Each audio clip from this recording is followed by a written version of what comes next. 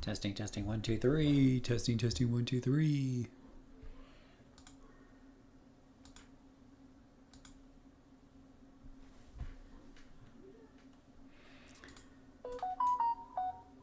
Alrighty.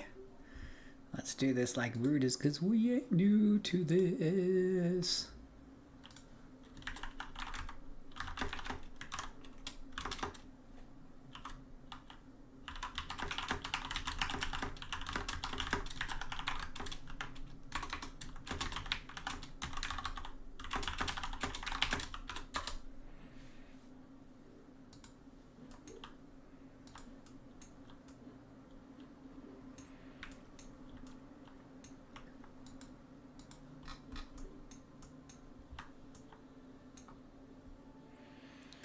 Yeah, that's right, Nuke.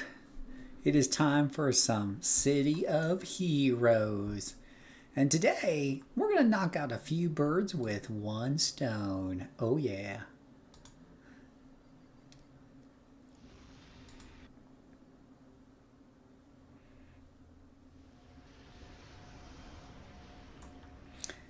So, one of the viewers asked me to make this electric claws scrapper.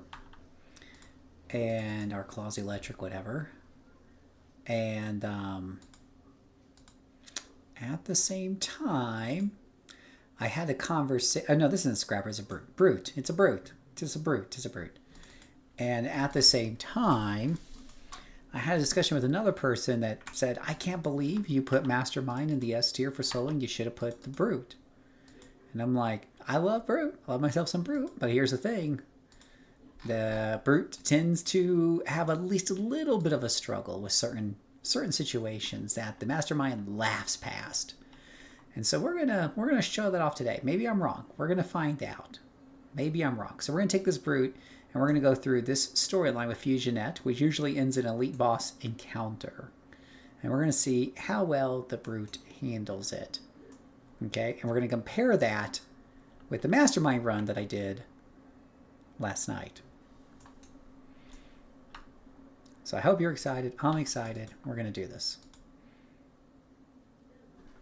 Got the cup of water. Going to relax. Enjoy the ride. I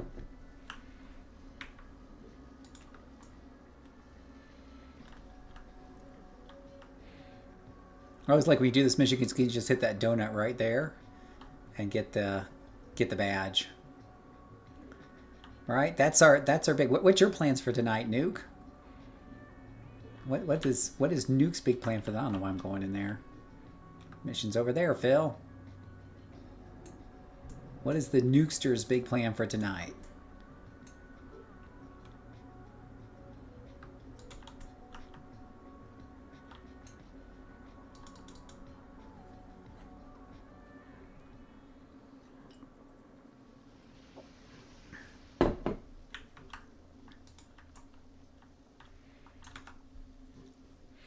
Hello, bad guys.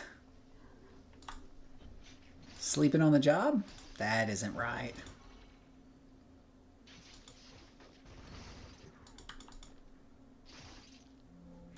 Ooh, my first piece of salvage. I'm so excited. Now die. Thank you. Appreciate it. Hello. Can you die too?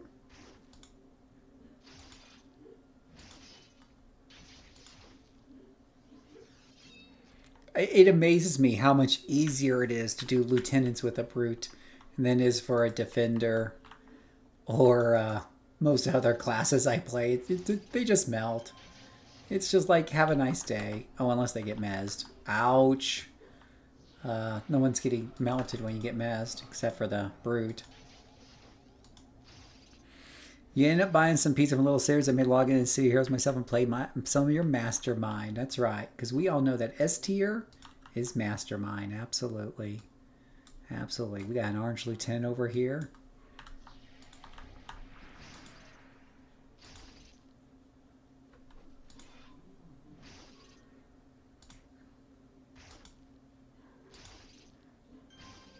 Oh, it's just not even fair.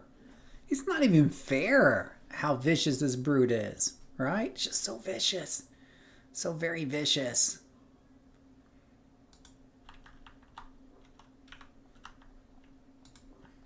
What you guys doing over here sleeping on the job? Oh gosh, that is just so wrong. People wonder why I put Scrapper down in B and the Brute's up at A. I'll never understand people. Look at that. That's just so much pain and suffering.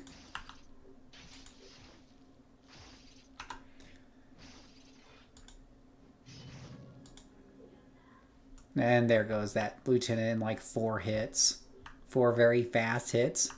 Yeah, yeah. Oh, mercenaries and radiation's power set. That sounds like a pretty good combo, my friend. Those radiation powers will take down their... I can't remember if it's a defensive resistance, but it'll take down something really quick.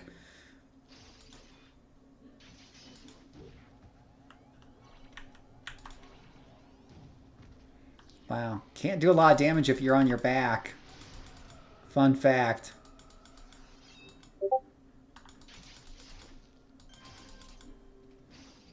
Alright, that was a little close there. That was a little close. I gotta keep an eye on my health.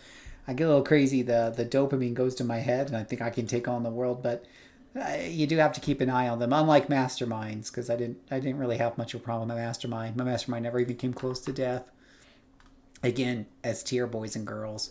You guys saw me stream that mastermind through this exact same mission yesterday. Exact same level of character, I believe.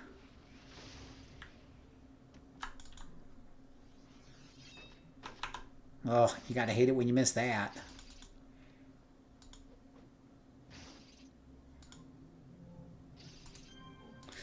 Let's see. It gives moderate damage. After you perform this fate attack, you get a large... after this attack hits, it gives you a large bonus to damage. So this gives you 30% strength for 10 seconds. And it's on a 12-second cooldown. So I really should be using this a bit more often, really. It's called follow-up, but... And it's come pretty strong and quite tanky since the mob's accuracy and damage is reduced.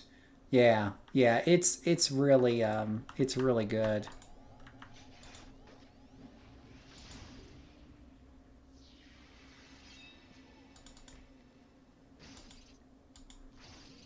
Look at that. Just tears through them. Tears through them. Totally not Wolverine. Just tore through those guys like they didn't exist. This is the power of the brute, boys and girls. Compare this to that poor defender that couldn't even get past lieutenants without fainting. It's not even a close comparison. My tier set, my tier list, that's what I'm saying. Like, if you have a problem with my tier list, come and show me, boys and girls, because... And what's really funny about some of that stuff in the tier list was the thing saying, oh, I'm biased against melee. No. The brute is really, really good.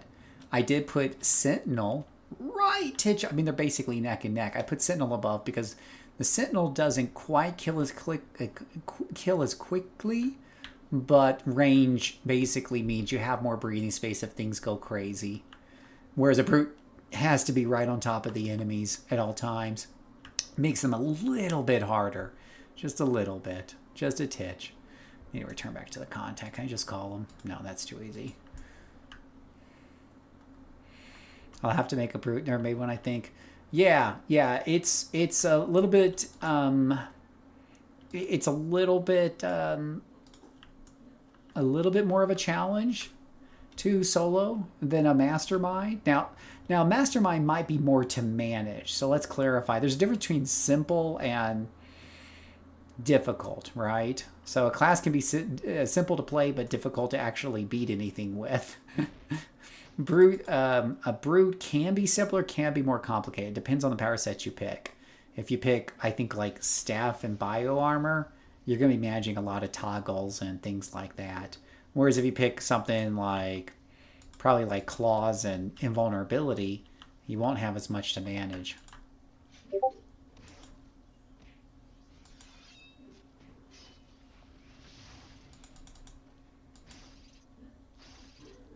Wow, but just tears through things, tear through things. Boy, I'm telling you what, this makes the scrapper. I like my scrapper, but I'm sorry. This just makes the scrapper just looking pretty. So let me put my Discord. Sorry about those Discord sounds there. We'll turn those off. A lot of people just suddenly chit-chatting.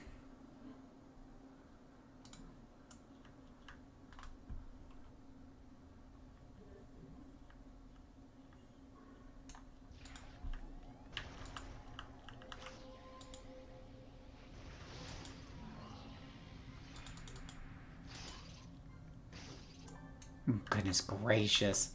It freaking is Wolverine.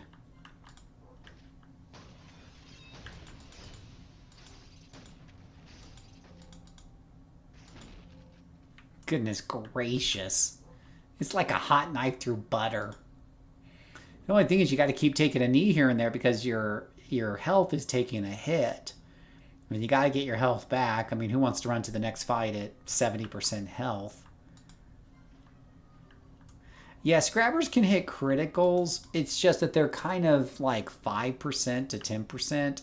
So it's very random and it doesn't feel as good as brute. So I couldn't tell you for a fact if the brute, when their rage is up, does more or less damage than a scrapper. But let's pretend for the sake of argument that they both average the same amount of damage. The thing is, brute's damage from their special ability, which is the rage, is more consistent spread across all their powers, right? Like, let's say each of their powers gets an extra 10% damage, right? The brute, or the scrapper, gets an extra 10% DPS, but it comes in the form of these big lumpy crits that come out of nowhere. The problem is sometimes you'll crit an enemy when they're only at 5% health, and that crit's wasted. And it feels bad. It just feels bad. Whereas, with a brute, you're getting that extra 10% or whatever it is on every single slice. And so it never really feels bad. It's just, you feel like you're doing good damage after good damage after good damage after good damage after good damage. There's never a time where you're crit. I personally prefer the Stalker over the Scrapper because the Stalker manages their crits. They get a crit when they're coming out of hiding. They get a crit if they do a combo that ends in Assassin Strike. They get a crit if they use Placate, basically putting them into hiding so they come back out again. Like, they manage their crits. And I'd rather manage my crits than have these crits just spontaneously pop up in the middle of something and half the time they go to waste. Hey, Super Soul, how are you doing today? How's it going, buddy?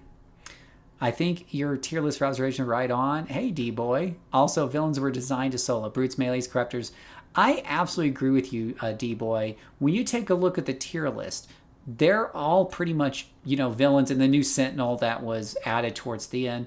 But they're all they're all villains in the new ones, right? Mastermind right at the very top of the list, and that's a classic villain, deal there. The only hero from City of Heroes that I think I even have on the A tier was Blaster. And that's only because they have buffed the hell out of Blaster damage to where you can melt most mobs before they become a real threat.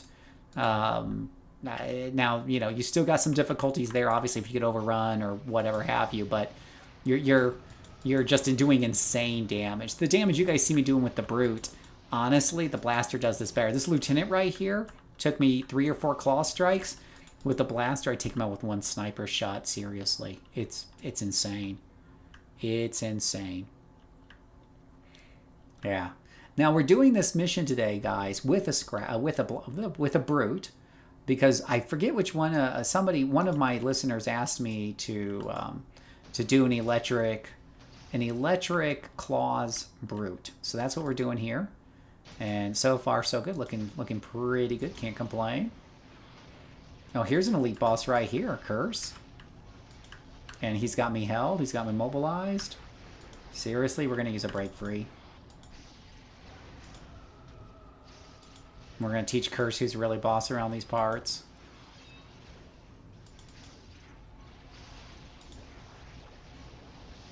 Now, no problem beating Curse there, but I did have help. So let's see how I do against the next elite boss. But this character is tearing through this mission in record time. If you see me play through this with my Dominators, who I love soloing Dominators, but I put them at B-. Why? it takes them much longer to get through these missions, and it's more dangerous for them, right? They're more likely to die. But look at how fast I'm just slicing through this as a brute. Yeah. Just absolutely insane. Mastermind, absolutely insane. I think it's in the parking garage under here. Trying to remember where the entrance to the parking garage is at. There it is.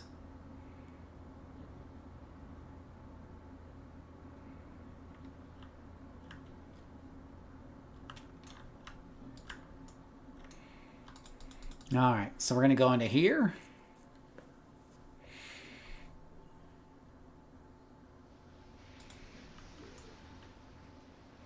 All right, let's get dangerous. Oh, masterminds are just incredibly good. Incredibly good for soloing, and pretty good in teams that people get off their horse about hating their pets. Yeah, very good summoner class, very much so, because, you know, as I tell people, that your mastermind shines even more when you do the proper thing and support your pet. It's the way to play support class solo. I love playing support class, so the fact that I can play that solo is really, really cool in my opinion.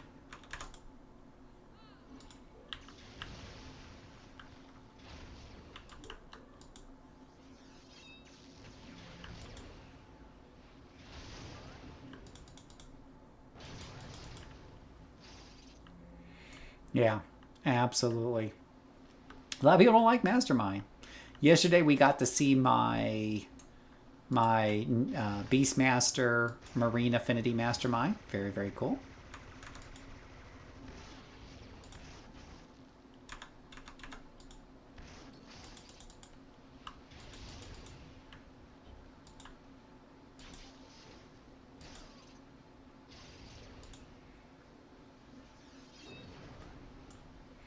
Very, very cool.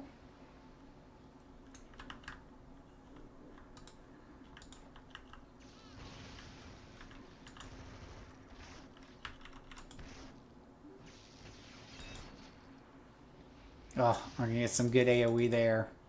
Yeah, 2 big AoE attacks just took out all 3 of those guys. Sunshine here is not even breaking a sweat.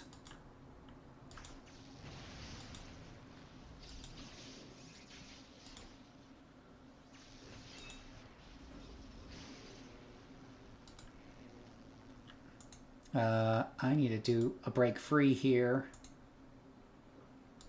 Or 2. Oh, yeah. Yeah. No, masterminds are really, really good, guys. Absolutely.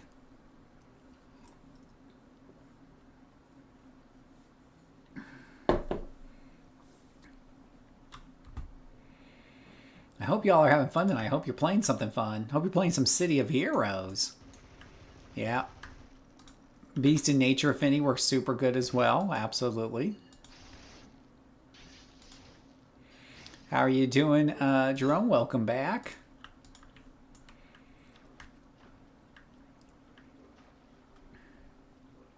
Super Soul, if you feel that you want to chit chat with me, I am in the streaming voice channel. So you guys are always welcome to join me on the Discord server when I'm streaming. If you want to be on voice and be in front of the millions and millions of fans on the internet.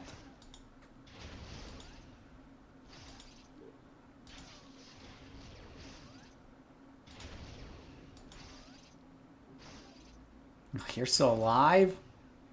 Die?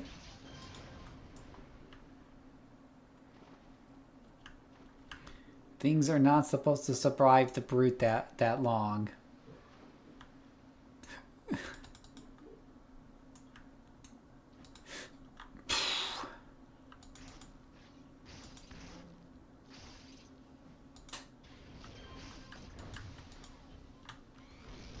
Oh, really? Get your butt over here. Let Princess slice you up with her claws.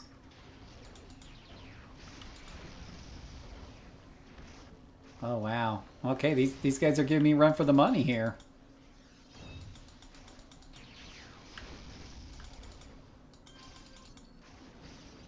2 lieutenants at once will do that for you.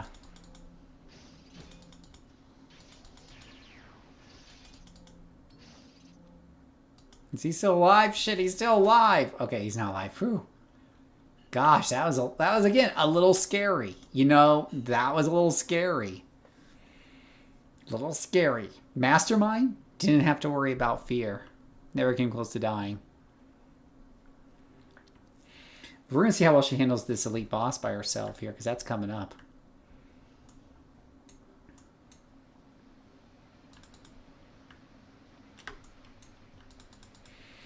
So if you ever want to test your character against an elite boss, this is a fun little mission to do it here. It's the first one, I think, in the level 20 range on the hero side in Ouroboros. And you two can jump on your very own person right here. We'll even eat some of these reds.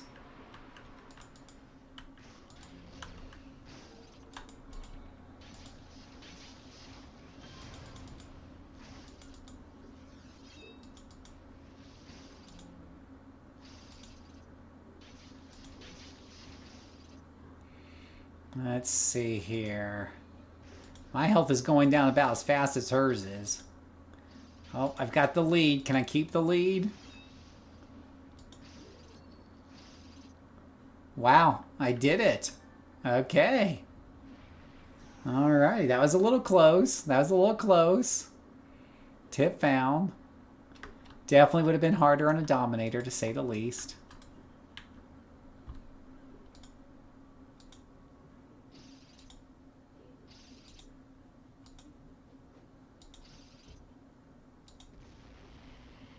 And there we go. A 20-minute Ouro.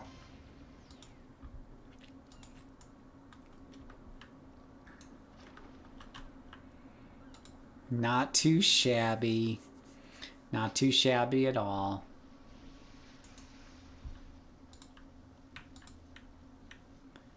Brute showing you how it's done.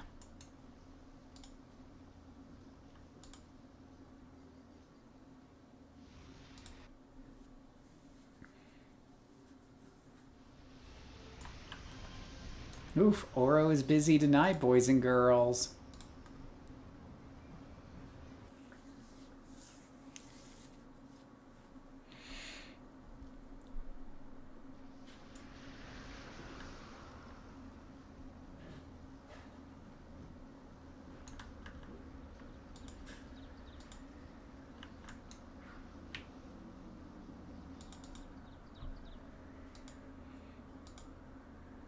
All right, so let's see here. We do like Eviscerate. And what does Lightning Reflexes do?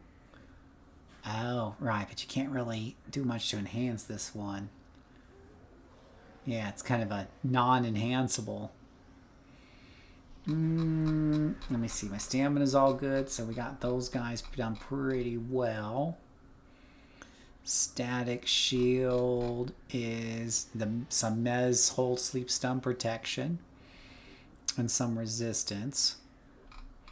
Don't have too much of endurance round, but that's mostly because they're killing so quick it's not even funny. Where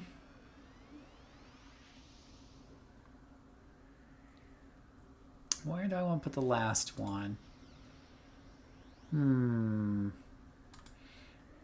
I'll put it into Eviscerate. More damage. Why not?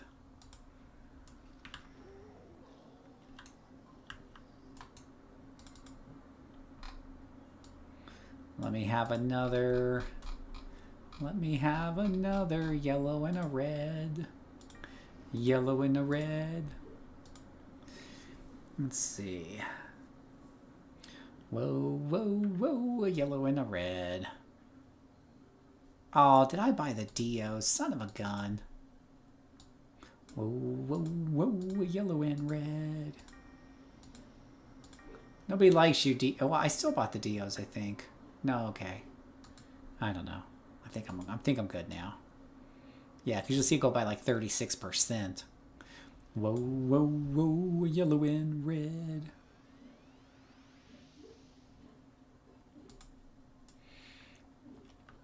Okay, guys.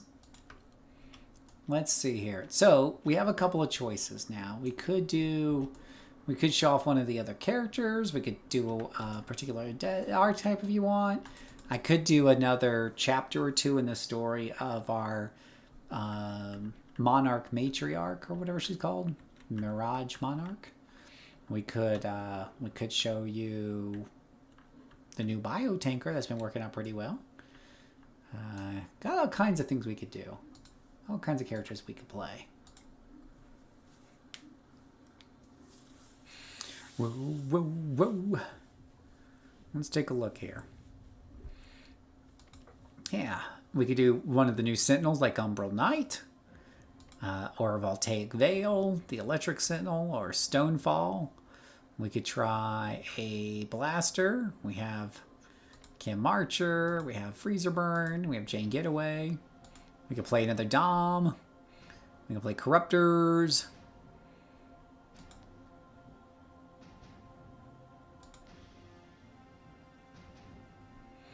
We do have the new melee people, Photon Rush, which looks like an evil robot, and Surgical Striker, which is a Street Justice Stalker, because somebody said this was a cool idea. That's on top of my normal Psionic Melee Stalker. This is the new bio armor staff tanker that I made, and actually has been doing pretty good. Which is saying something. You guys know I'm not the biggest fan of soloing tanks. So that's been pretty good. Actually, we'll do some more. We'll do some more of the Mirage Mirage lady here. Dominator. Oh, she's hiding away, by the way, on Reunion. Very quiet server. It's just Mirage Monarch versus the world over there, right? She has nobody to help her over there.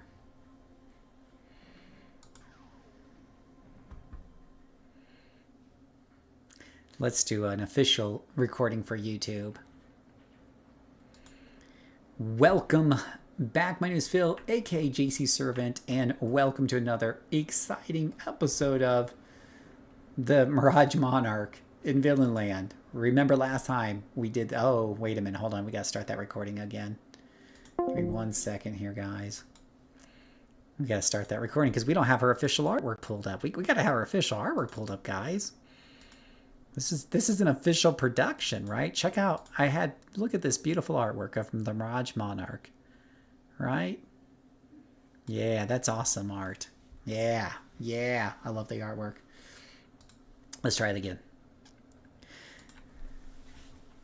Salutation, boys and girls. My name is Phil Willis, aka a JCServant, and welcome back to another exciting episode of the Monarch, the Mirage Monarch, and doing things in the Villain Land. Last session, we went through a couple of story arcs. We got some early funds going and everything else, and we also changed her outfit to a different color so she looks a little bit more villainous with that sinister red and everything.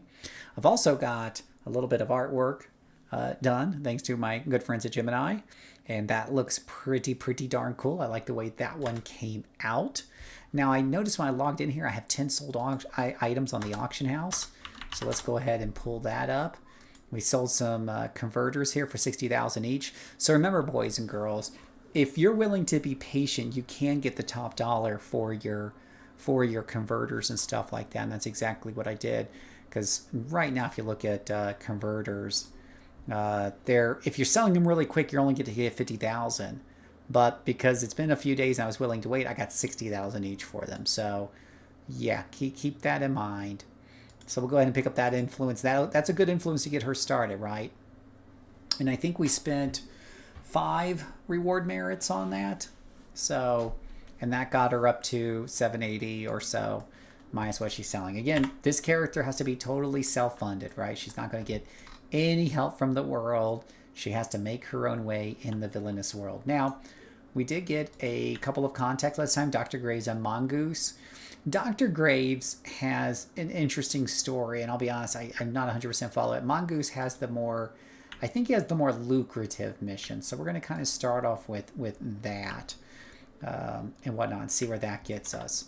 We've also got enough money, if I haven't bought it already, to buy a couple of smart things I really like. Well, one in particular. We have enough money to buy one item in particular that I always like to get. And that is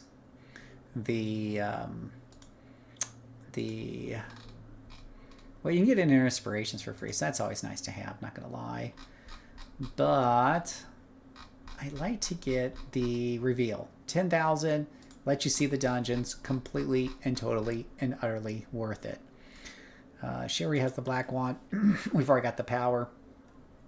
Now, the other thing that we can do while we're thinking about it is start picking up the exploration merits while we're going around, because if we can get all 8 of those, we'll get another 5 merit rewards, which can be useful and helpful. There's a lot of spider people here working out. Anyways, Mongoose is down here. This is an OSHA hazard. Look, you can just kind of accidentally, whoa, fall down there, fall to your death. No one cares. All right, so let's start this new story arc here with Mongoose. I think we're just about ready, so here we go. Mirage Monarch, eh? You must be one of the new arrivals to Mercy. They call me Mongoose because I'm the best at what I do, taking down snakes. If you want to survive on Mercy, you best learn what I teach you. If you're tough enough, maybe you move up the food chain in the Rogue Isles. Or maybe you'll end up dead in a snake pit. I don't really care. I get paid either way. I've been earning a few bucks here and there on snake bounties, but I've got what you call expensive taste. So if you're up to it, I got a job for you to pull off. There's a local bank that's just begging to be robbed. Hit that bank and bring me back the money. Steal money from the bank. You can get up to where the bank is in Mercy by going through the access gate behind me. All right, so we'll go to access gate behind them. I guess we can get back up there. If you don't have like super jump or anything like that, the way you kind of get back there is through these gates, and they take you back to the top here. But it does give you a reason to have fly. I do like how this is kind of like Arachnos territory, but it's okay that we go ahead and you know, just break into his bank over here. It's totally fine. Nothing wrong with this whatsoever. One of the bank staff looks up and eyes you nervously. Oh, noes. So I believe we can use, we'll take that down. We can use our reveal power already to kind of give us a view on things. All right. We can turn off the travel powers here. And we can start going after these guys.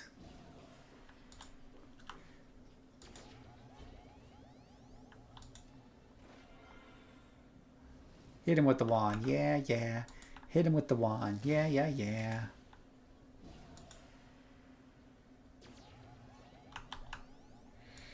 Telekinetic thrust. Bye-yees.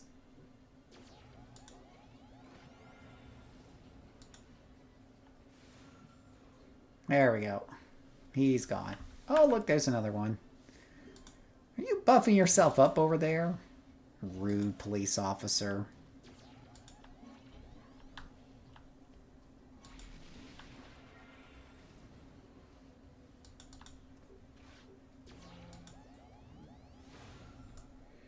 All right. Now he's a knocked out police officer. He's defeated.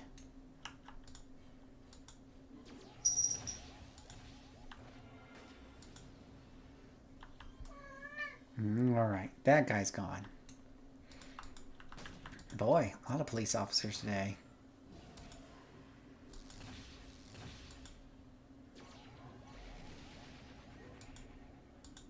He hit the roof when I did telekinetic thrust. I just put him right in front of me. I remember the days when you didn't worry about endurance at all because, quite frankly, you didn't have enough attacks to worry about endurance. Bum bum bum bum bum. Let me try to turn off the bum bum bum bum bum there. Yeah, we have only the most professional productions here in JCServant land. All right, guy, let's hold down this captain here.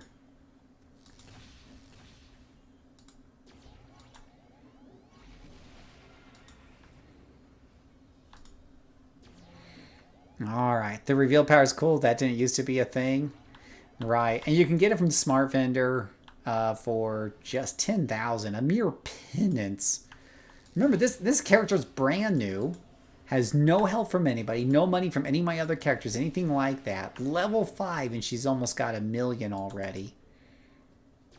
And could have more, actually, because I think she's got merit. She's sitting on merits. No reason for your characters to be broke in this game. Alright, buddy. You want my attention? You got my attention. Let's go ahead and throw you all away. Alright, now the rough part is breaking through this door with a Dominator. This is going to take a while. There's no way around it. Somebody's shooting at... Oh, another gun.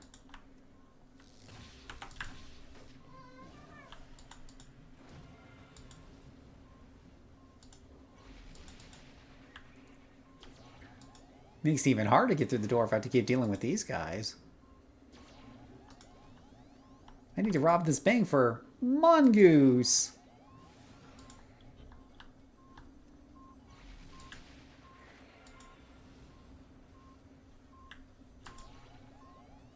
Yeah, so let's just take a look really quick here. Whoa, whoa, whoa, whoa, whoa, whoa, whoa, whoa, whoa, whoa, whoa. Did not mean to take a look while there were things beating up on me and...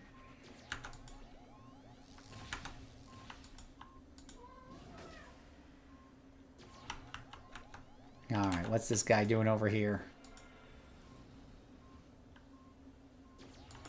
Oh, you're free, are you? Byes!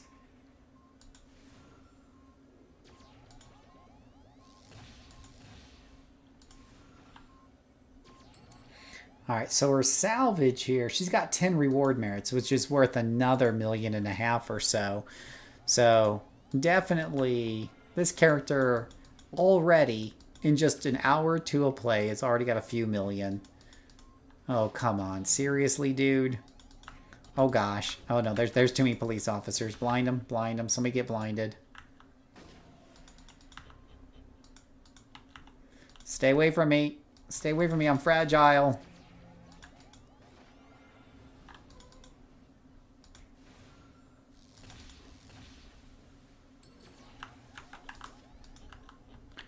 Stupid police officers with your guns and your toys.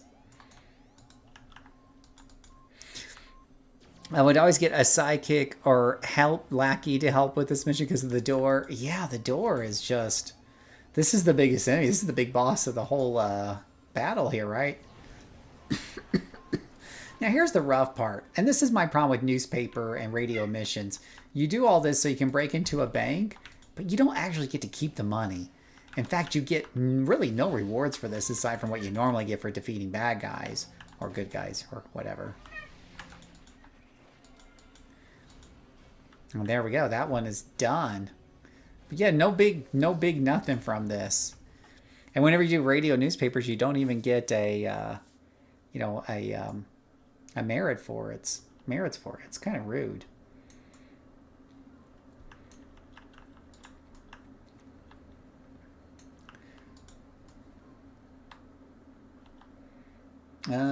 Let's see here. Where do I have to go to? I have to go back to Mongoose, right?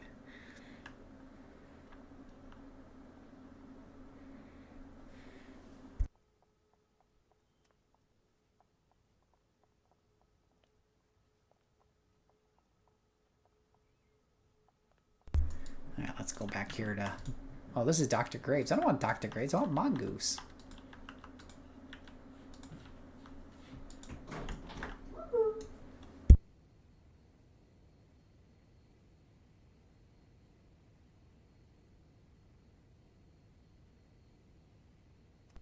So, we come back here to Mongoose, and let's see what else he has to say. Ah, sweet money. Nice work, Mirage Monarch. We'll make a hardened criminal out of you yet. You might just survive Mercy yet, Mirage Monarch. I might just have something for you in my store. Take my cell number. I'll do what I can to help you out. Ask about available missions. Snake Uprising. As you probably noticed, Mercy is literally crawling with snakes. As far as we can tell, they were once humans who were infected by some kind of virus which transformed them into the monsters you see now.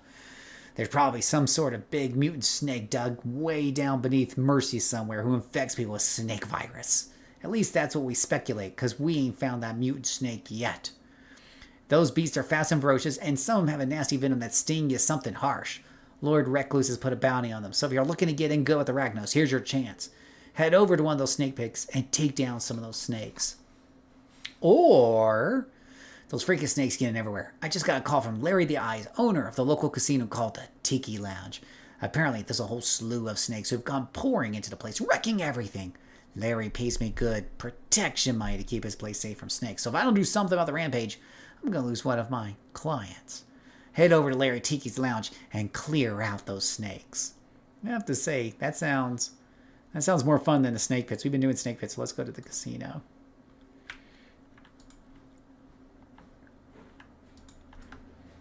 All right, so we're gonna use our flight jetpack here, and we're gonna fly back up.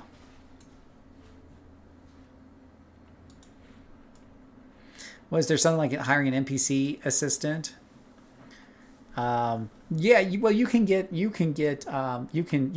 can purchase some assistance from the smart vendor, and also you can buy all kinds of buffs. There's these one kind of buffs that increase your attributes for an hour, and the price goes up with your level. But at this level, it's pretty negligible, especially since you're earning quite a bit from merit rewards.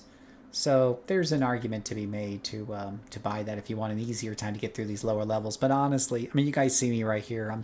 I'm getting through fine. And this is on a Dominator, which is not the easiest class to solo. All right. Ooh, there are snakes in the plane. And in the casino, on the dance floor. Oh, tell me I did not just aggro those snakes from way over there.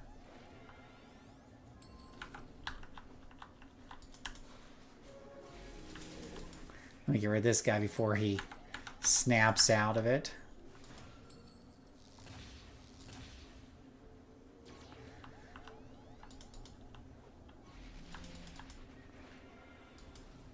Alright. So we took care of that. That was a bad pull, but took care of that without too much issue. Lost some health. But nothing huge. Let me convert these 3 into a break free in case I get mezzed.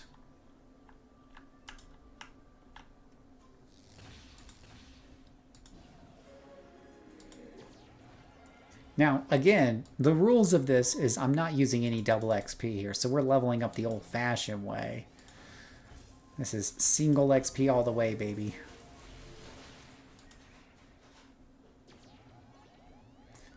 And there he goes. One less snake in the world.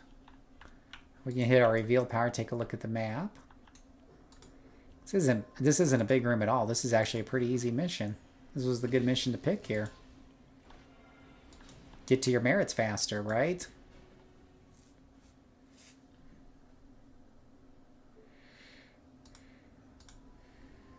Nice work. Larry's gonna owe me for that one. You're tougher than I gave you credit for, Mirage Monarch. I can respect that. Look around my store. See if something's worth your time. These guys are constantly pushing their stores, right? All these guys must have like eBay accounts. So again, it's given us these different choices, right? Let's see. I'm going to do the second one here, I think. Normally, I just take care of snakes around Darn's Landing, but occasionally I look into other matters for Arachnos. I just got word that a gang of Hellions has just attacked the local Arachnos base, setting it on fire. Head over to the base and take out the Hellions responsible. You have 75 minutes to complete this mission before the base collapses from the fire and the Hellions escape. Alright, now this is a kill-all. This is a kill-all. Some people don't like kill-alls. I usually like them, but they do occasionally, of course, you get that one who's hiding in the corner somewhere, and it gets a little iffy, right? Gets a little frustrating.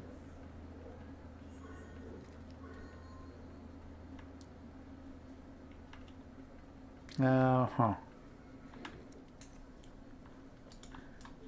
a little frustrating trying to figure out where that door is at. Where is the door? Is it on this side? Oh, lovely. Nothing like having a timer, but not knowing how to get inside to the mission.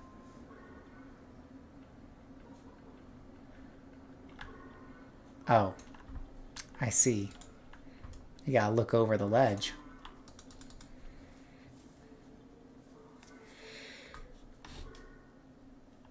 A wave of heat hits you as you enter the door. The Hellions have been busy. We hear a little doohickey here. Not a very big dungeon at all. This should be an easy kill. I love low-level missions. Oh wow, this is a little cramped here. But there are some explosives here that kind of suggest that I might be able just to take out these guys with one shot, maybe. Unless she or she only does that much. Oh, seriously? Well, I guess that did nothing. That was a waste of my energy and my time.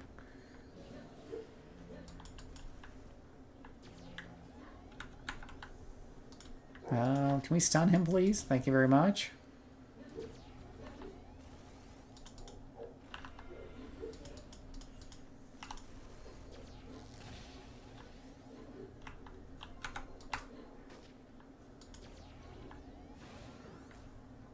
Alright, you're dead. Yeah, you have to play a little smart as a Dom. And starting off from the low levels teaches you to get used to your powers. And how they all exactly work.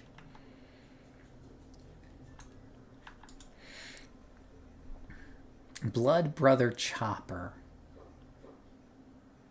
He's got an interesting patrol route. He just kind of jumps up on that machine. Look at where, wow. They're just kind of looking up there. No big deal. No bigs.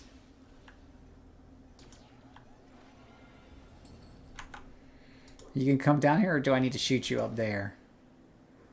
Have it your way.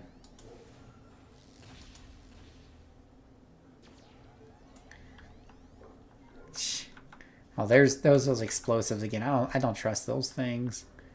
They're like, hey, you can kill us. Really, it's fine.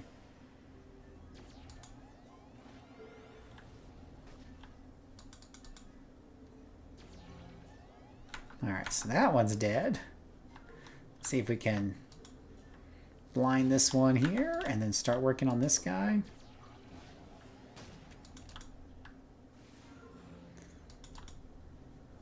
Bye! You gotta love throwing them back.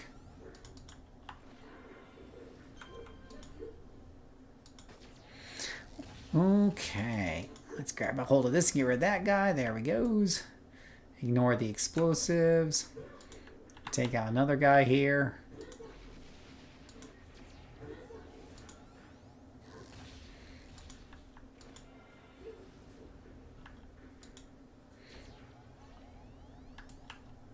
No, my head. Yeah, Whoa. Oh wow, we got the party floor over here. Oh, this is gonna be fun.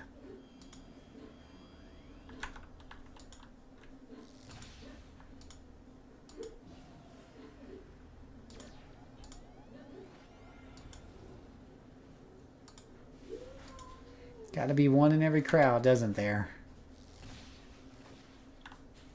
If I just hit you back a bit. Not if I miss. So we stream here a lot on my channel, usually Mondays and Friday nights, but sometimes during the weekends and other times as well. If you're watching this on YouTube, you could have caught this live on the stream as I was streaming it. Oh, there's level 6. Just that easy, even without double XP.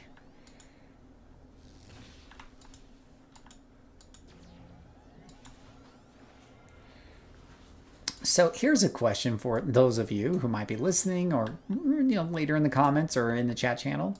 Would you stop playing the game if you weren't able to do farms? AE farms, to be specific. Would you quit the game if those went away?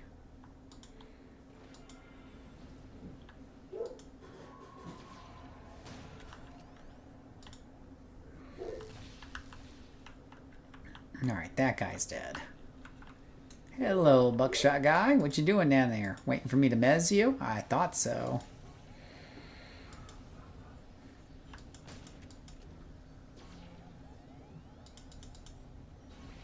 And that mission is done. And level 6 is very important because we can pick up a new power. Oh yeah. And let me just check where I'm at here, because I think there's a badge not too far away from here. So we'll go ahead and grab that badge while we're on this side of town.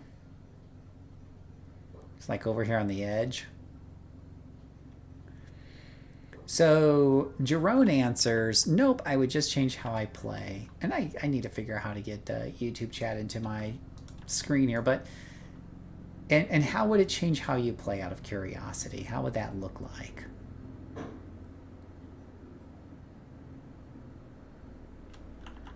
So I fly right on my slow jetpack. This is why you 3-slot flight, by the way. You do really miss it when it's gone.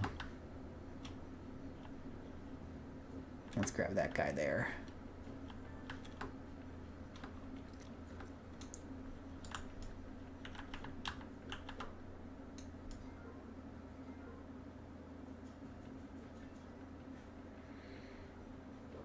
These back alleyways. Someone needs to come in here and clean up.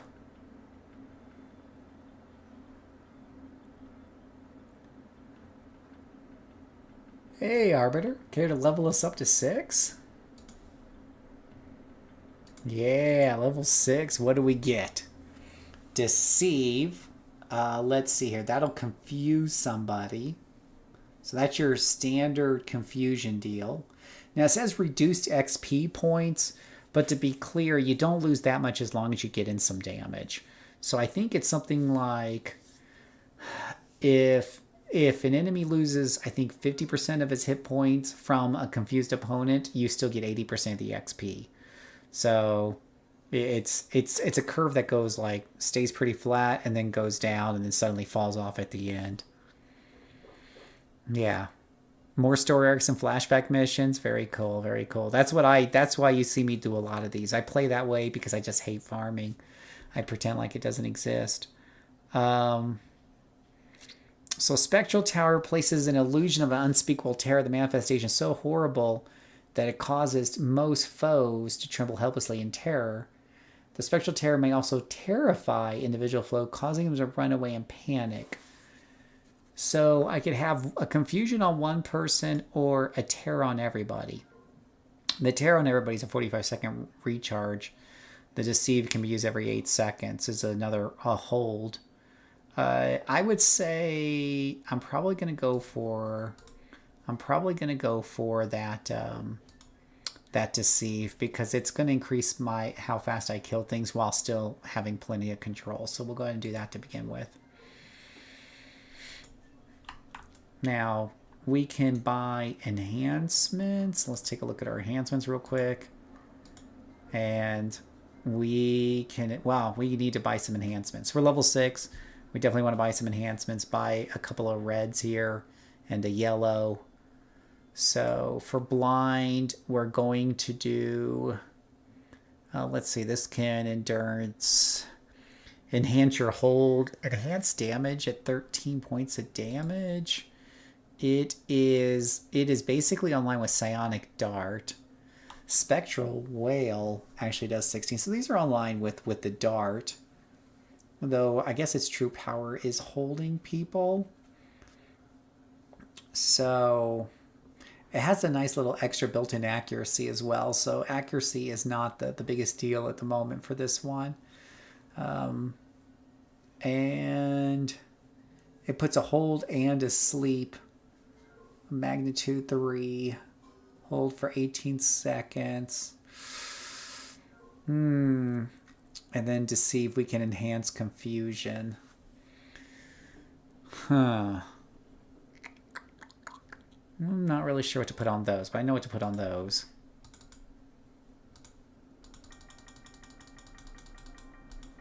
Let's get rid of all those guys there because it just drives me crazy. And let's get in 1, 2, 3, 4, and an accuracy. And an endurance modification while we're here. And then we could probably use a hold. We could probably use a couple of damages. This will help us. If we put it on the Mez powers for now, this will help us to get through things a little bit faster.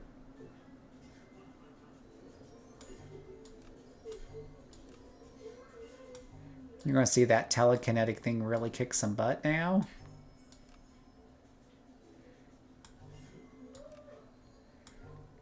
Yeah, we're gonna... Uh-oh. I should have put that there. Endurance modification. Let's take care of that first. And deceive as enhanced confusion. Let's see. So putting this in here enhances the hold to 24 seconds and 13 seconds. Or I do a little bit more damage. I'll take the extra hold. I'll run over it. And let's get a little bit more confusion on this one. And pop that in there. And she should be a little bit more effective now. All right. Just do the old school farms if you wanted to do PI missions with glowies. Don't complete the exit. Just do it again. If I remember right, AE was not in the original launch. Right, it wasn't. Right? Absolutely. Absolutely. One thing I want to do, and I might do it tonight after this set of missions, is... Now we're going to defeat... Oh, wait, we need to return to contact. Let's return back to contact. Is take a level 50, crank them up a bit, and see how much money I make doing an hour of Ouroboros. All right, Mongoose.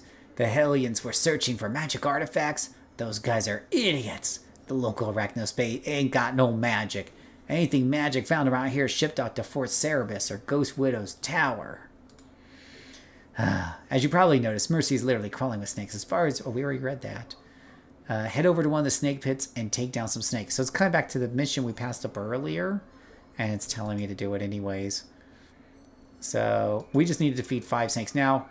This one, I remember doing this back in the day, and I remember having a little bit of an issue actually finding the snakes to kill around here. Mongoose wants us to go and kill snakes, and sometimes it can be a little rough. Now, we're going to use this as an opportunity. So we got lots of longbows. This place is riddled with longbows. We'll use this as an opportunity to pick up a couple badges over here while looking out for some snakes. A lot of times you actually find them on the roofs. They're just sunbathing up here. Right? No one knows why. There's actually, I think, like a snake pit actually down over here. Let me just look down here real quick. That's infected. That's not snakes. Blighted. Blighted. Longbow infected. Okay, my bad. No snakes down here. Nothing to see here, people. Oh, here we go. Nice. Level 2 snakes. I'm sure that's exactly what he wants us to beat up on. Well, they're going to get an empowered dart.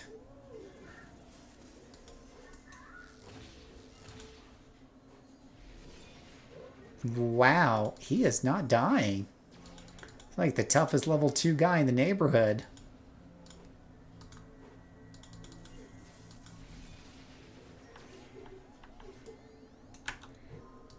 Did those count? Okay, those did count. Remember, boys and girls, your DPS increases when people are helping to do DPS for you.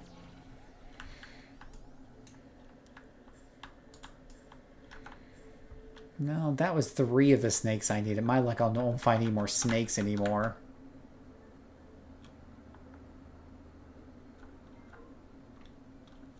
Yeah. Well, we're going to go back up over here.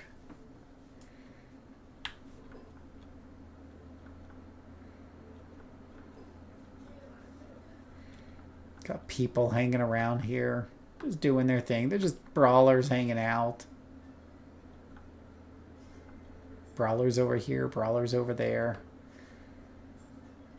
Now, there is like an exploration badge right there, and then there's literally like one right over here.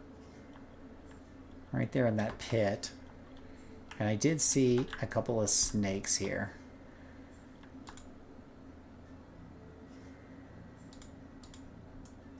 No, he's going to go run and find something else to kick butt on. Well, that's curious. I'm going to turn this lieutenant to my benefit for the moment. I do love confusion, I'm not going to lie.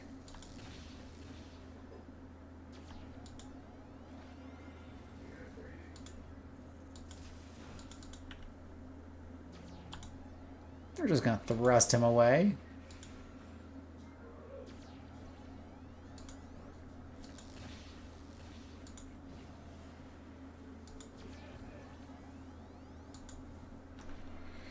Hit him with the wand. Okay. Well, that's all 5 of them right there. Let me just go and get that other merit right up there. That other exploration-y badge. That's a quick 3. We'll contact him on the way. We're like calling him on the cell phone. We're flying around. Not bad. Don't get cocky, though, because there's far worse snakes around the rogue isles. Oh. Everyone's a snake around here. Okay, available missions. Nice work on calling the snakes in the area. Usually we can keep them confined to the pits, but occasionally they tunnel or slither their way into other places. Speaking of which, we just got a report of a nest of them forming in the sewers beneath Darren's Landing. Go and clear out the snake nest before it becomes a problem.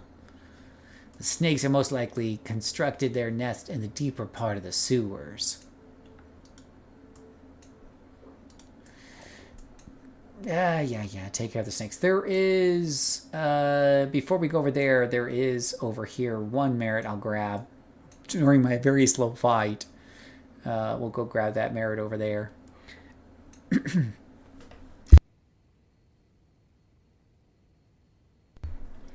Welcome aboard Villain Airlines. Flight 666 to Devil Island. We will be taking a brief stop here to refuel and grab a merit reward before resuming our journey. We ask that you keep your seatbelts buckled and your trays in an upright and locked position. In the case of emergency watercraft landing, your friends and family members may be used as flotation devices. Thank you. There's like a merit around here somewhere. Or exploration badge, whatever, badge. There's a badge around here. At least I'm pretty sure there is. It's right there on my map. My map never really, there it is. Right there. Alright, now we can go. Now we can go to the snake mission.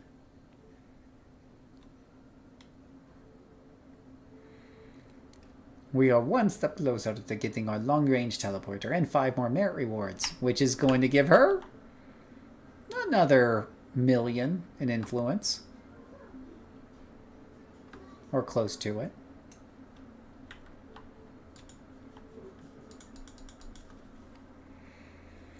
Oh, yeah.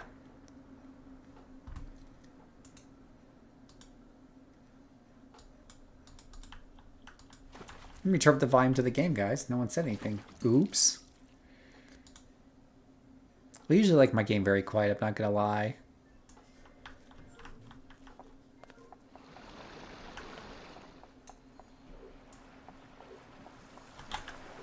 Wow, hello boys. How about you work for me now? And you're gonna be blind.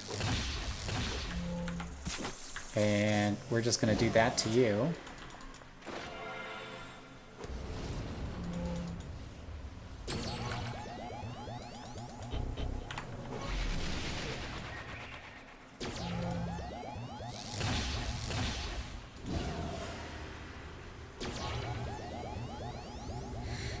He's looked like he's seen better days. The DOT will probably kill him. Yep.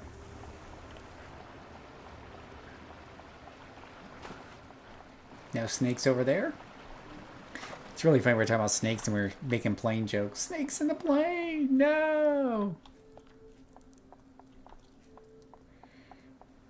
Alright, another question for you guys in the chat, as well as anybody who's watching this later on YouTube. How many of you have soloed a Dom through the levels?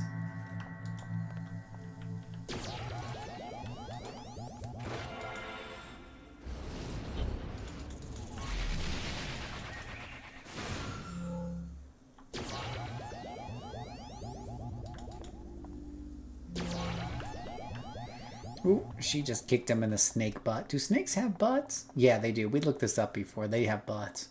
She just kicked the snake in the butt.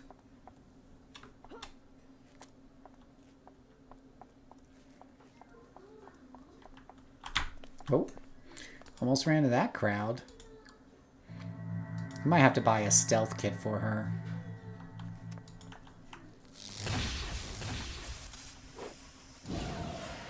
Never played one. So, and for those of you who've never played one here, so you're seeing the kind of her attack rotation, right? And I think that snake did kill that other guy there, so took away a little bit of my XP there. Anyways, so it's an interesting attack rotation, right? Generally speaking, you can't afford just to go up and start smacking everything with your attack powers. And as a Dominator, you do have a secondary attack powers, unlike a Controller, which just has nothing. Anyways, so if you're fighting a couple of enemies like these guys here, you can divide and conquer. You have to be smart about it, right? We're going to blind this one over here. Then we're going to lock that one in place so he can't move around a lot. And we're gonna hit him with our powers now, start damaging him down. Now this guy we had charmed earlier. We're gonna go ahead and finish him off. If we can keep him held or finish him off so we don't get touched. And it's that easy, right? That guy's dead. Make sure there's no more snakes around because I'm pretty sure this is a snake kill all. But one of the things I really like about this class is you have to be a little bit smarter about how you tackle opponents. You can't just waltz in most of the time and guns blazing. It'll generally end pretty poorly.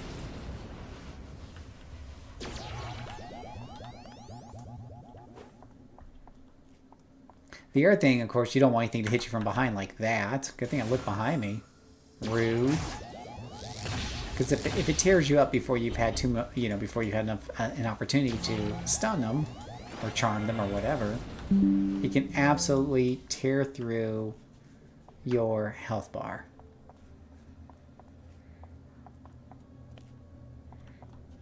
Okay, so like we got a nice big clump right here. We got to be very careful. Obviously, we can end up way over pooling this, right? And as a brute, I probably would just go in there and just hopefully tear them up really fast. As a sentinel, I'm going to start blasting from here. But my powers aren't as good as a sentinel's, so I can't really take that risk. Plus, I don't have sentinel defenses, right?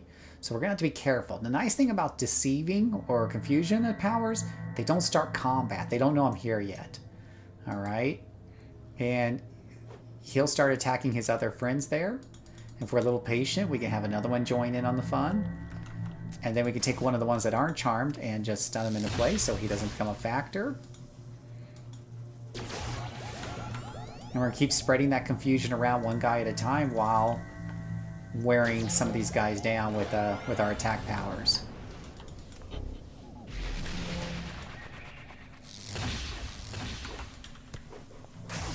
Just keeping them locked down, right? So you don't get too much incoming damage at once. This is how a Dominator takes care of a pack of 5. Just very methodically. Tear them apart, lock them down.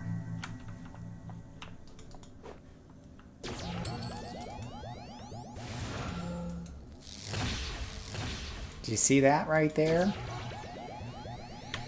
Now, if I was a defender, that would have torn me up. A corruptor, maybe, depending on my secondary powers that I have so far. But the Dominator handled it just fine. Just fine, I say.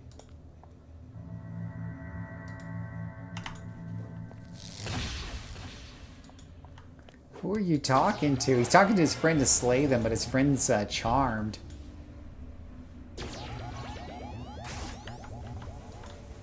Alright, take a high, buddy. You have to switch your targets a lot and pay attention to which ones you're locking down and which ones you're damaging. You gotta think like it's a tactics game, you know? Be one step ahead up here. Be one step ahead, right? Let's call it Mongoose. You cleared out the nest. Nice work, Mirage Monarch. The snake statue? Yeah, we see him in some snake nest. Some sort of snake goddess they worship or something. I tell ya, those snakes are vicious and crazy. This snake cult was probably started by some mutant snake who transformed these poor suckers in the first place. Likely to get them to do their bidding. Let's do ask for available missions. Snake Uprising. Hey, Mirage Monarch. You've done some really nice work getting rid of those snakes, but we got a new problem. One of the snake pits has become really active lately, with large groups of them attacking key Arachnos positions. There's probably some sort of snake leader in the pit who's directing them against these targets, so we need to take this guy out. Head into the snake pit and take out the leader and his minions. The snake hole can be found in Mercy neighborhood. You can get there in the access gates behind me. How come you see people walking around Paragon City Roadhouse, but there's never any kids around? Oh, because yeah, we know NC Soft. They don't want to have kids around, and then you can attack kids, and and stuff. That could get you into some legal trouble, right? You don't want that. What about the children? What about the puppies? That's my favorite thing to say. What about the puppies? It wins any argument, right? Just like we should slow down. We should lower the speed limit on the highways. Well, why? You know, that's going to make it hard to get anywhere.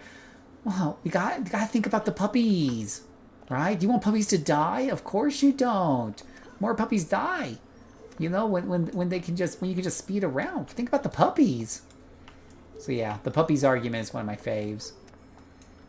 Anything can be any argument can be won if you just tell people to think about the puppies. I've already hit that one before.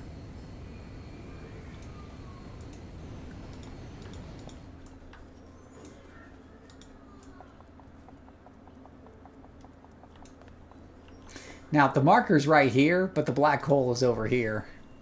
No, not the puppies. It's always about the puppies, guys. It's about the puppies. You can win any argument that way. You can absolutely win any argument that way if you're a public official. Alright, we're going to use our Shady Reveal power. We need to take out the Snake Leader and his minions, which means this probably isn't a kill-all. And whatnot, but...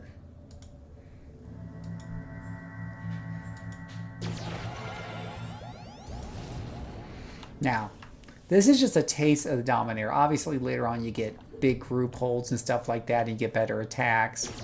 So for those of you watching, is this like going, man, why haven't I been playing Dominator? Look, I can confuse that guy, and if there's allies around, he'll attack them. I can hold them, I can blind them, and later on I can do this to a whole group of these guys at once. And I get pets. Dominators get pets on top of all of this, right? Those pets you hear about from controllers, which is like the controller's main source of damage. The Dominators get them too, right? And then on top of that, when you confuse an enemy, it turns them into your pet for like a solid 15 seconds. So are you ready to play Dominators yet, guys? Hi, Priest Zacco. The tunnels have been breathed. Curses! Protect the temple from the intruders. Yes, Master. Feel the fangs of Sven, though. Alright. Yeah, it's always about the puppies, guys. Don't forget about the puppies.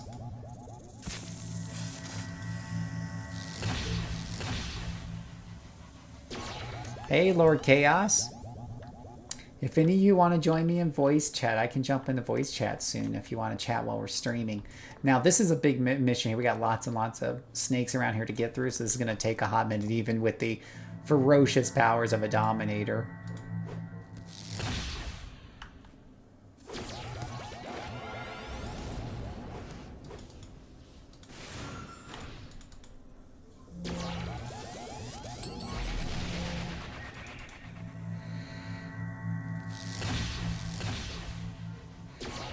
Now, I'll tell you, I love Sentinels, but low-level Sentinels don't have that great defenses for obvious reasons. I did this on Sentinel when I was leveling Voltaic Veil up, and she basically got her butt pretty close to being kicked in here a couple of times.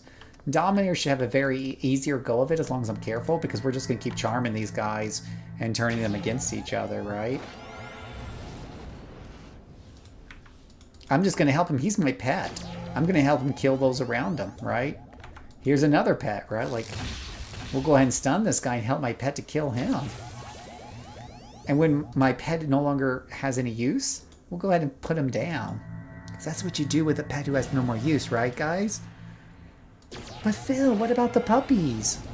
Good question. You win. The puppies argument's always good. Yeah. But you can see here, we're just pretty much getting through this pretty well with the Dom. As long as we're careful and we think about what we're doing.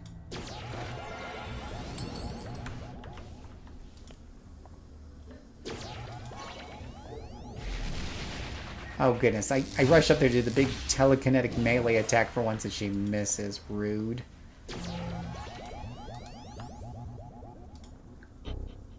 Alright, gonna go ahead and hit this guy with the confusion. Confusion hardly misses. It's usually pretty good.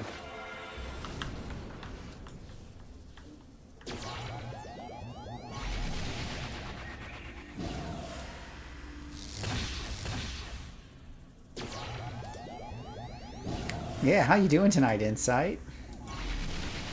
Those villains are down. Those snakes. Snakes in the grass.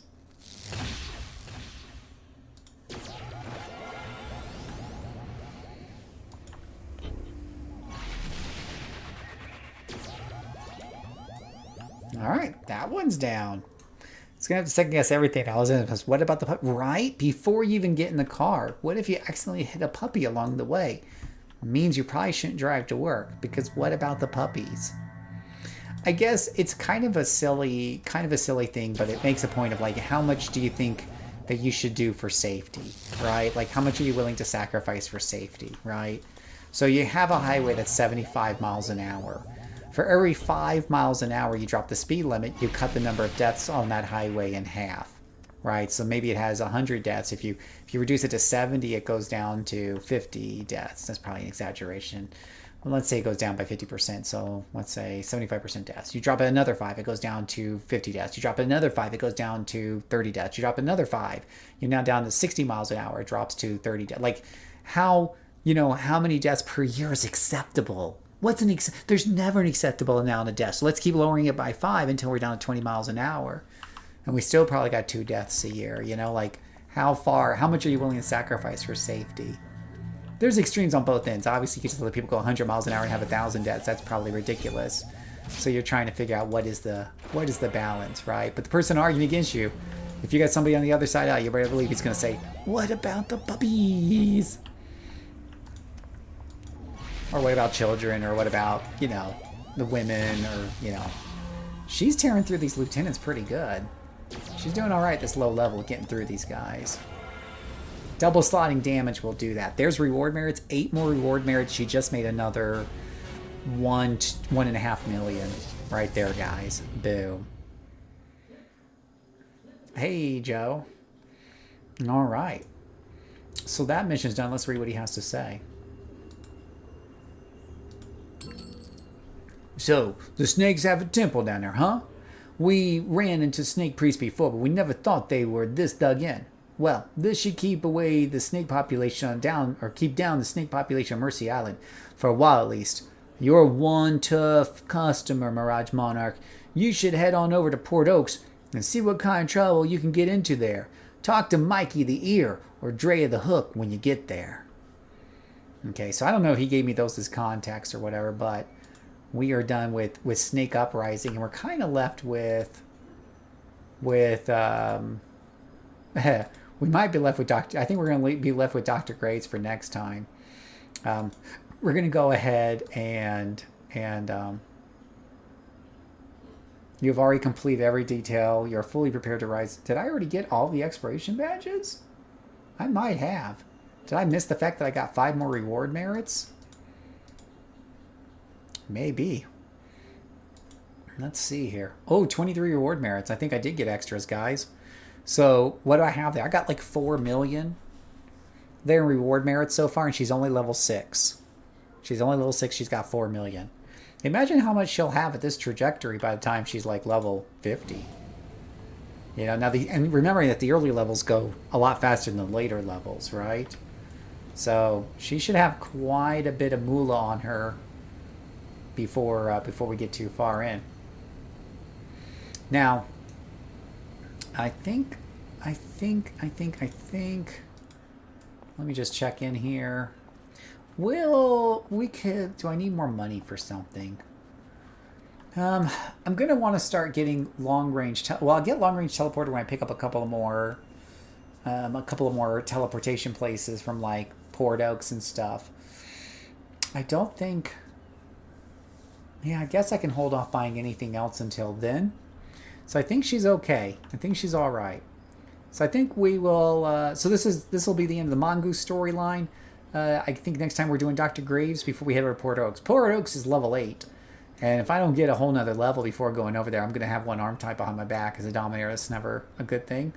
So we'll have to see. We might have to do some extra leveling somehow. Once we have Ouroboros up, then we can rerun story arcs for extra XP when we need them. When we're level 20, we can do alignments for extra XP when we need it. So we'll kind of see how it works out until then. Generally speaking, if I'm earning extra XP, I want to try to earn merits at the same time because that's your main form of income. And as I mentioned before, she's not going to get any money from any of my other characters. She has to earn it. So that's all I have right now for this particular storyline for you guys in YouTube land. If you're watching stream, stay on the line. We're still going to do more. But for those of you watching the video afterwards, thank you so much for watching. We'll be putting more of these in a playlist. Thank you so much, and may God bless you. All right, so that is the Mongoose storyline all set up and run.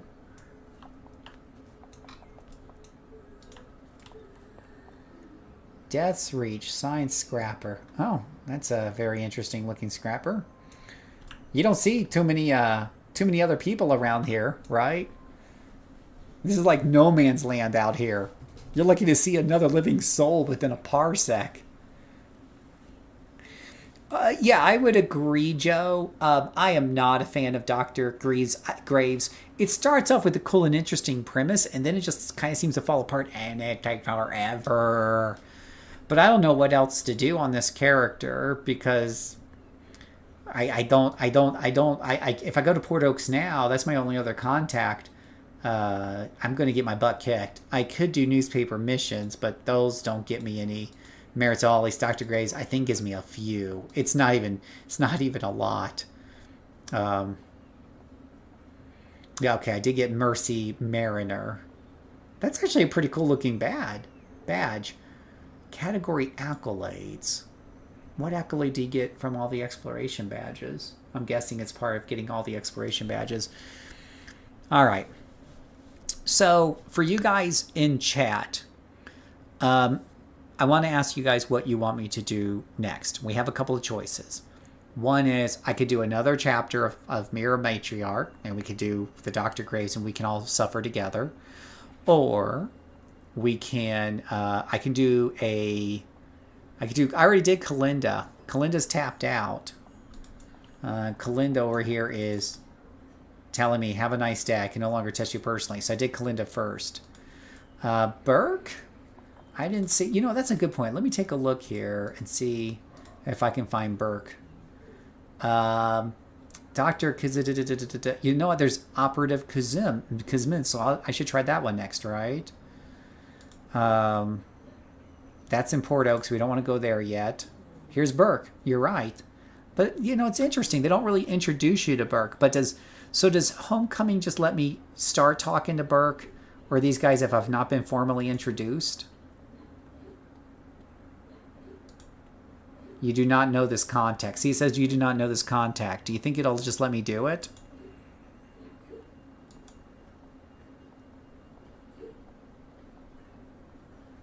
You're right. I would probably do other ones before I do. I've already done Graves before, so I'd rather not do it. And like you said, it's kind of lame.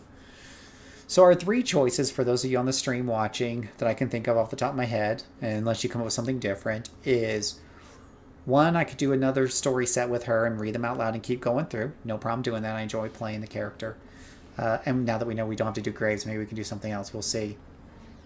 Number two, I could take one of the things I've been wanting to do is take a level 50, pump up the difficulty to times 4 or 5 to see if they survive, number one. But number two, figure out how much influence I make an hour just playing a level 50 that's kind of like, you know, this is not a top tier 50, right? I don't put a lot of money in my characters, but just take one of my 50s, put it on times 4, times 5, and see how much money I make in an hour.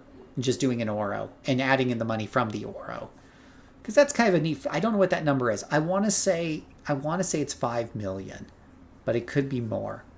Another thing I could do is just pick one of the many alts, and we could show you whatever class you want. We could do a brute, we could do a mastermind, we could do whatever, and show you one of my old characters, one of my new characters, and we could do a story arc with them at random or whatever.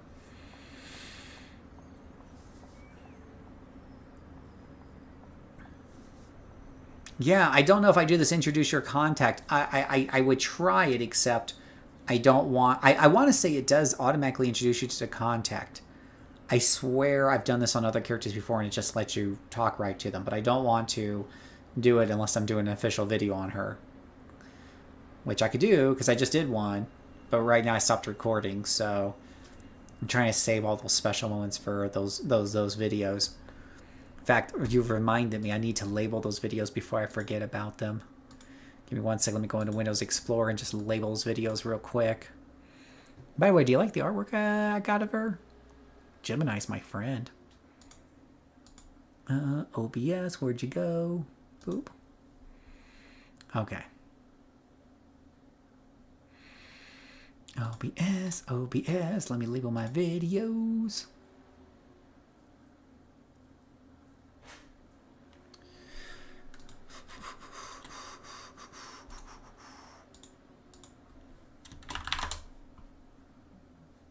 Videos, everybody loves your videos.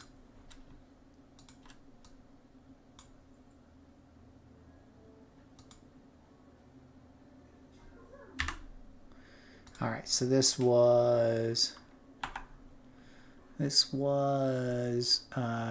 Mongoose. Mongoose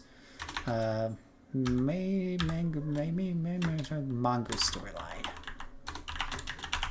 In case I forget that, I can upload that to YouTube as a separate video later in a bit.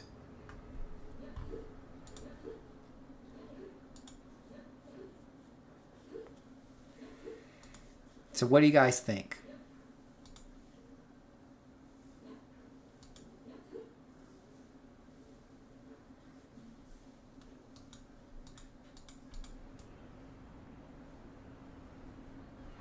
I love capes. Foosh in the wind, foosh in the wind. Cape. Cape.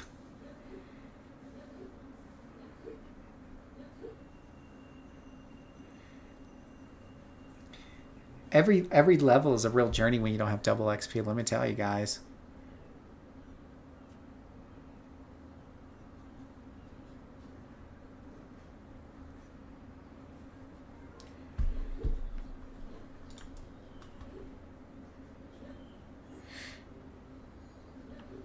Any ideas? Do you want me to do? Do you want me to do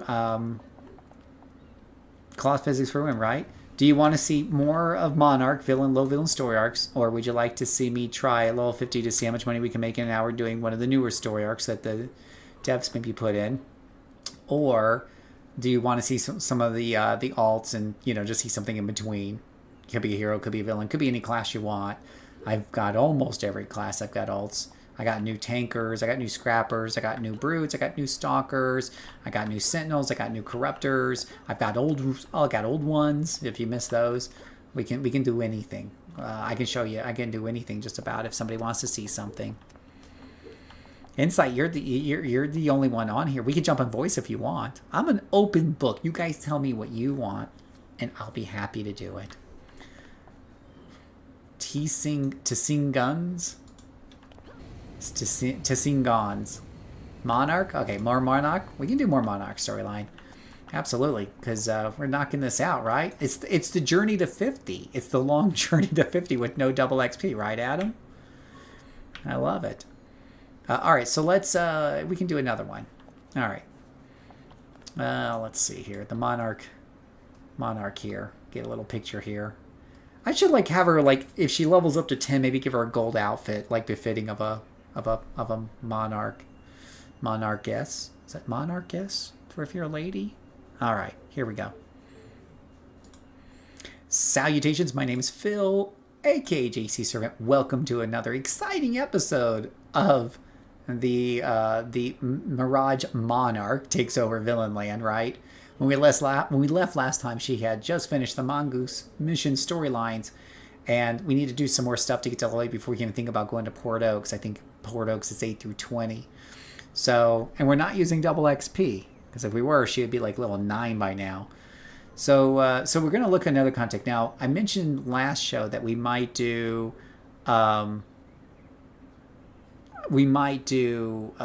Graves, but Graves is not the best storyline in the world. I'd rather not do Graves if I have to.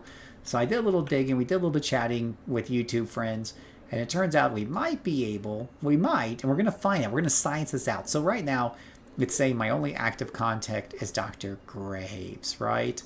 But if we go over to Find Contact button, we do see there's an operative Kuzmin, and then there's a Matthew Burke, right?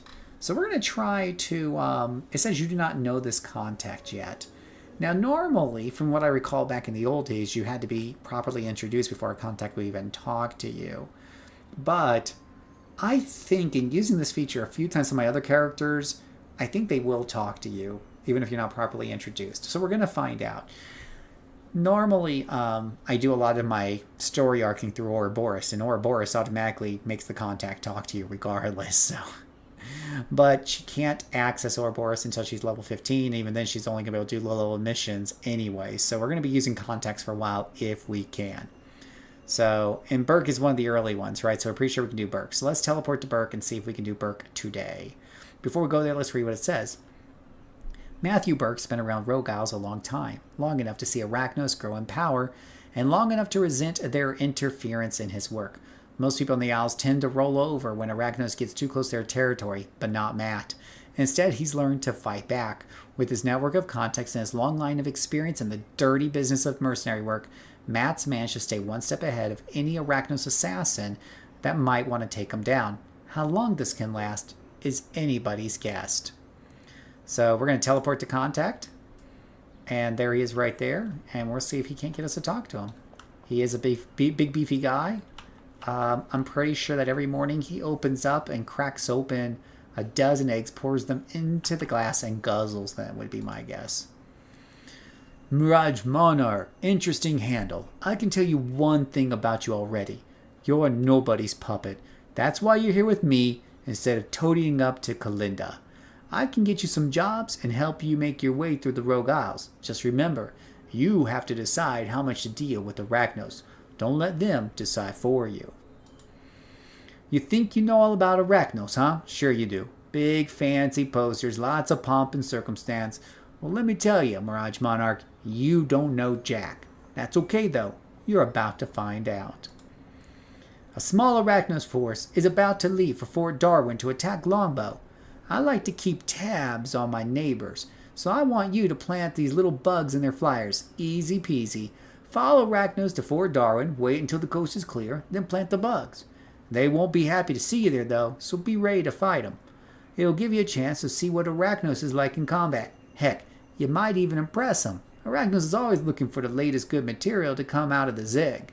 They use this whole island as a proving ground for the fresh meat. Alright, so we gotta plant bugs on the flyers, right?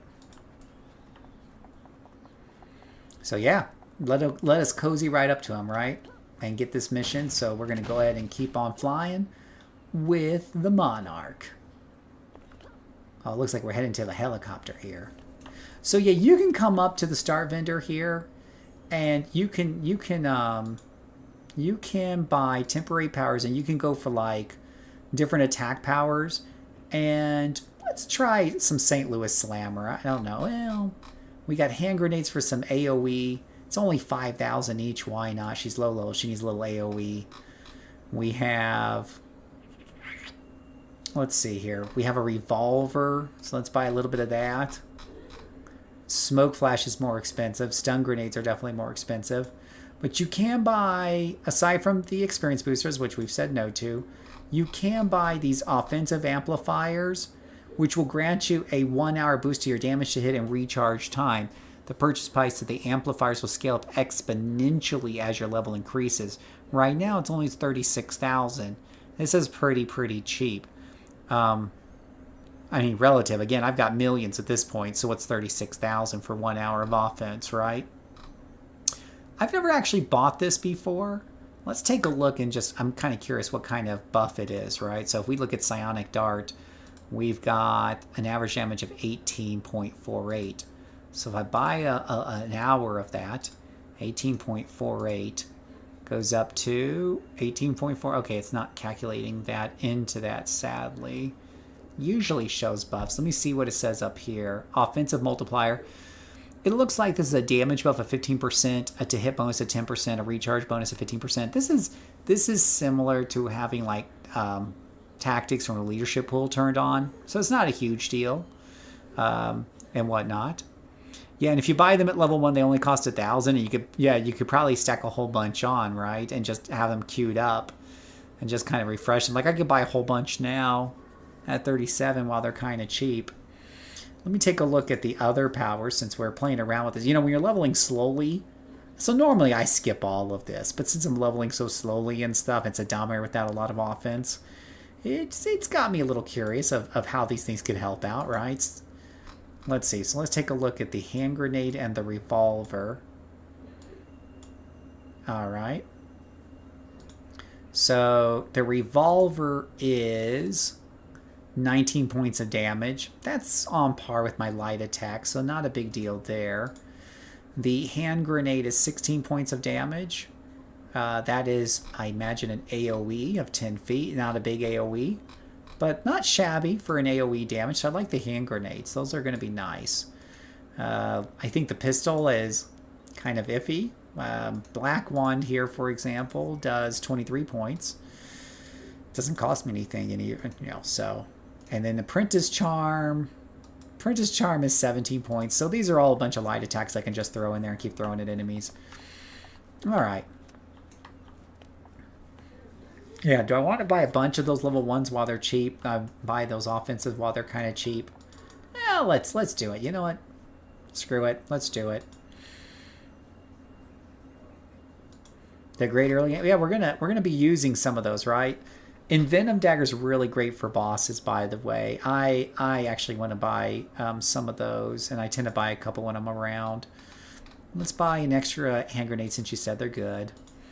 And I am gonna go ahead and buy some amplifier here, some offense amplifier. I'm not too worried about defense. I keep things locked down. But we'll go ahead and buy some extra of that. Okay, we're loaded up now. The Venom Dagger is really good for tougher bosses. It cuts their regen and even does some decent damage over time. 24 points is on the high end, and it's going to take away a lot of their regeneration rate. Oh, Prismatic Taser. Oh, how expensive is that? Let's see how much that one is. See, now you got me looking. You can't do that to me, Insight, because I'm gonna look at that. The taser, Prismatic Taser. Oh, only 5,000. Let's buy one and give it a shot, right? Where's my Prismatic Taser? How much damage are we talking about here? 15. Oh, this is a cone. Oh, very nice. Okay. All right. Whew. Yeah, I will tell you, I don't normally mess with temporary powers because usually you're leveling so fast and you get so many other incredible attack powers so quickly on most ATs. I just don't bother with these for the most part. But I always get a Venom Dagger. Always and forever get a Venom Daggered.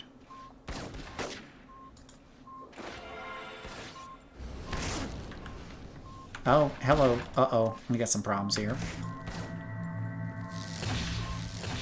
Great time to hit him with an AoE, let's say. Oh, jeez. she leveled off the hand grenade. That's hilarious. Oh, where are you going, buddy? Come back here. No, come back here. Oh, shiz. Come back.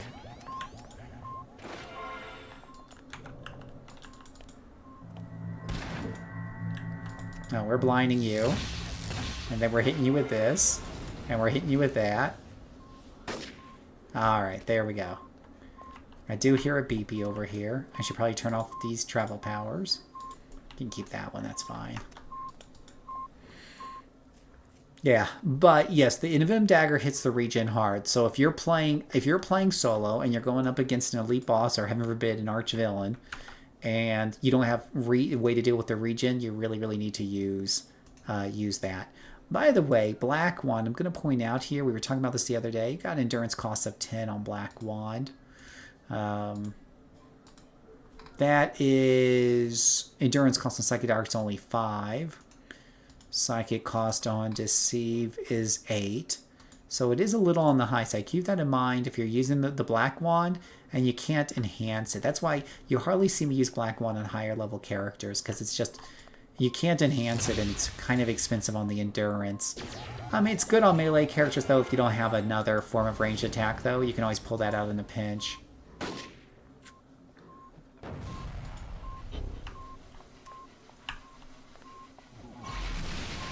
She's gonna blow him away with her mental blast there. Alright, I can hear this darn thing. It's gotta be on this jet somewhere. Yeah, a Venom Dagger is really, really top tier. Not only does it shut down their regen, but it actually does some fairly decent damage on its own. I always max out my purchases of that. Whoa, whoa, whoa, whoa. What am I doing here? Whoa. Alright, where is this beepy at on this thing? You can hear it. This glowy. Where are you at, glowy? Are you on the top of this thing? Are you on the underbelly? Yeah, they force you to get this close because of the walls of the mission. Let me try approaching it from a slightly different angle.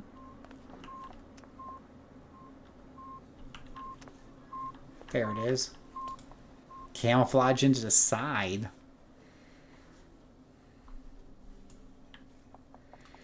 Ooh, count them 2 flyers. Oh, they're already lit up on the map too, so pretty easy to find.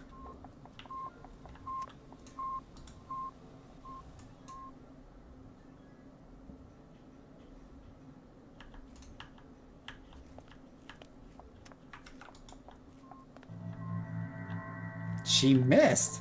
I didn't even know that was possible with that. There's something new every day. Die. Oh, no you didn't. Wow, she is not doing good on the mezzes today.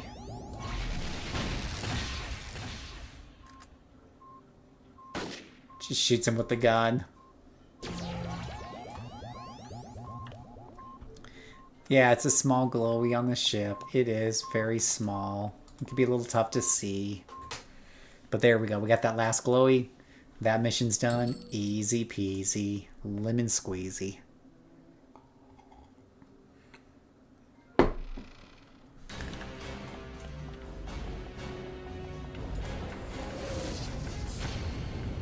Alright, we gotta get back to Matthew Burke.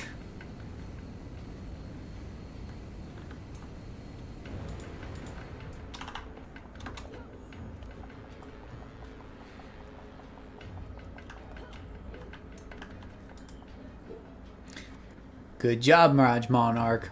Arachnos has been a thorn in my side ever since I set foot on Mercy Island. They think they own everything and everyone here. Most of the time, they're right. Just don't let them be your masters, okay, Mirage Monarch? You've got what I call a bright future ahead of you. The origins of snakes. Oh, here we go with the snakes again. I'm sure you know that Arachnos likes to think they own everything on this grubby little island. Well, they're wrong. For starters, they don't own me. And if you're smart enough, you won't let them own you either. So here in the heart of Mercy Island, I'm asking you to help me get away with an operation right under Arachnos' nose. Think you can handle that? I've been hired by an interested party to investigate the origins of snakes. Now, Arachnos don't want anyone but themselves knowing what's going on with those slimy little worms. But I happen to think that knowledge belongs to the person strong enough to grab it. So I picked out a snake hole for you to investigate. Bring me back a snakeskin, and we'll get to work. Oh, this is just water, you know, sadly, so... we already had all the festivities back on New Year's, so... yeah, just water.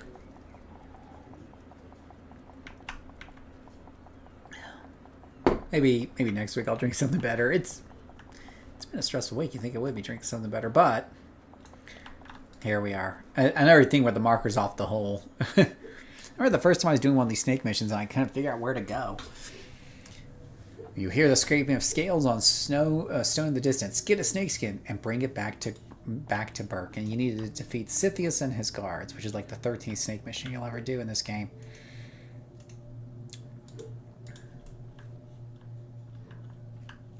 Now, I think I remember doing this in Ouroboros a lot, and this is fast and easy merits in Ouroboros, so you know what I need to buy is buy her a stealth enhancement here when I'm done, so I don't get myself into too much trouble.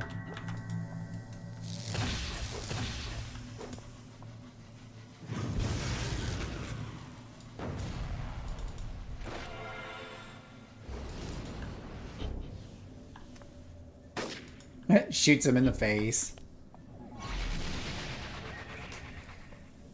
Yeah, snakes on a plane, snakes in a cave, Pirate Princess, snakes everywhere.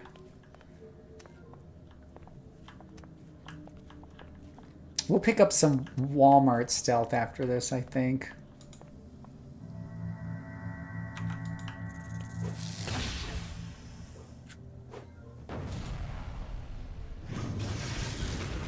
Uh-oh.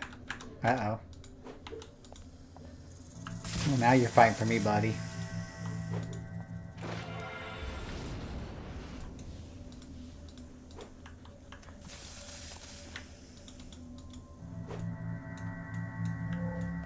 Well, everybody, oh, I'm wasting endurance. I was like, why am my endurance running low? Oh, that's a good reason why.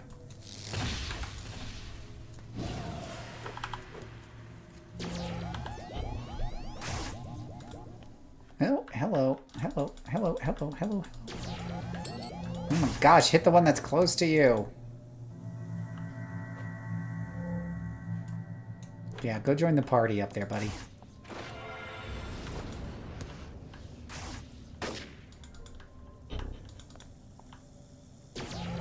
So Dominator can be one of the hardest classes to solo, but at the same time, he can also be one of the easiest. Because generally speaking, it is sometimes one of the easiest to get out tough messes like that, just because you keep everyone confused and held.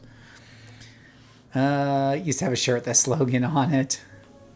Where did I get the artwork of the tunes? Hey, Mike, how are you doing tonight? Glad to see you here. That is Gemini. And if you watched the Christmas video I did a few weeks ago, I actually show you exactly what I do to Gemini to get those results. And it's really nothing complicated. Google Gemini uses Banana Nana Pro or whatever it's called for its AI model for doing artwork, and it looks fabulous. Let's go ahead and confuse the snake right here. We'll go ahead and hold that guy right there. We'll go ahead and do that to that guy right there, and then we'll hand grenade all of them. Oh, no one said you could be in my face. Now you're confused. Go beat up your friend.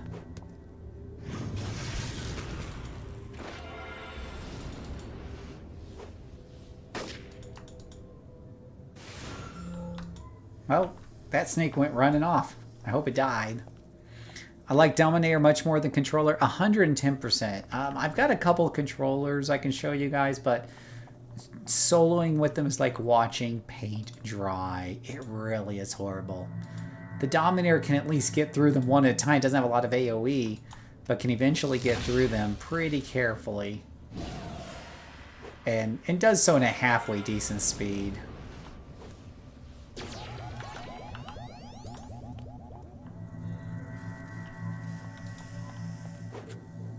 Especially if we have these extra little AoEs helping us out. That is a good idea about the prismatic taser there. I should probably kill things and, you know, try to keep my own skin intact. I think whatever mez I had ran off. Did he just bite him on the neck? I think that one just bit the other one on the neck.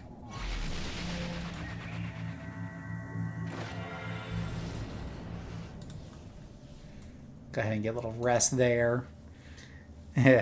Snake or chicken. Yeah, watch out, she has a gun. Yeah, it's a Dominator with a gun. Alright. So we'll go ahead and tag that one with a little confusion. Go ahead and put a little of that on him.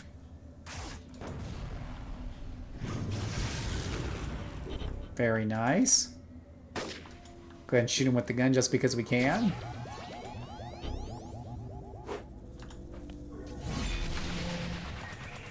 And I think he's out, and that's the end of that mission. No problem for the Super Dom.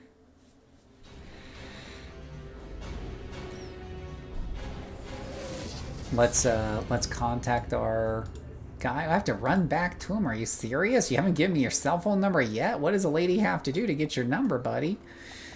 Dominators are a bunch of fun. Controllers take getting used to for sure. Every time I play a controller, I just want to switch to a Dom, because there's a lot to do buffing and debuffing and trying to keep things locked down.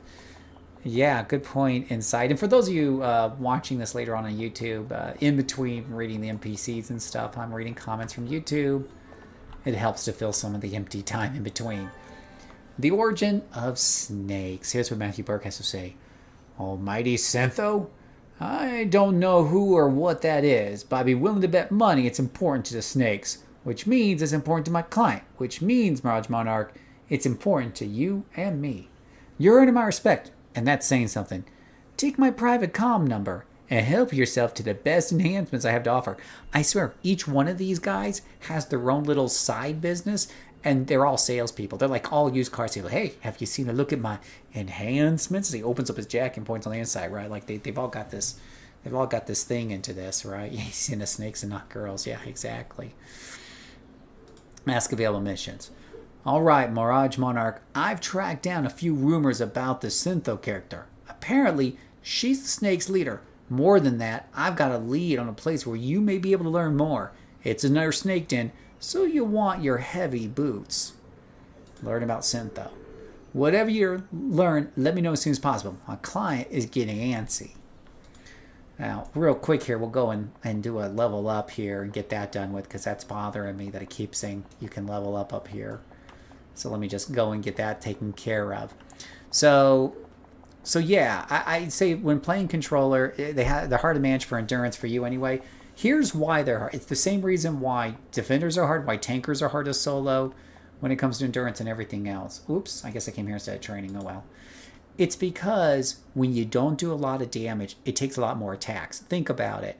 Most attacks take about 10 endurance, give or take. And it doesn't matter whether that attack does 3 points of damage or 30 points of damage, right? Everything roughly costs the same endurance. I mean, the bigger attacks that you have will, of course, cost more within your power set, right?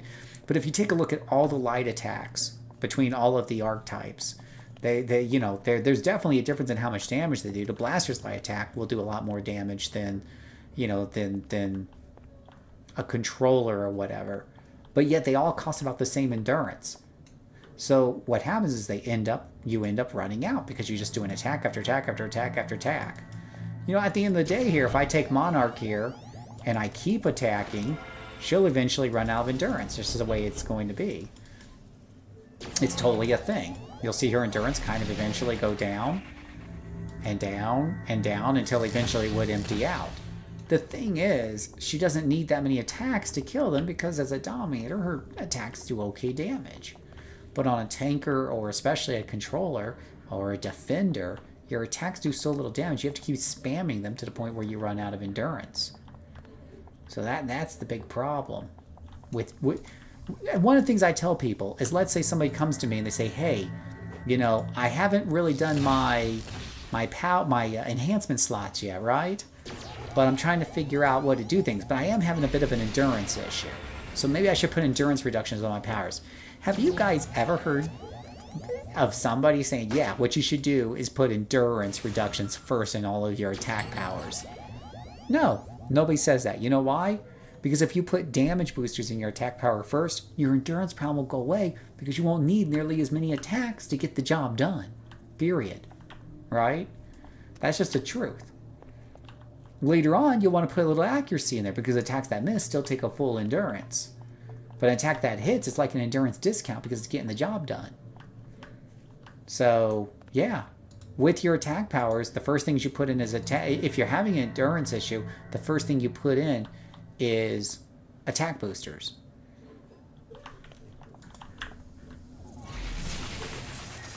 The second thing you might put in is an accuracy or two.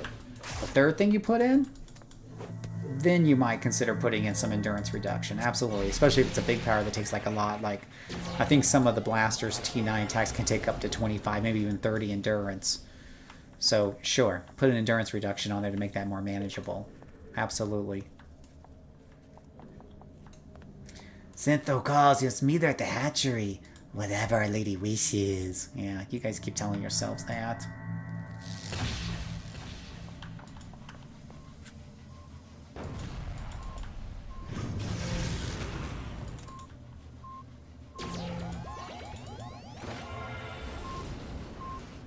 Seek clues. The clue's in this big treasure chest right here. I remember back in the day, a Fire King controller was able to run stuff decently. I think Fire can still kind of run stuff decently, as along with the. I've been told Illusion Radiation. Now, I've been working on an Illusion Radiation controller on the side. They're really hard to get through the leveling process. I don't care what anybody tells you. They just are. Now, once you get your pets, then they're much faster, but the pets don't always stay up all the time. So you're still getting these minutes of like pretty slow killing. So I think it's much better. It's, and it depends on what your definition is of doable. I mean, at the end of the day, tanker controllers can in fact solo. That's why they're on the B tier. They can do it. You just gotta have a lot of patience. How much patience are you willing to have? But the illusion radiation one requires less patience than most, along with the fire kin. Nice work, Monarch Mirage. Looks like we'll have to check out this snake hatchery. Could be we'll find something worth selling. I can't say for certain we'll find Sethno at the hatchery, but I say it's worth looking. Be careful, Mirage Monarch. If the reports about Medusa are to be believed, her sister won't be any pushover. My client will want to know everything you find. Now, I'm almost sure this is an Ouroboros mission that I do often for extra reward merits. It's easy. You go back, you go in, you kill a bunch of snakes, and you come out richer for the experience. It's a good way to make some extra cash on a low-level character that's doing Ouro on the villain side. The villains have the most lucrative low-level Ouros, but the heroes definitely are like more lucrative from like, I don't know, 12 through 50. But the first 10 or so levels belongs to the villains. Yeah. I remember back in the day, maybe your character's lonely, wants the witty banter while they fight the mobs. Oh, why you say that? All right, let's go ahead and just do a thing. Yeah, I'm pretty sure this is the one that you can do. Oh boy. Huh. All right, Arch Lieutenant, no problemo. Right, am I right?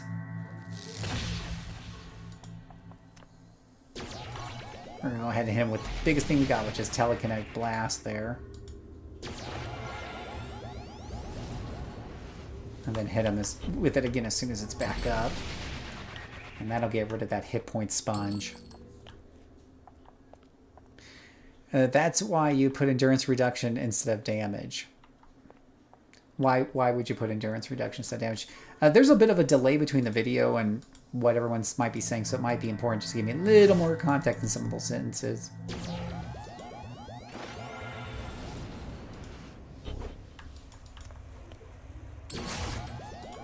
Okay, we're going to hurt this poor guy.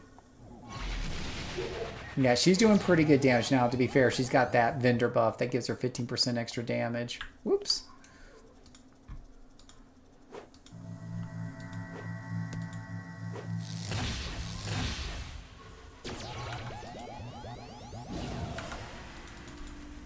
Go ahead and deceive this guy. Now they're all going to hit each other and have a good time together. Oh, I see. To have more time to banter with the mobs. Oh, that's funny. That's true. That's true.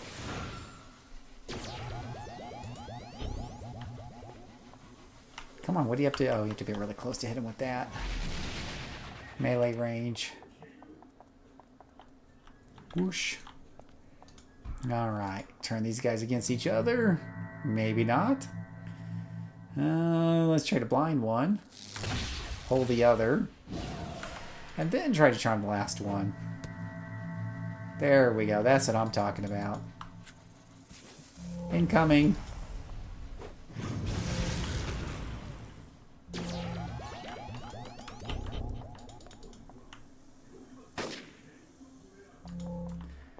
Where'd he go? Okay, he's dead now. Yay.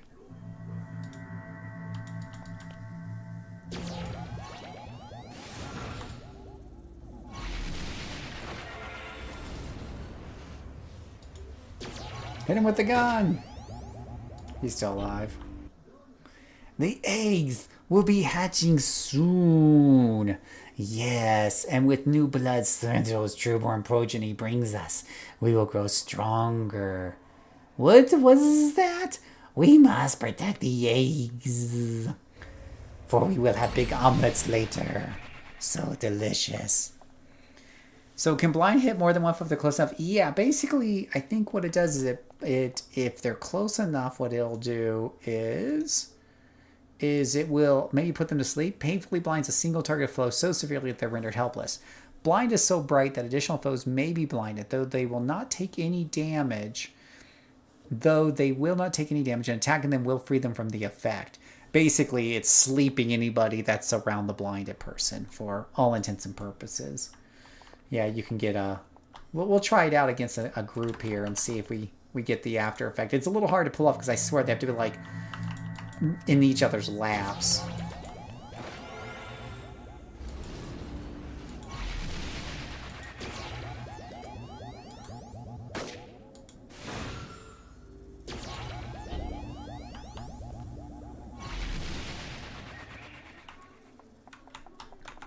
Oh, we have snakes over here. See, these aren't even near close enough to get a good group blind on.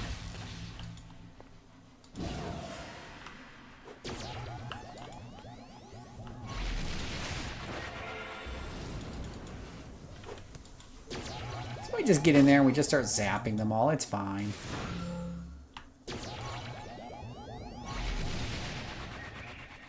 Is he still alive? Nope, he's dead.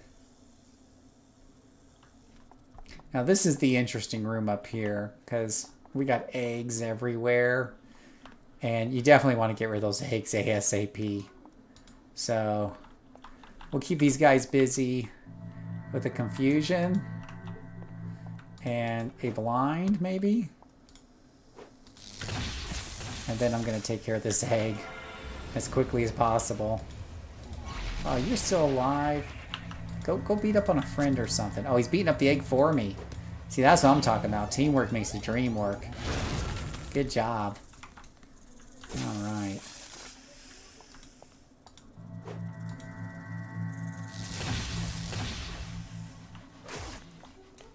Yeah, beat up on each other. I don't care.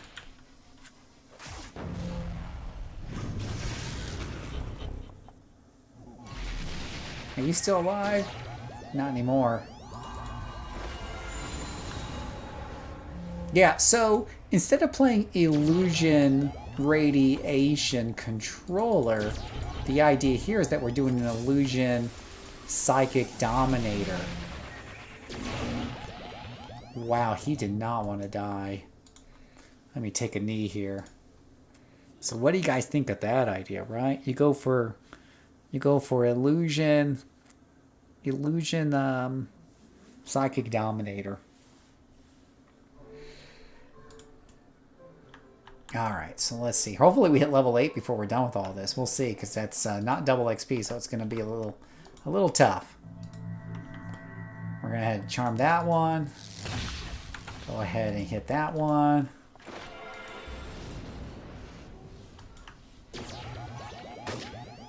Well, we got to kill that egg before it hatches, because otherwise you get a real nasty lieutenant, like a tough lieutenant instead of like a little lieutenant, and it's really hard to kill.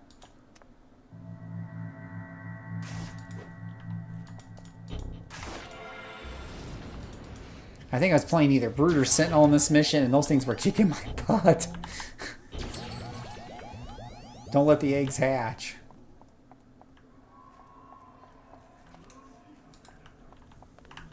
Luckily, if you charm these guys, they'll even help you do the egg for you. It's very convenient, actually.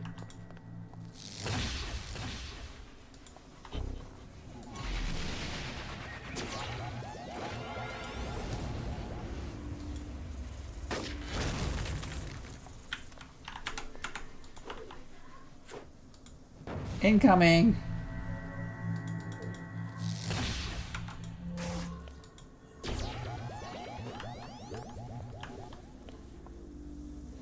Well, see, when you came up close, you just set yourself right up for that melee attack.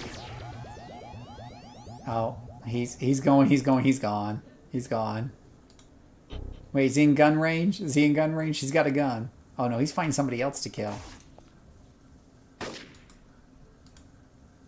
Alright, we'll charm you. And we're going to blind you. And then we're going to focus on this egg. How many of you have done this egg mission before?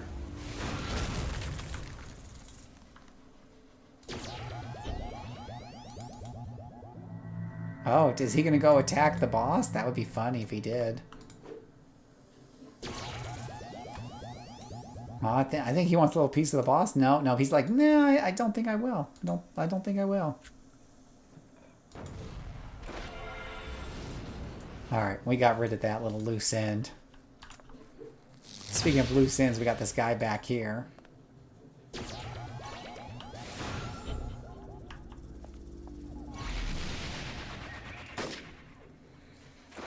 Yeah, right? You have. You remember this one. You guys remember this one. They are pretty tough when they hatch. My Sentinel was not feeling so tough. I often talk about how tough Sentinels can be, but was not feeling very tough at that particular moment.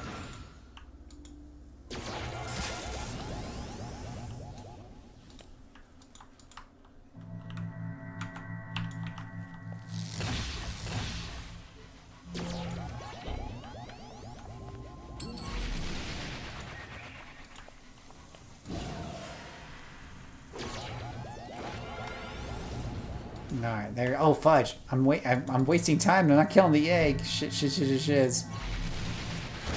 Oh, oh no, oh no, oh no! It's Super Lieutenant. Yeah, stay mezzed for me, please.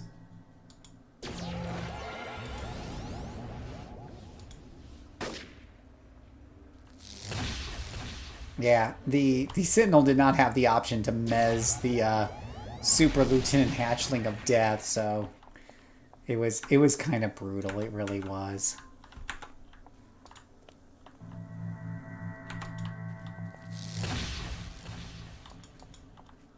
All right, well, speaking of lieutenants, let's get rid of this guy here. I like how I have a minion help me against a lieutenant.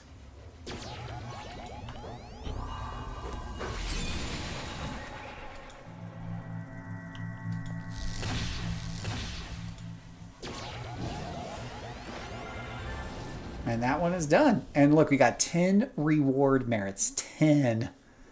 10. The hero missions wish they got even a piece of that. Half the early hero missions are giving you 3. And we just got nearly 2 million worth just like that. No science info, huh?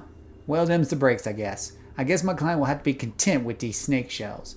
I hope the information we gather on the snakes doesn't get back to Arachnos. I hate to think we did all this work for their benefit. Raj Monarch, I'm starting to think this is the beginning of a beautiful relationship. And you need enhancements, I'm your guy. Glad to see you, Raj Monarch. We got a job. Seems someone's hired to steal some old books from Ghost Widow's faction. The book is called the Mu Codex. Who's hired us, you ask? Why, Mako's faction. That's right. Those Arachnos factions are always HR's throat. You best remember that if you ever decide to get involved with their lot. Trust no one. Steal the book from the Ghost Widow. Oh, there's one more thing I didn't tell you. I'm planning to keep this book for myself.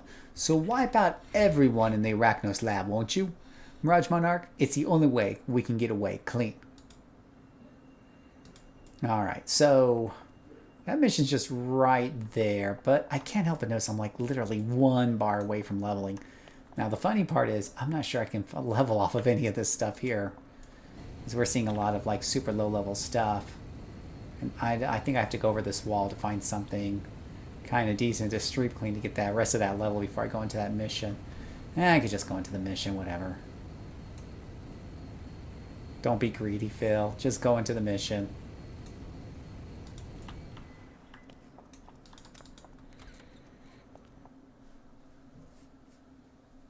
Wipe them all out. Burke's weaving a dangerous web by trying to play 2 Arachnos factions against each other. Better make sure you don't get caught in the crossfire.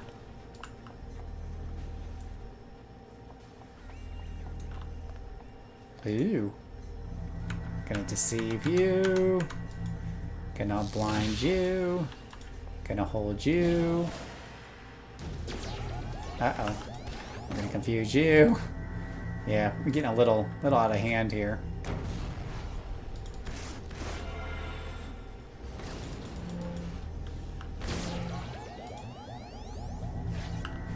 So keep them confused, keep them going at each other, guys, and you can handle a big pull like this, no problemo. See, that's the way a Dom works. Stay one step ahead of the pack, don't panic, and take them apart.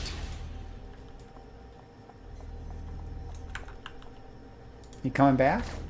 Good.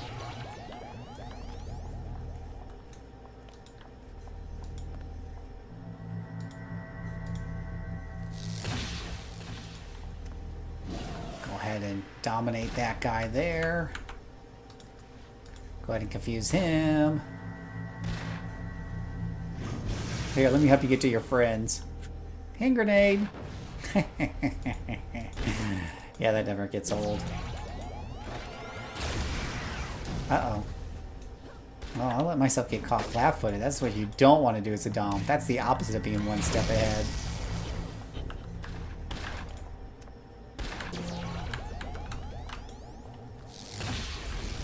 Wow, I am not having good times with these holds here.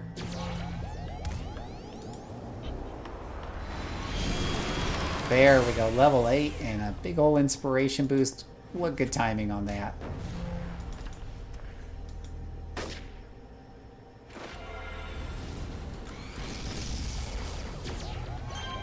Okay, we gotta wipe them all out, so might as well keep at it while the inspirations are running high.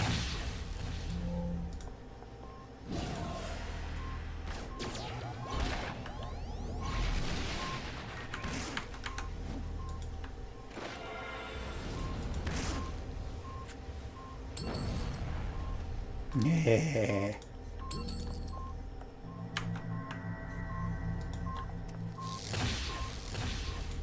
See, that one didn't fall asleep there, and they're practically on each other.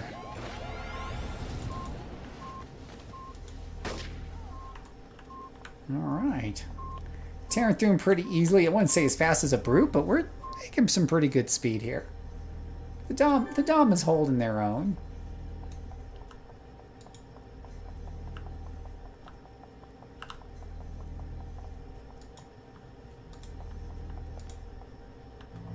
Go kill your friends. Believe in the Force.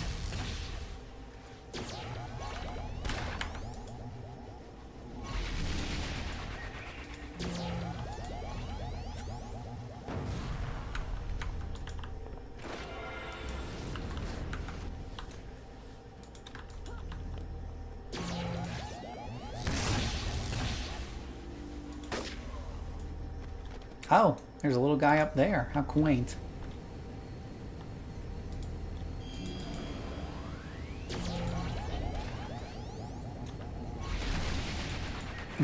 Just telekinetic blast him off the ledge there.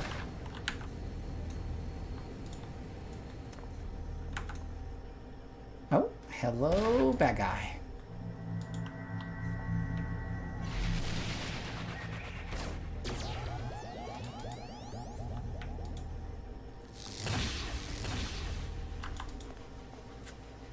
Two of you guys all grouped up together? Yes, please. Okay, and the endurance is staying really high, so I can just kind of keep this going without stopping or taking a break.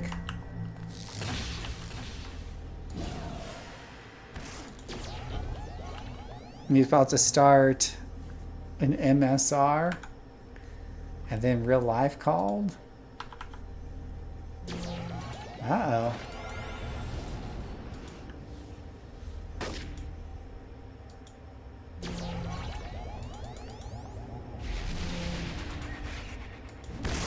Oh, he hurt. Alright.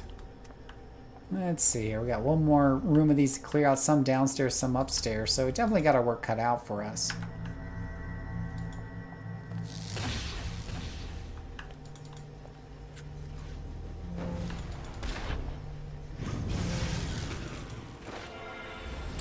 Have I been using my domination power? Nah.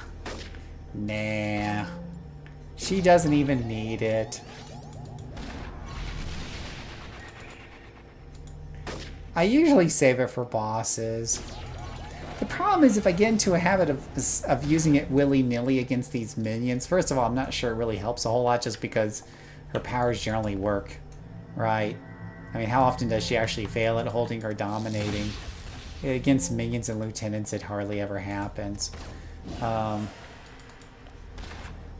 So, there's that. And the problem is if I get into a habit of using it against them just to maybe get through things a little bit faster, then what happens, I'll come to a boss and it'll be on darn cooldown. Because it's got a cooldown on it, and then you gotta refill the bar back up. It takes some time, so I don't use it a whole lot. Outside of bosses. You'll definitely see me use it on a boss if we ever get to like a real boss. Where people are like, dominators aren't as good as controllers. I know somewhere on paper that's true. But in practice, I don't know. In playing this solo, I think she holds things really, really well. I don't know what more you're hoping for against critters. Like, I've never been like, oh man, if only her powers somehow held better. Not until you get to bosses and elite bosses, but that's when you turn on domination. My understanding is when domination's active, the doms are generally speaking more effective than controllers when domination's active. And that's why permadom is so powerful. Plus you get all kinds of mez protection, you know, when you have that on. So that's also nice. I think this might become one of my favorite characters. It might. It might. Like, we have to see more powers come online and stuff. I love my doms, and you guys know Polite Punisher is a dom with his arsenal control. We got the Pyrotechnic Dominator that I got. Cinder Flare, and she's been a lot of fun to play. I say... I've got a couple. I've got quite a few. And there's only one I really don't like. So excuse me. There's only one that has me scratching my head. And that one is the Gravity. I think it's Gravity Dominator. Unless that's Corruptor. Gravity. Does that sound right? Gravity Dominator? Where's this last guy at? Kill all in here. Did I miss a whole section of him somewhere?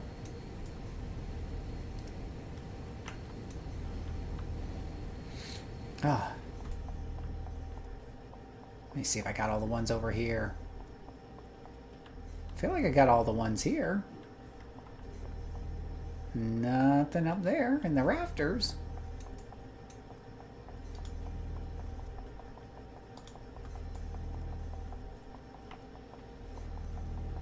That's the way out.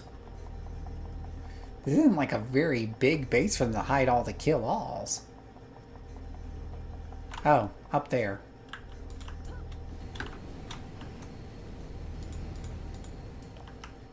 Hello, bad guys hiding up in the here while all your friends die. Anyways, I think it's Gravity one I played has me scratching my head because it doesn't have a lot of control powers. It feels like it's a lot of throwing things around. It's damaging for a Dominator set, for a control set, but I don't want damage in my controls. I mean, it's nice if it's included with the attacks, with the holds.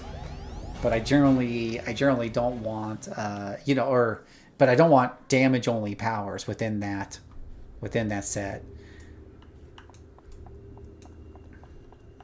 Because I'm not getting enough control in. And a Dominator without controls is a very poor blaster. Yeah, so far this is my experience with Gravity. Maybe it comes online later on. I don't know. But I've heard a lot about the illusion being kind of the meta for solo controllers. So I'm kind of curious. I'm definitely curious to see, okay, how's this going to work on, you know, how's this going to work on a Dominator? Though we didn't go Radiation, we went with Psychic. Or Psychic Assault.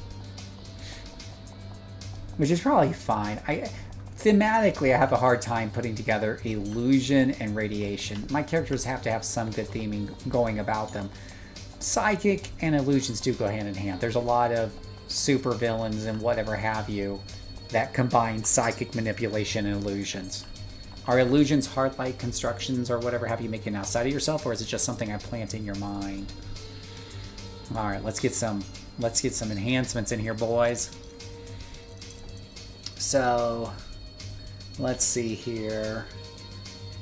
2 2 more. We could do telekinetic thrust for the extra accuracy. And price spectral. Well, eventually I gotta put another one stamina, so let's get that one done first. Oh, the music's got ratcheted up here. Alright, so our next attack powers that we can pick from is superior invisibility. Well, I did say I needed stealth. Superior invisibility is the only toggle invisibility power that allows you allows you to attack while it is active. I don't know. All invisibility powers allow me to attack while they're active. They just don't. They just stop working. But yeah. Oh, that's a great point, Scam. You could try recoloring the radiation powers to look something more psychic instead. Yeah. And spectral heals used to actually heal the foe if you didn't kill them in time. That's not good. So I can go with superior invisibility, or I can go for spectral terror, which is going to be like my first big AoE hold, and whatnot. I think I'm going to go for invisibility because I really don't want to run. I run around a lot pretty quickly sometimes, and you hit around a corner, or you run into a bunch of group bad guys, and it gets you killed. So invisibility gives me a little bit more breathing room. Plus, who knows? Maybe I can stealth some of these missions, even though I don't really want to because I need the XP. So there we go. Let's call back up our contact. Ah, the Mu Codex. This'll fetch a pretty penny. Oh, don't worry, Mirage Monarch. Mako will believe that Ghost Widow managed to keep the Codex from us. It'll give him a good excuse to call her out, which is what those elite Arachnos operatives like more than anything. They just love their petty intrigues. Of all of them, only the Arbiters above all that infighting. Heck, I even respect the Arbiters to a certain degree.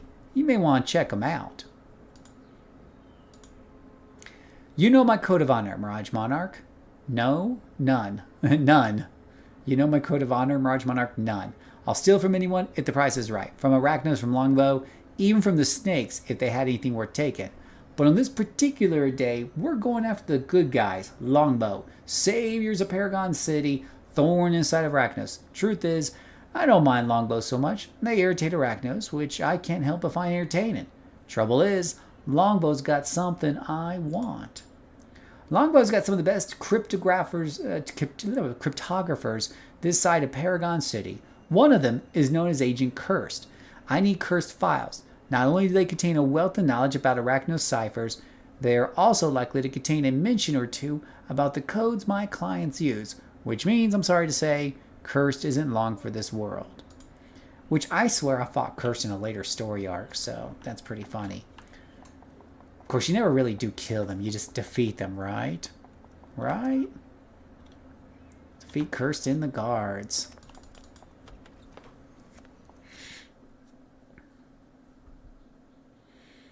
Alright, steal Cursed files, defeat Agent Cursed and his guards, which means this is not a kill-all.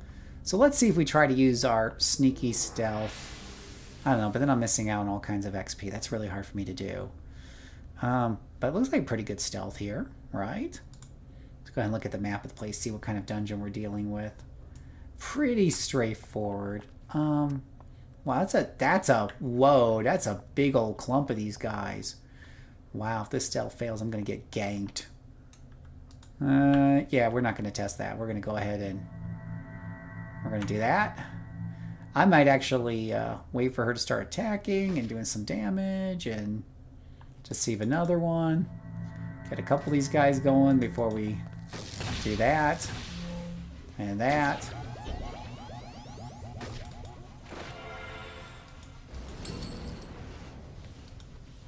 Confuse another guy. Just get all these guys kind of turning in on each other because why the hell not? Oh, that never gets old.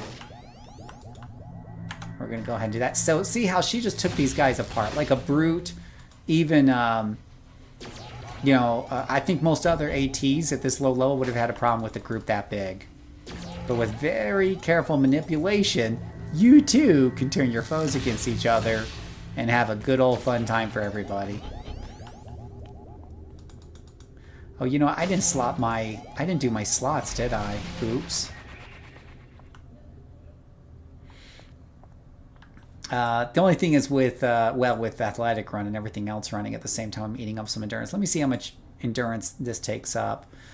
0.36 is a little on the high side. You're getting a 2% defense to all.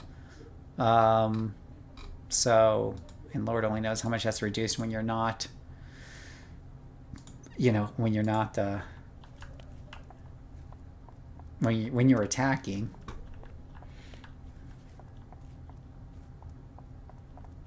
But I like the idea of invisibility fits this character really well. Let me just see if I can get by these guys without getting ganked. Yeah, see, that's working out pretty well. You could just kind of stealth through the mission, which was a villain special, right? Stealthing became really big with the introduction of stalkers, and at least that's the way it felt like to me. Screw half those encounters. Come up here. Ah, Agent Curse. He looks a little different than I remember him. Oh well. He's just a lieutenant.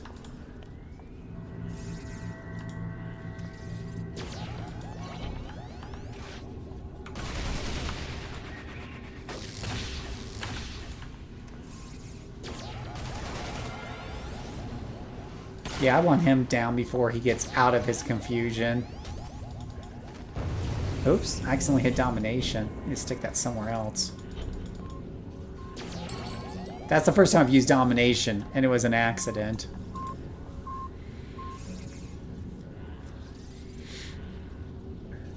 And the mission's that easy when you use stealth. You just kind of go... I don't like to stealth through missions, but... Alright. Excellent job, Mirage Monarch. Those files will serve me well. They should let me eavesdrop on Secret Arachnos conversations, at least until the ciphers are rotated out of use.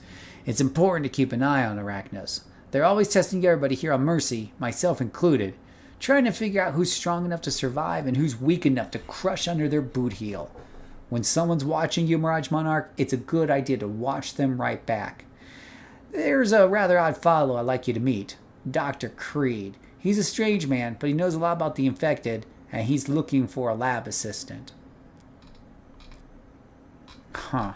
Be introduced to a new contact. Be prepared to face a lot more than those affected freaks. Dr. Creed seems to be obsessed with them. Okay. Ask what else is going on. I've got nothing more for you, Mirage Monarch. Try another contact. So that's kind of weird, right? He doesn't actually give you any... You don't get any merits out of that. I guess there was the main story arc with the snakes, and then there's a couple little extra missions that just introduce you and open up to a new contact. And that's fair. I don't remember fighting those missions through Ouroboros before, so I think those are outside of Ouro. But Burke is complete. Burke is completely done. So we're going to call this completely done for this particular video that's going up on YouTube. I think it's like number 3 or 4 of her series. So if you're watching this series and you enjoy it, make sure to mention it to me, either in Discord or shoot me off a message or put it in the comments below, because it just helps encourage me to do more of these and let me know you want to see more of the Mirage Monarch's adventures. What's underneath her mask anyways, right? Like, we don't even know what her face looks like. That's part of the mystery, right? I mean, she's wearing like one of those Arachnos looking masks, you know? I mean, holy cow. Who knows? Who knows what's going on? What thoughts are going on underneath the helmet of the Mirage Monarch? But let me know. You can tell me what you think her face looks like in the comments and whatever have you. But for those of you watching the YouTube videos, thank you so much.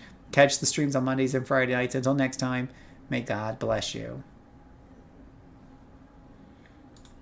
Yeah, that's a wrap for episode. We got 2 episodes done in one night of 2 full storylines done with Mirage here, and we're up to a whopping level 8. This is glacial pacing for most people, right? Like, I could have sat in on a farm and been level 15 in like 10 minutes. Oh, and there's Dr. Creed right over there. I guess I could buy her SOs real quick while I'm here. Oh. Demonica. That is not very original. Okay. Let's see here. Got some of these enhancements to sell.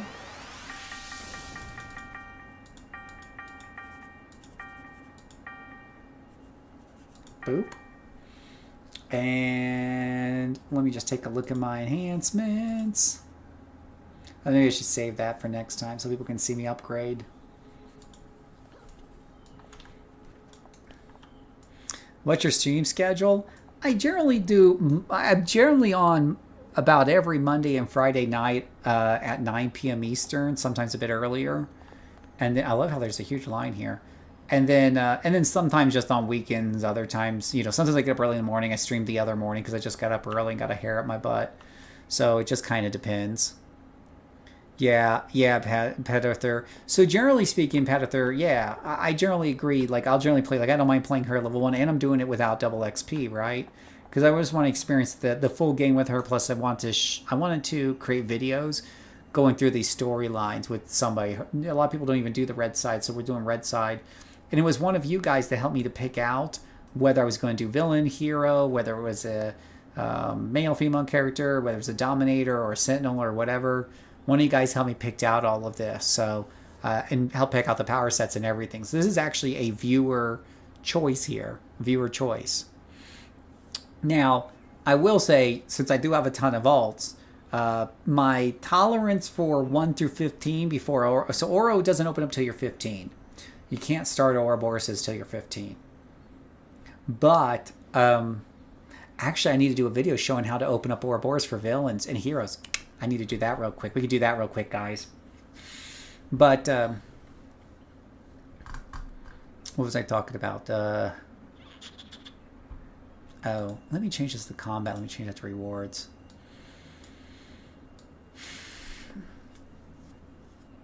Oh, so I will usually do farms on my 50 alts. I'll usually do farms up to 15, somewhere between 15 and 20. 20, you get the alignment missions.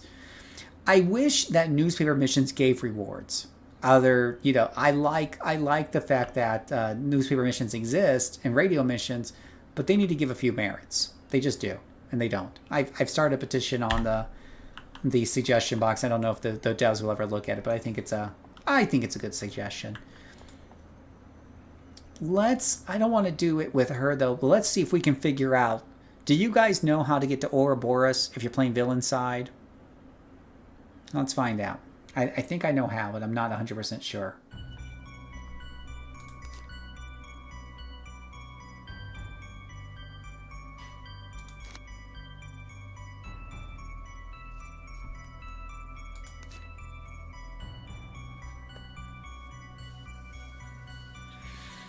How do you decide what next alt you want to make and how do you get inspired? I usually ask you guys. I like my villain music, by the way. Soak in the villain music, guys.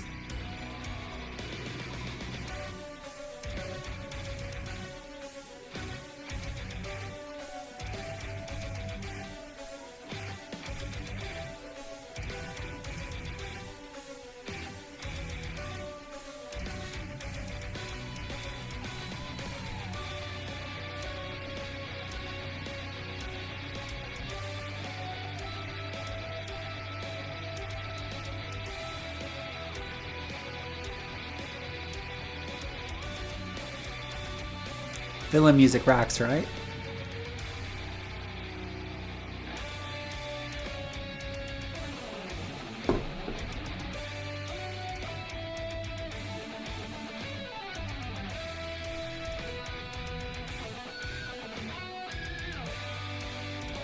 I love the guitar. Song bangs.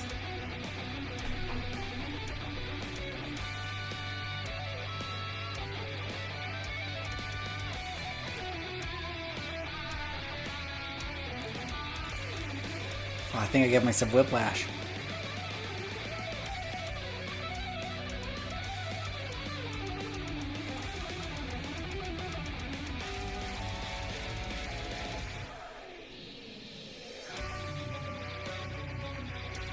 Okay. Let's see if I got the Ouro. Oh, I got Ouroboros on this character. I need to find a character I don't have Ouro on yet. Which might be a little hard.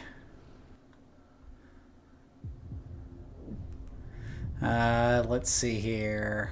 I bet you she has it. I bet you he has it. Let me go... I think she has it. That's on the villain side. She may not have it. Does he have it?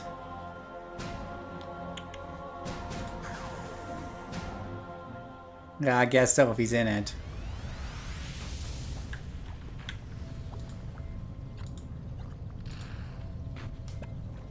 It's hard to find one of my characters that don't have Ouroboros. I gotta have one. I couldn't have taken them all there. Aha. Aha ha ha. So this is the illusion controller guy. Okay, good. I don't see an Ouroboros portal. Alright. Yeah, I'm looking over these powers, and I just don't see how he solos very well yet. I even took Arcane Bolt just for some extra offense. But this is the controller I was telling you guys about, right? So he is Illusion Control, Radiation, Emission. So he has the same powers as the Dominator, except for some reason I didn't take Blind, which is a mistake. So yeah. I don't even think I have artwork for this guy. I have artwork for almost everybody. I don't have artwork for this guy. Because I haven't really taken him seriously yet. I'm not convinced he's going to be... I'm not convinced this is going to work out well. But at least he doesn't have an Ouroboros portal yet, so we can show people how to use it on a video. And then, so... Is he not? Yeah, there he goes. But a video on what's the next alt you want to make? How do I get inspired? I don't know if I want to make any more alts. I'm like, I got too many alts that I made recently. But I could talk a little bit about inspiration. I absolutely can do that. By using the ones I already made as examples, I suppose. Let's do this video real quick. I like how he looks around. He's like, huh, which way do I want to go?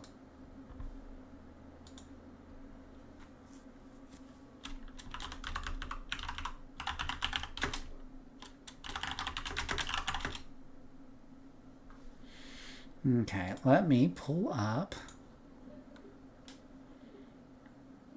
let me pull up that villain video I made. That was Mastermind Burke, right? Burke storylines. Okay, so I've saved that file. Now we're going to do this video. Let's get him to Lady Liberty or something.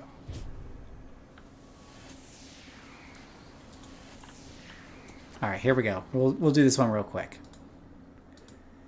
Salutations, my name is Phil, aka JCServant. Welcome to another exciting City of Heroes video. This is a quick one, a how-to video, how to get to Ouroboros. So I have on the new player video I mentioned Ouroboros, and I usually mention that the main way to get there is just to walk into an Ouroboros portal that somebody else has put down or ask them for it. And I don't remember if on that video I showed you if for whatever reason you couldn't do that, how do you get it, right? Another way, of course, would be to have your alt put down a portal and then have another, log out, log in to that exact same place, like in Pocket D, and you can have any of your alts walk through that portal. It stays around for minutes. But let's just say you're flying around and you're looking around and there's no Ouro portal there, right? You're looking around, no one's laid down an Ouro portal. You're like, oh, but I really want to go to Ouro. What do I do? Well, it's actually pretty easy. You're going to go inside of here on the hero side. And you're going to want to do this anyways. You want to pick up the exploration badge right here while you're in here. And that's a whole nother video. And normally, if you're used to doing these exploration badges around Atlas Park for the free merits and the long-range teleporter, you know that there's a little one right there. But maybe you never clicked on this door. Go ahead and click on that door. And then you're going to jump into yay old portal here. Now this is taking you to a PvP area and whatever have you. So let's go in there. It takes you to Reclose's victory or whatever have you. You start getting a countdown. It looks all PvP and everything. No, I don't know what this is. I don't do PvP. I immediately run out. Okay. And then when you get out, you get right here in your toolbar the portal to Ouroboros. So for hero side, it's that easy. But what about the villain side? That's always a $1 million question I get as well. And this will take you back up, by the way, to City Hall room, and you're good to go back. Actually, I could just sit here all day and watch people who rush in to get this badge here. It's really funny. But let's talk about the villain side, shall we? Alright, stop the recording. Actually, I wonder if before I record, we actually test this out on a character. I think I have an idea. It is Granville, and I think I know where it's at. I'm not 100% sure. I'm like 50% sure. And whatnot. I need to switch some of these to villain. Nope, she's already here. That is most unfortunate.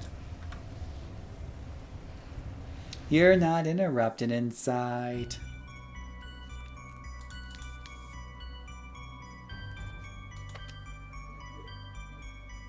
Well, I can guarantee you she hasn't been in yet.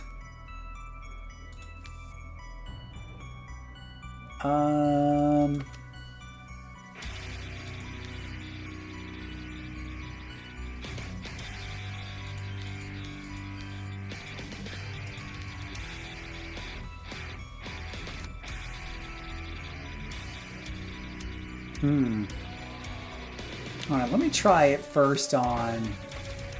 Let me just see if I can scope this place out with Danzig first.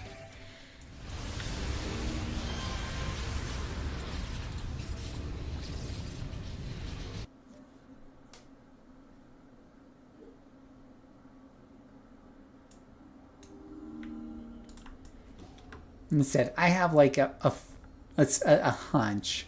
It's a hunch of where it's at based on what you guys have said.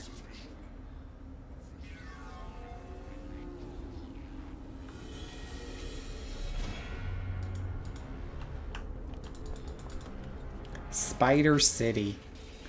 What a unique name. These guys are really fascinated with the color red, and by making a green character, it just makes it look so Christmassy in here, doesn't it?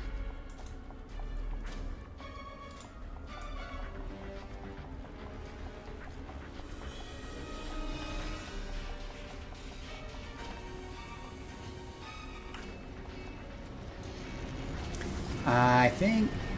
No, there's portals around here, and I'm thinking one of these portals must be it, right?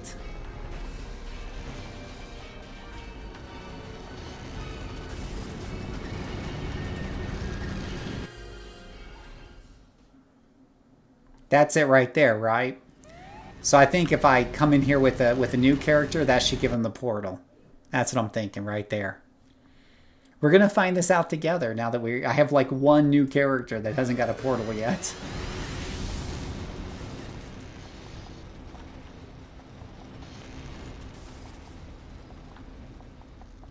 So it's coming into here. Don't go into the first thing you see. Go around the corner and get down to there.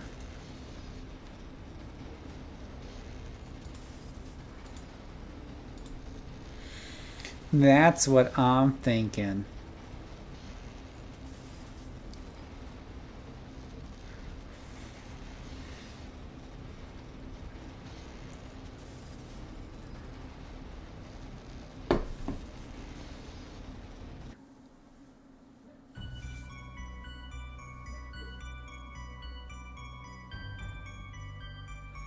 All right, let me pull out the doll. Where did I put doll? Where did I put doll at? And do you think we have artwork for doll?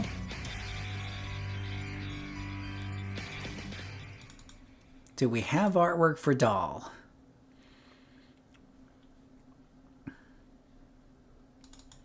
What do you guys think? Let's see here. Boom.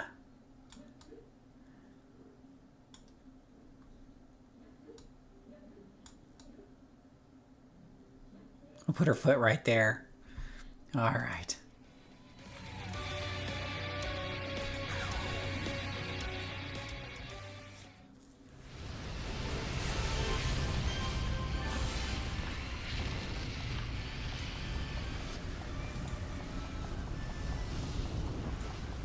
Whoa, 29.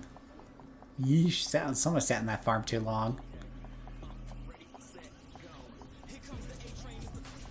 Yeah.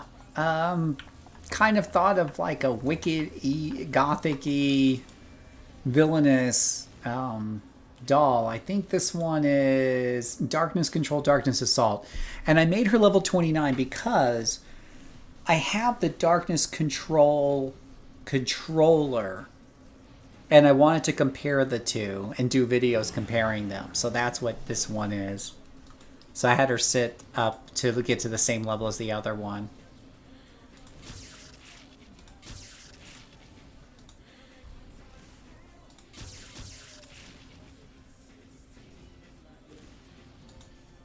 Alright, so that's enough to get her a jetpack, I believe. So we're going to use this to make a video to show her going to Recluse. Recluse, whatever. That place, yes. But I need to get her to, like, I don't know, out of here. Get her to, like, Port Oaks or something? I don't know. Map. Kings Row, Atlas Park, Fault Line, Talos, Founders Fall. Oops, down here. Nova, Sharkhead, St. Marshall, Port Oaks, Mercy. We'll go to Port Oaks. No, we'll go to Mercy. I want this to be like a new player experience. Looks like another way to get Aura Portals going to Night Warp, Midnight Club. That sounds like much more dangerous. That's terrible. We're gonna keep this simple. Hopefully. Sort of. Kind of. Because I think the ship... I believe the ship here goes to Granville if you're a brand new player. I mean, Ouro will get you to Granville, but... It's either the ship or the helicopter.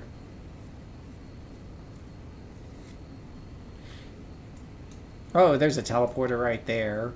There's all kinds of ways to get around here. Alright, this'll work. Alright.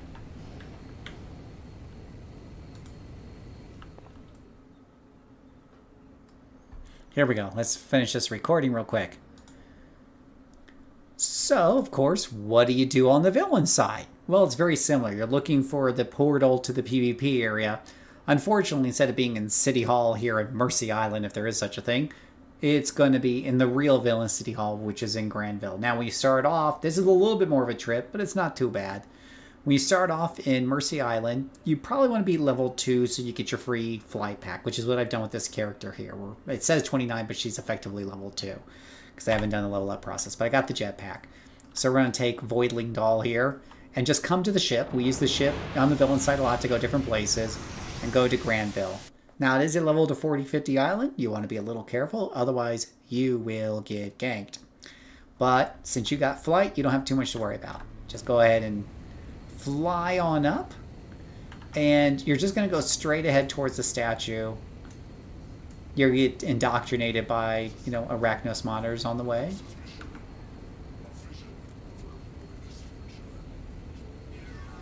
All hail our spidery leader.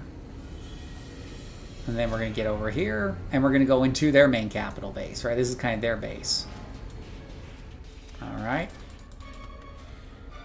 Come into here and head over to the left. And I've played a lot of villains.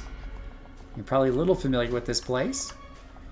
You want to come over to here and head over to the left here. Now, you're going to see a portal on the right, but that's not the right one. What you want to do is actually go over to the left and come right around here, and you'll see another big, huge portal right there. Just like on the hero side, you're going to go in, you're going to see a PvP countdown, you get out. It's that simple. And you can see I've already got the Aura portal now on this character down there at the bottom. It's grayed out because you can't use it in PvP, but as soon as we get back to Granville, you'll see that we have it. So that, my friends, is the easy way to get Ouro if you can't get somebody to lay one down. If you're on a less populated server, to get your first Aura portal. But again, it might be easier just to have one of your alts put down the portal and then log out, log in. Usually I do it in Pocket D, and I'll cycle a few alts through there if I need to. But that's it for this particular helpful new player video. Thank you so much for watching, and may God bless you. Okay, so that one's done. That helpful video's done. All right, is Mistock still here?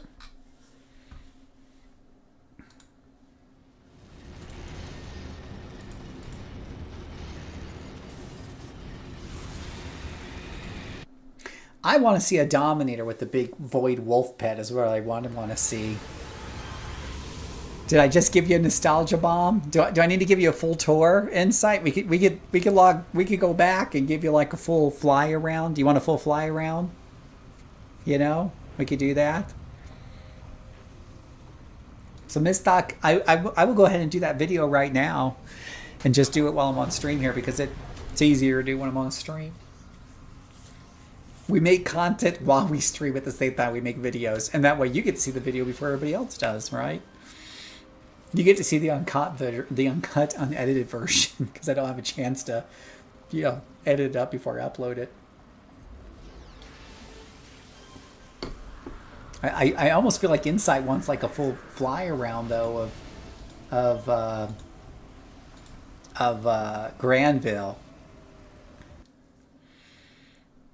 Yeah, why have you come back to Granville? I like to have villains, and I got a couple of these are going to convert to villains because I made a couple hero real fast just to get them into the system and get them trained. Yeah, Dark Doms get the Dark Wolf pet, right. So I'll tell you, Danzig's my robotics. Let me have her show you, or just remind you what you're missing here in Granville. Okay, just take you on a trip. Remember the meeting room? Remember you meet with all the other spider people in the meeting room? Yeah, you remember that. I used to have to run around here a lot to do missions and everything. So I did this last year on Danzig here and with Stardust. Now, since I took a break for a year and a half and came back, I've not done missions in this area because I've been doing lower level tunes. But yeah, the whole point is, you get up to higher levels to really do a lot of questing out of here. But this is a pretty well designed area. I mean, personally, I like it better than the Hero Capital. I think it has more personality. I thought it's kind of cool too. They have like a quest line where you got to go and you got to look at the different plaques and everything. So I thought that was kind of interesting too.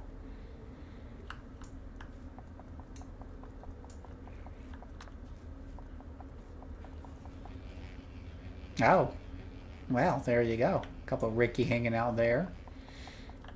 I like how there's a line to talk to the receptionist here. I don't know what those guys are doing. And then you have the elevators back here.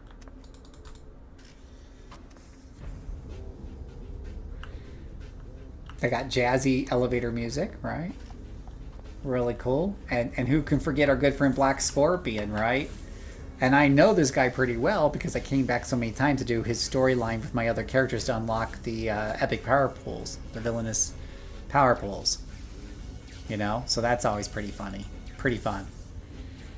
And of course, Ghost Widow, which, you know, I think Ghost Widow, aside from her super ridiculously long legs, is pretty well designed. I really like her look. I could definitely could see myself making a character like that on a very, very good day. Ooh, we got some cool music here.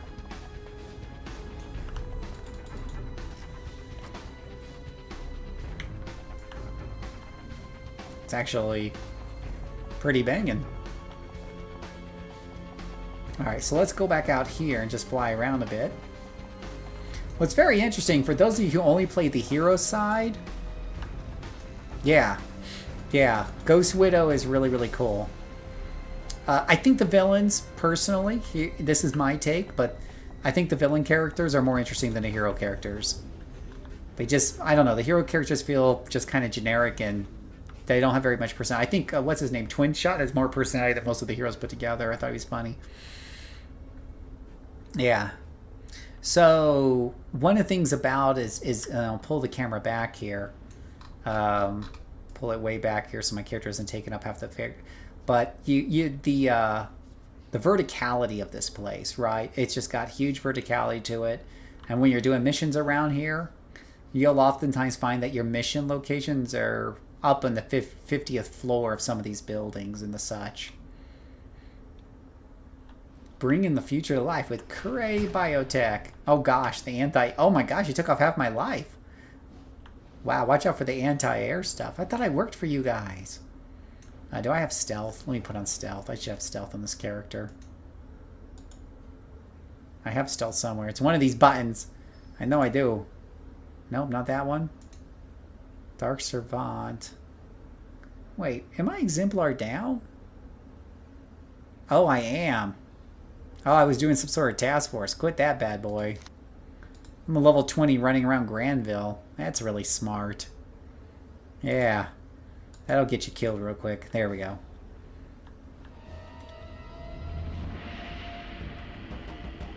Got some nice big buildings here in the gutter area.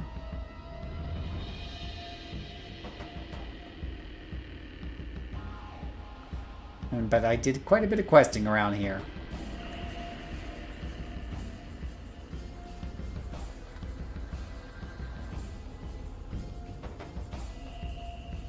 Kind of bit of questing. And I always love like you got these monitors giving you indoctrination and stuff. I love these things, right? It's like, and think about this, guys. This is like 2005, right? Or whatever the game came out. And they were able to still put in these videos inside of the 3D game like this. And have these on repeat. And not have it completely take the frame rate. It's pretty cool. It's pretty cool. A lot of detail in this place. Again, to me, in my humble opinion, this place is much cooler design than... I can't think of a hero area, really, off the top of my head that makes me go wow like this. This is why I'm a big fan of Redside. Big fan of Redside. I know they don't have as many story missions. They didn't put as much thought into some of that stuff as the heroes. But there's still plenty to do. Tons of stories still to play. Plenty of story arcs. But I keep forgetting. What's the power that looks like your hasten power icon, but it's red instead of yellow? Yeah, you know, that's a really great question. I would like to know that myself. These frenzy things show up on some of my characters, and I don't know why. You drive yourself into a blind rage to strike down your foes. Upon activating this power, you'll increase your recharge rate. All hero archetypes, masterminds, corruptors, and soldiers of Arachnos will receive a high damage increase. Dominators will have their domination bar filled. Brutes will have their rage bar filled. And stalkers will be put into a hidden stance and receive a minor damage buff. Recharge on this is like 6 minutes. And I'm not sure how you get such a temporary power. I don't know how long it lasts. I have no clue, but I have seen this on more pop up on my characters at random, and I have no clue. None. If anybody knows in chat, let me know. When you change your alignment to villain, you get that. This lady's been a villain. Maybe I accidentally changed her to hero at one point, changed her back to villain, but she's been a villain for a long time. Oh, it's because it stayed as a week as a pure villain. Really? And does it stay there, or does it ever run out, or what's the details on that? Does it just keep, can you use it as much as you want?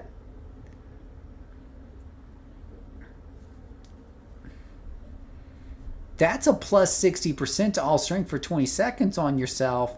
That right there puts it right up there with like eating 2 reds at once every 6 minutes. Right? That's incredible. Learn something new today. If you switch alignments together, I don't like, and that's interesting because I don't hardly, and do you get it on the hero side too? And does it, I guess it sticks around if you stay a villain, because, and I'll be honest, I usually stick to one alignment. So if somebody needs to play hero, I switch to one of my hero characters. So I don't like to swap back and forth. All right. Well, that's a look at Granville. I think we'll do the the video that we were talking about. That was Mistock's idea. If Mistock is ready, Mistock, feel free to like throw in questions in the chat while I'm talking. And if you think I'm missing something or want to hear about something about one of my stories, then I can flesh that out and make it part of the video. They got an AoE mini build-up instead that gives you and your teammates damage. Oh. Interesting. Let me see here. What am I going to log Sunshine out at?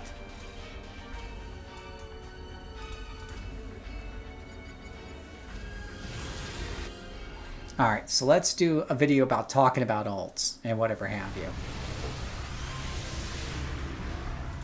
We'll make that video pretty much on the character select screen where the magic happens, right? Let's see, which character do we want to be on the side while I'm doing this? I guess we'll do,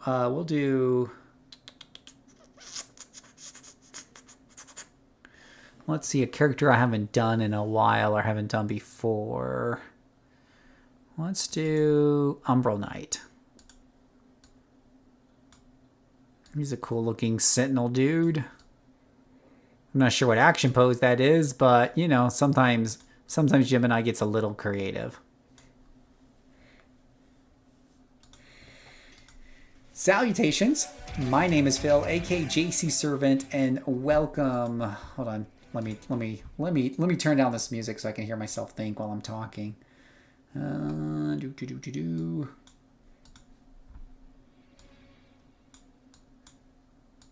We are definitely banging out the vids tonight. You guys are gonna see these videos come over the next few days on YouTube, and we're just making them. We're making the magic happen together.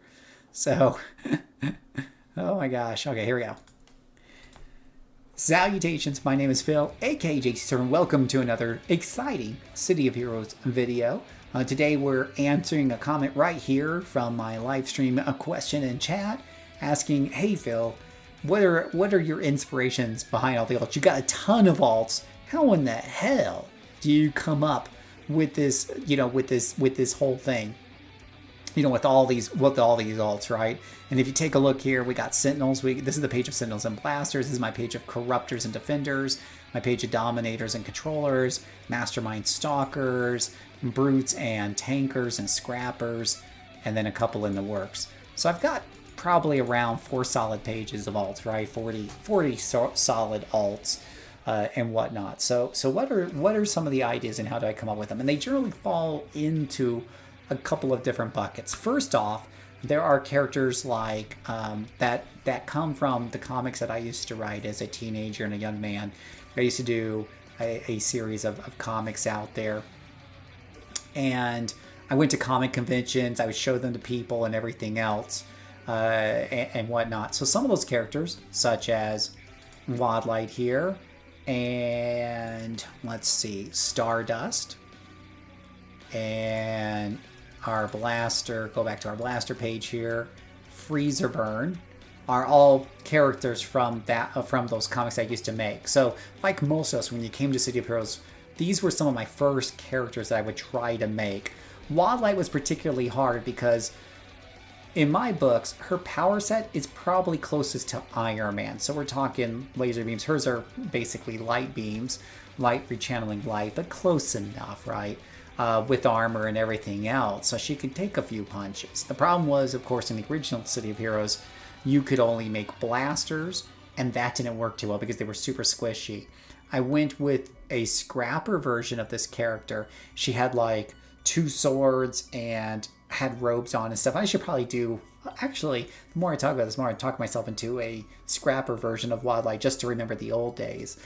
But, man, now I'm getting hit with nostalgia bombs. I need to do this. I need to make this up. I need to make this a reality. There's another idea for an alt. An alternate version from another source of inspirations to remake the characters you made back on live for whatever reason. Anyways, so I did a scrapper version of her, which was a stretch. Her in the comics, her powers, her armor was a liquid metal.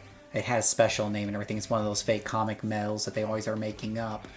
Theoretically, she could form them into swords in her hand. I can't think of any reason she would do that because now she has no armor on. But she does have pretty fast reflexes because she's also got a computer inside her head. So all these reasons, I was like, okay, if I stretch it really hard, she can be a scrapper on a bad day. So that's how I made her up back in live. Anyways, some of the characters are from that, okay? Some of the other character ideas, when we take a look at like Kim Archer, some of my characters come from other ideas And sometimes it's as simple as taking a comic book character from a well-known comic book and just putting a big twist on it. And for example, if I take a look at Cindelia, if you read X-Men, you're aware of, read a lot of X-Men anyways, you know about Banshee. He's a mutant, an Irishman mutant who has a sonic attack. Then there was his, I think it's either his niece or his cousin or his daughter. I think maybe his daughter, named Siren, a redheaded Irish lady who basically inherited his sonic powers. Their powers were very, very similar and whatnot. And so when I created Cinderella, she was one of the first characters I made when I came to Homecoming. I wanted to make a support character, so I went with empathy and Sonic. I don't think the X-Men character did any healing, so this is me taking the original idea from that X-Men and saying, what if we iterated on it and whatnot? So that was a pretty popular character there. And I think Danzig. So Danzig that idea comes from Star Trek. It's an iteration on the Borg Queen. So it is an exact rip-off, of course. We don't do exact rip-offs in City Heroes anyways. You need to transform them somehow. So Danzig is strongly inspired by the Borg Queen from Star Trek. And if you look up and do some research, Danzig is one of the names of the Borg Queen from Star Trek The Next Generation, Star Trek Voyager. So mine is just an iteration on that. She doesn't have all the Borg powers and all the Borg cyborgs. She has 6 robots, and a lot of technological gizmos. But she formed an SG or whatever it's called, and with the slogan that assimilation is a thing. You will be assimilated, and resistance is futile. And I would do that whole thing while, running around. Katiana.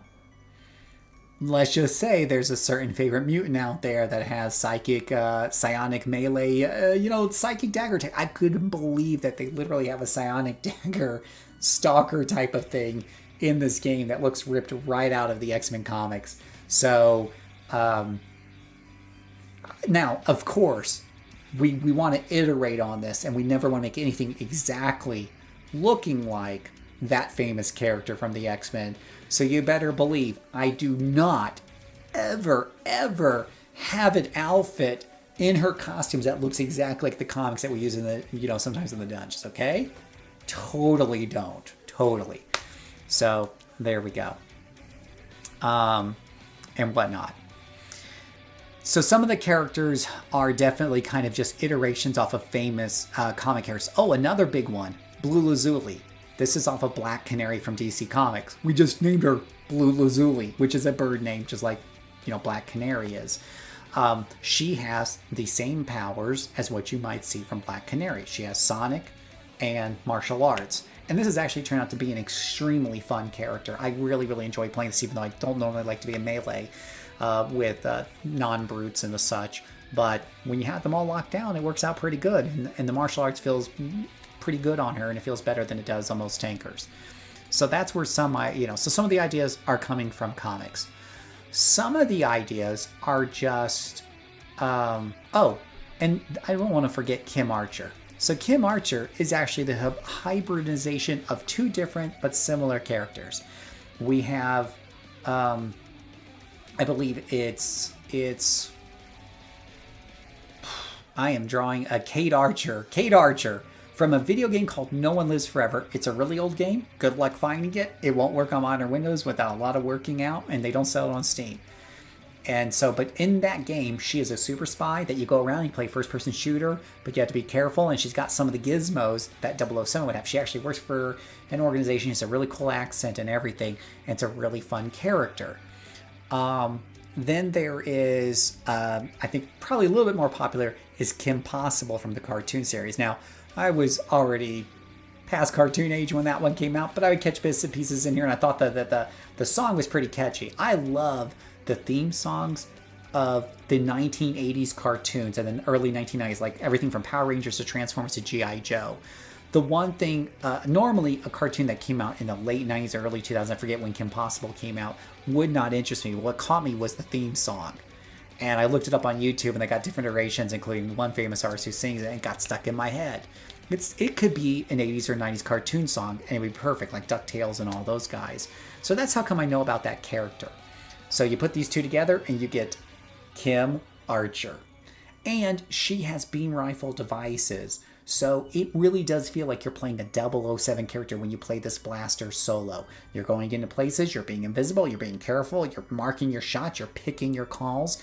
And if something's going to get ugly, you put down traps ahead of time. You get rewarded for thinking ahead. So it fits the concept very, very well. So I really, really enjoy playing this character. So those pulling from other characters off off of my past or anything like that can absolutely be a source of inspiration. Now, sometimes we get characters on here that are just like, I'm looking through, I want to create another Sentinel, and I just see like a power I haven't done before. That would be like Stonefall. I've never done a Stone Sentinel before. Now, when I was coming up actually with this character look, this is actually taken from a certain X-Men villain. But I didn't start with, I really like this villain, let's make a character that follows him. It was actually more inspired by, you know what, I've never done Seismic Blast before. Let's try it on a Sentinel with stone armor. And what does that, And then I thought, ooh, you know what, that actually reminds me of that one guy. So I made the look after coming up with the idea. Umbral Knight here, more of an original creation. I can't think of any villain that necessarily, or hero that looks like him. But it was basically, I haven't done Dark Blast. Dark Blast, Dark Armor goes really good together. Let's do that. I think, like, when it comes to some of the power sets, it's really just, let's put Ice and Cold together. And here we have the brilliantly named Yorin Icehole. The funny story behind this character is, I mean, it started off with me going, I haven't done Ice before. What's a cool new corruptor to make? I've heard some good things about, Ice and Cold, so let's give it a shot.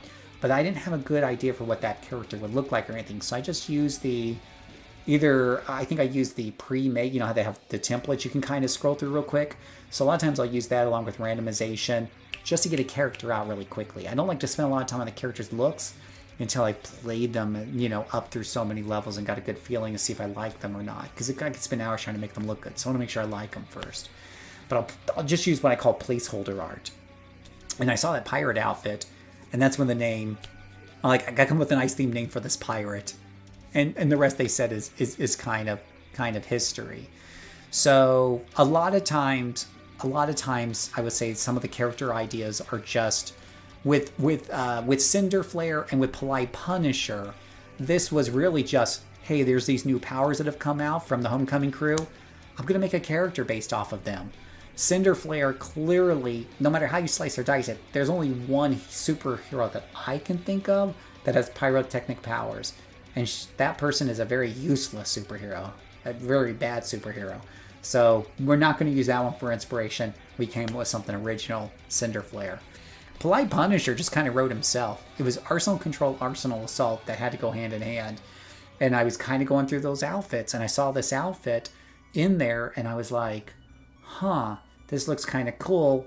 And that's where the idea of a bad guy who punishes anybody that he doesn't agree with, but always has good manners, doesn't believe that you need to be rude and swearing as you're, shooting people with your gun. So he's called the Polite Punisher. So a lot of these do come from just like, hey, let's throw an electric. Now, this is not a great mini shocker here. Is not a great concept at all. She's just inspired by, let's put these powers together type of thing. Whereas Voidling Doll, which was Darkness Dark, is one of my newest characters, probably looks a little bit more inspired than Mini Shocker. So there are those that are just, hey, these powers look cool together. Let's go ahead and give them a shot. Probably the last category, unless I think of one while I'm talking, probably the last category I can think of, and it's a very important one, are your ideas. You, the viewer. A lot of my characters are here because you guys said, Phil, you need to try this, this, and this. The best example I have of that by far is Aquaforce, aka Brine Force. I had to change her name when I came here to Excelsior. But Brine Force is so much fun. Guys, I cannot tell you, you were so right about this. Water Blast, Storm Summoning, Corruptor. This was so much fun. Most of my characters sit in the 20s and 30s because it takes a long time for me to level them with my attention divided so many ways. But when I started playing this character, I could not stop. So much fun. it's a corruptor that in a way plays a lot like controllers. You have slows, you have pushback, knockback, you have debuffs that you put on your enemies while you're hitting them with these very painful water powers that work really good with the Scourge mechanic. It is a brilliant combination, and it absolutely makes you feel like a badass. And I cannot, if you're looking for something that's a little more challenging than your standard brute or mastermind, but still is very satisfying to play, I can't recommend Water Storm enough for you solo people out there or your duos. Just really great. As far as team play goes, you're not going to get as much fun out of it. I would save this character for solo or duos at the most, but it's a lot of fun. But that was your idea. Chrono Crossfire, another one. Fire Time was an idea that one of you guys gave to me, and then I came up with the character concept. So somebody said play Fire Blast Time, and I'm thinking what's a good name for it, and I came up with Chrono Crossfire from the game Chrono Cross, right? So there is that. She's a rainbow. Normally she's colored with just blue. A comment from the chat there. She looks like a rainbow. Normally she's just colored with the blue markings, but this is her alternate outfit. So I logged out with the alternate outfit, so it didn't. Yeah. Let's see here. What other ideas have you guys, like another couple of examples of really good ideas that you guys have given me? Is this one right here. I don't want to forget about Voltaic Veil. I had a gentleman actually write me an email and suggest that I play this, and gave me a very detailed build for this character that maybe I'll be able to use later on. He just said, you really need to try Electric Blast Psionic Armor. At first, when I was leveling up this character, I leveled this character from 1. Most of my characters will sit on a farm at least till 15, some till 20, and then they'll start doing Ouroboroses to level up so I can get a good feel for the character. But Voltaic Veil was one of those. I leveled up 1 through 24 now, manually, and I've made videos off of that. And those lower levels were a bit rough, probably rougher than most Sentinels. And the endurance, and part of that is because, like, with Wildlight Energy Blast, the secondary effect is you knock people back. And it works really well with the Sentinels' defenses, because their defenses aren't as good as a tanker or anything close, but it's good enough for most soloing. But if you can get space, the way Energy Blast works is it creates space and allows time for you to, to recover if you do get hit hard, or use a Healy, or use one of your cooldowns or whatever. So I think Sentinel, which is, I got her as Energy Blast and Vulnerability, works really, really well together. I think it also worked with Regeneration, by the way, because it would give you time to regenerate. But Voltaic Veil, with Electric Blast Psionic Armor, the secondary effect is Endurance Reduction. Here's the problem with Endurance Reduction. Unless you drain an enemy out completely, they might as well be at full blast, right? You have to drain them completely out. And during the lower levels, that wasn't happening. Now that she's in her 20s and she's got a few more powers, and from the Psionic Armor, she has a way to stop recovery for enemies, in front of her, she's coming online. It is definitely working out better and better, and I'm getting a better appreciation for this character. So I don't know if I'm going to keep this outfit or not. This is another one of those placeholder outfits, though the look is actually not too shabby. So we'll see what happens with the look in the near future. But she's turning into one that will stay on here. I will take characters on here that I don't enjoy playing and take them and move them to another page and make room for new ones to come in. So I have no problem doing that. But that was, again, one of y'all's suggestion on there. So Nuked-In is a suggestion from the audience. Basically a Radiation Blast Blapper. So far, I'm not enjoying it. If I'm still not enjoying it by, 24, 26, 28, then he'll go on the retirement list. Again, placeholder, kind of generic-y artwork. But that was a suggestion that just didn't work out, right? That just didn't work out. Let me just eyeball real quick and see if there's another suggestion that I think you guys came up with that really pops into mind. Surgical Striker, which is Super Justice, Super Reflexes, Stalker, was also a suggestion from one of you all. And I believe this one also, Slice and Shock. I will come up with a better name. This is all placeholder right here. This is a very brand new character. And Claws and Electric Armor Brute. So far, we did a stream of this character earlier. Went through and did really, really good on content. It was pretty fun to play. So again, a lot of these ideas are from you guys. So thank you very much. But that's where I get probably the vast majority. This one right here, Bio Armor Staff Tanker. You were right, guys. You were right. When I did the video and I complained that for me, tankers level too slowly. They just kill too slowly. Some of you guys say, hey, you need to try. One of them was Firefire. The other one's Bio Staff. I haven't got to the Firefire yet, but the Bio Staff is working really well. I was streaming this yesterday, and I was pretty pleased with it. So that's kind of a... I could go over every character and be here all day, but that's kind of an overview. Another follow-up question to this was, how do you decide when it's time to stop playing one character and to make up another, or to go back to an old character and level them up some more? You know, it's really, a lot of times I just sit down and go, what do I feel like playing today? When I was a kid, we used to have toy boxes. I used to have this big wooden toy chest, and you would open it up, and you just pick out whatever toys you felt like playing with that day, right? It was the fun part about being a kid. And to me, that's what City of Heroes is. It's a toy box. I sit down and say, what do I feel like today? Do I feel like playing a Sentinel? Do I feel like playing a Brute? Do I feel like playing a Mastermind? What do I feel like, what do I feel like playing today? Do I feel like, playing a Dark Blast? Then when I get down to Sentinel, do I feel like playing this guy or this guy? Do I feel like playing low level or high level? Do I feel like playing, I haven't played Umbral Knight in a while. Maybe I'll jump in and play him. What do I feel like? I need to finish off Kim Archer and get her to 50. Maybe I'll focus on her for a bit. It's just whenever I feel like it. No rules, makes it easy and simple and keeps it flowing. A lot of times when I'm streaming, I'll just say to you guys, what do you want me to do? And I'll just go with the flow if you guys have a suggestion. Hopefully the more I stream, the more you get used to my characters. Some of you will say, and we had this happen the other night, so I was like, hey, show me that Mastermind again, the one with the Beast Mastery. And I did that. So, yeah, sometimes I just really go with my gut, because I think playing video games shouldn't have big commitments to them, because it's the one thing in your life that you do to relax. It should be something that just flows freely. So that's just me. So I don't like to be tethered to something I don't want to do. That's why I won't let people push me around hey, you want to come do this large group? And I'm like, I don't like large groups. So I try not to get drugged too many ways that I don't want to be in. This gives you freedom. I like this game because it gives you so much freedom to experience so many different play styles, and it really is, what do you feel like playing today? So great questions, and this comes from Mistock, so you can thank them for the video. And if you have some questions you want me to do a video on, feel free to put that in the comments below. Join us for streams. I'm usually on Mondays and Friday nights starting around 9 p.m. Eastern Standard Time. So you're welcome to come join the streams and join the conversation. I also do surprise streams all the time. I did one very early morning yesterday, the day before, because I couldn't sleep. So if you get lucky, you see those. We had a lot of people on that morning. I can't believe how many people are up early in the morning. So feel free to subscribe. You'll get those notifications, or just keep your eyes open on YouTube.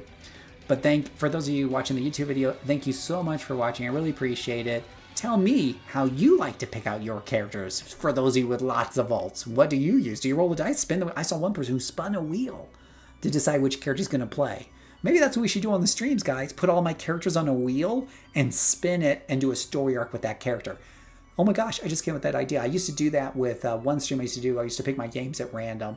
But I think it'd be more cool to pick a character at random, right? That'd be interesting to say, now I'm going to do a story arc with them in Ouroboros. Anyways, tell me what you guys think down in the comments below or in the chat here. Until next time, may God bless you. All right. We wrapped up another recording. Pirate Princess, what's MASR? Martial arts, super reflexes, what? What are you saying there? What are you trying to communicate to me?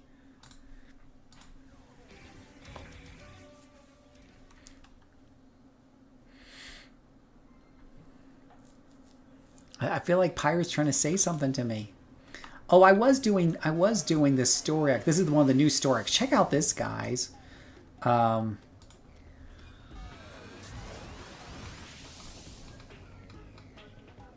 need 20 wheels. Have you guys seen the spinning wheel where you can put the list? You can put a list in it, and it can hold a lot of things on it. Okay. So, for those of you who haven't seen this, let me see what do I have this mission set to? ×4. This should be fun. For those of you who haven't seen before, check out these office buildings. These things are huge. These are this is like a new tile set, so to speak. Now, it's going to look a little washed out in colors because it's a flashback, but you'll get some colors here in a minute.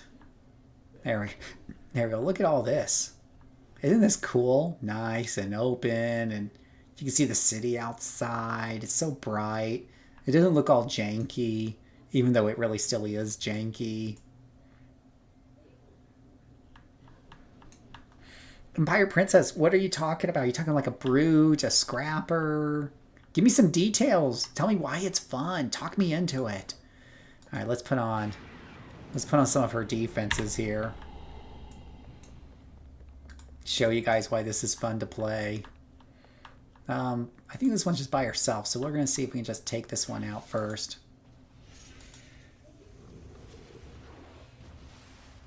Are you still alive? Guess you are.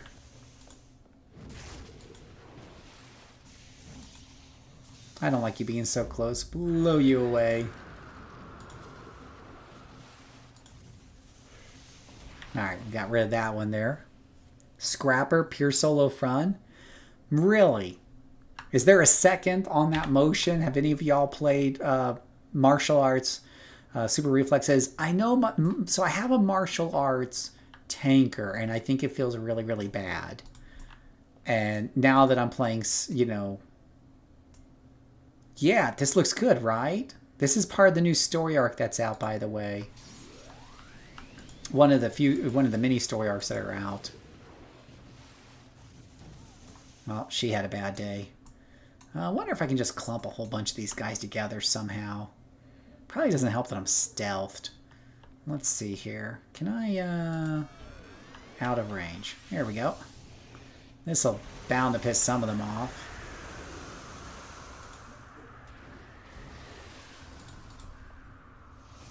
So we're going to just slow them all down. They wish they could get to me. They wish they could get to me. It's so good. And then, oopsie, blew you back again. I guess you're not getting to me.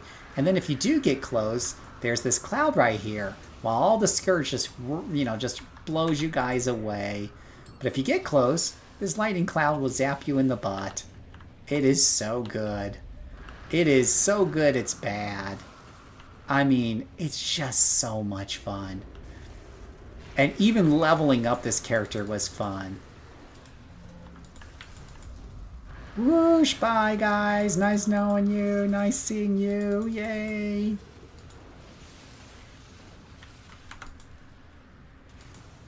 They're like, oh yay, we're going to get you down. No, you're not. No, you're not. You wish you could get me, but you're not going to get me. Oh gosh, we've been doing this fight so long, we got another big geyser up. Kabooey! Superman punch.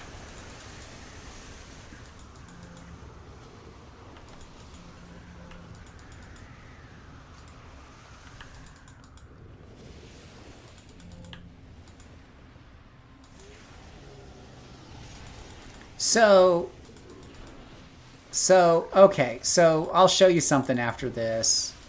Let me just finish this fight here.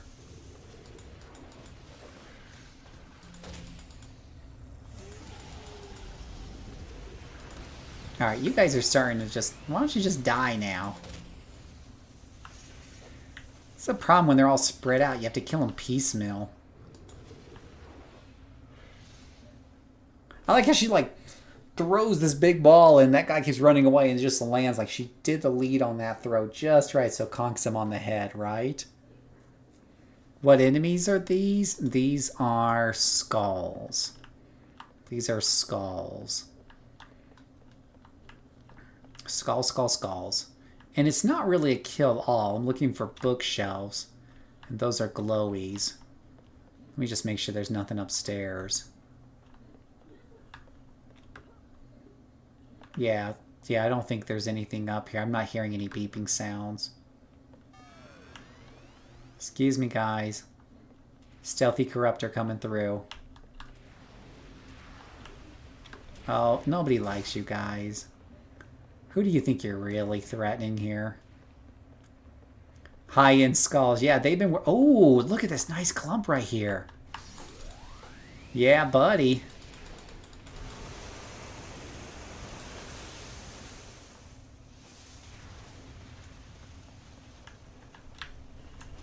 See, if any of them survive, they now got to run through all that.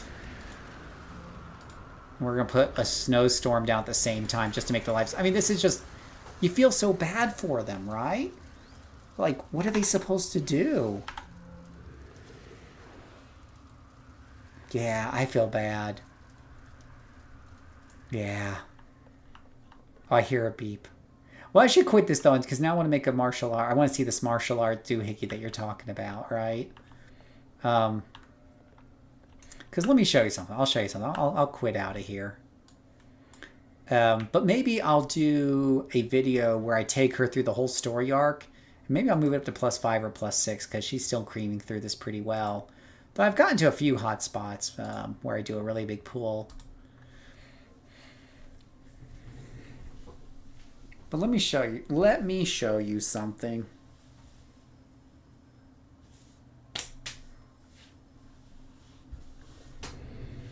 Let me show you where I've been hurt. Let me show you where I've been wounded.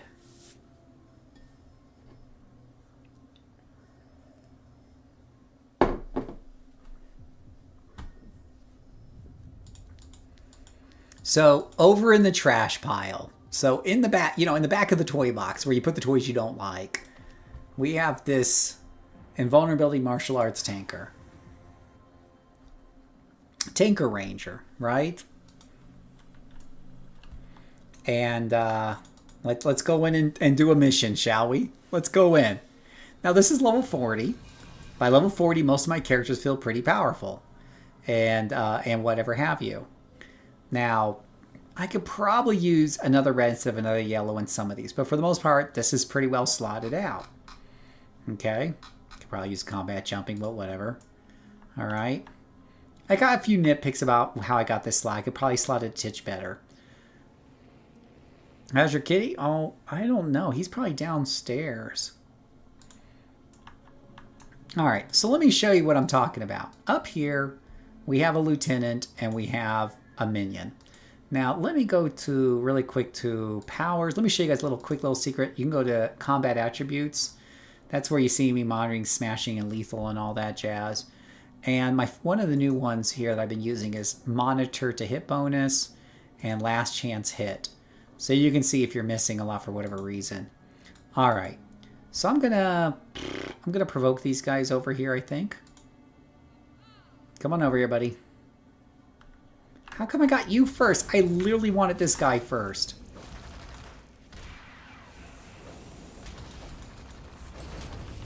All right. Oh, come on. Are you serious? Like, there's going to be a turret now? I'm trying to focus on the lieutenant, but I need this other stuff gotten rid of so I can focus on the lieutenant. All right, so watch the endurance here, right? We got a bit of endurance issue. All right. So there's a lieutenant. Mostly full, a little hurt from some of the AoEs I've done. So let's do one hit. Look how slow those animations are. 2 hits. 3 hits. 4 hits. 5 hits. 6 hits. At least he's disoriented from that one. 7 hits. Okay, that wasn't too bad. I've counted as much as 14 hits before on this character. Tank's never had martial arts? Oh. Now, are the animations that slow, though, on a scrapper? I think the slowness of the animations is not doing it any favors. So here's a minion. 1 hit.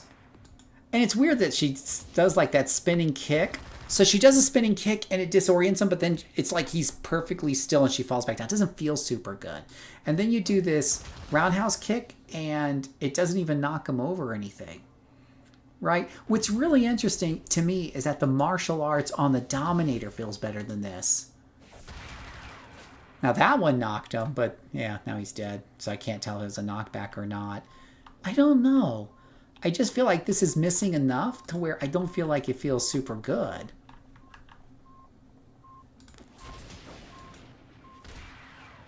Well, she did take off half his life with that one. Give credit where credit's due. Okay, that one kicked him back at least.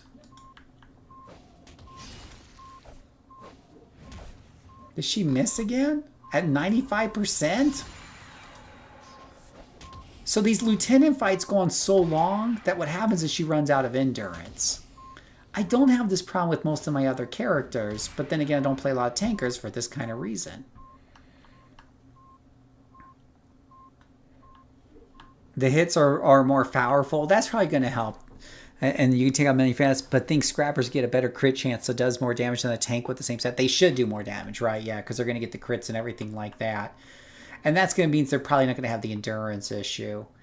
I think what's kind of interesting, again, like for me, is so we saw some animations on her, and I think you got a pretty good idea of how this feels. So let me show you. Now let's go over and compare it with the martial arts on the Dominator, right? And let's just compare it side by side. Do one right after the other, after a 20-second, countdown.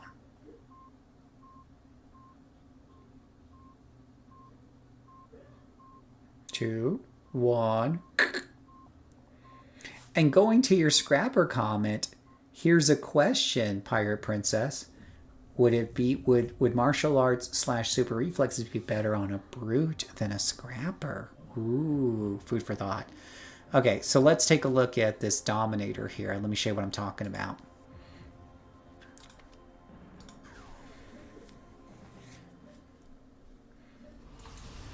Let's see if I got a mission here. Stop the Cray. Atlas Park, good enough.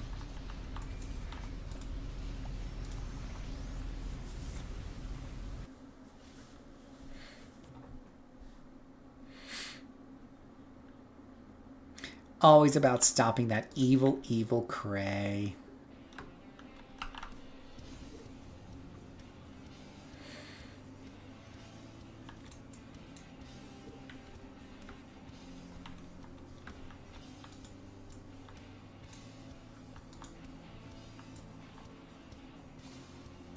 Okay, let's go inside here and show you. Let's look at some martial arts now on a Dominator. Oh my gosh, why are there so many? Do we have to set the times too, or they just love each other? Yeesh. I think they do love each other. All right, let me get these guys pretty well under control here before I go waltzing in and, well, he's just volunteered. So don't the animations on that seem faster? Look at the animations there, guys. Is it just me? Is it just me? Am I the only one who thinks that looks faster? As I get my butt kicked because I'm too busy admiring animations and not putting people under control.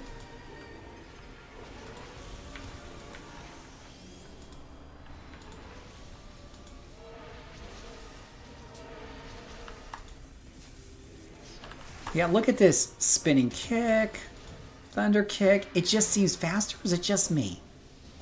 Tell me I'm crazy, guys. Tell me I'm crazy. But it feels more kinetic. It feels faster. It flows better. But it shouldn't. That can't be right, can it? And you don't see her doing these. Whoa, whoa, whoa, whoa, whoa, whoa. Get up, get up, get up, get up, Sunshine, get up. You don't see her doing these weird things. We have another volunteer. Where she like jumps up and hits and then falls back down. You know? You can look in the detailed power description when creating characters. You can see. You can see what? That feels like an incomplete thought, Miss Stock. I need some context. Remember, there's a delay on the time, so let's try it out against these guys here. We're gonna serenade this one. We're gonna. All right. Of course, it helps if she hits. I need some things off of cooldown. There we go.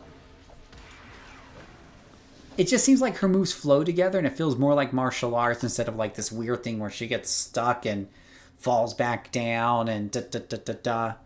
It does... Oh, cast time for powers. But does cast time count things like the animation? Because she hits a guy and falls back down slowly. Like when you saw her do some of the kicks on the tank, she does some of the air kicks, and it's like she's hitting a brick wall and comes back down. That's another second or two, whereas this one seems like it flows better. I might be nitpicking, but it just feels to me to be night and day. It just feels like it's something completely different.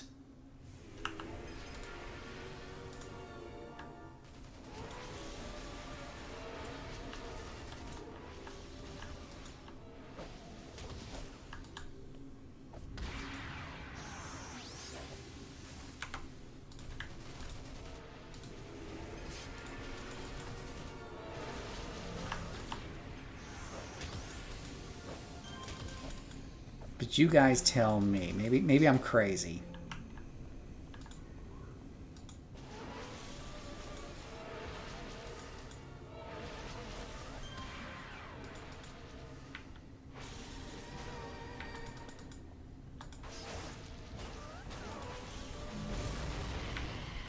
All right, so let's take a look at some of the activation times. See if we see any patterns here, right? Let's take a look and enhance, manage, and we take a look. So Thunder Kick has an activation time under a second, Spinning Kick 1 second, Trick Shot 1 second, Dragon's Tail is the one at 1.5 seconds, okay? So we have 3 at 1 second and 1 at 1.5 seconds, right? Let's go back to that tanker.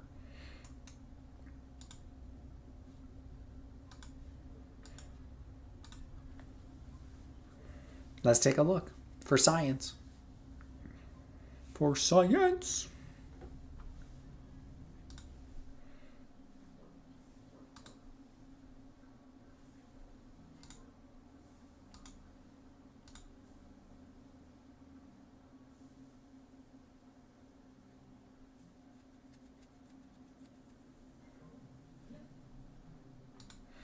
All right, so we go back to our tanker that's in the bad toy box.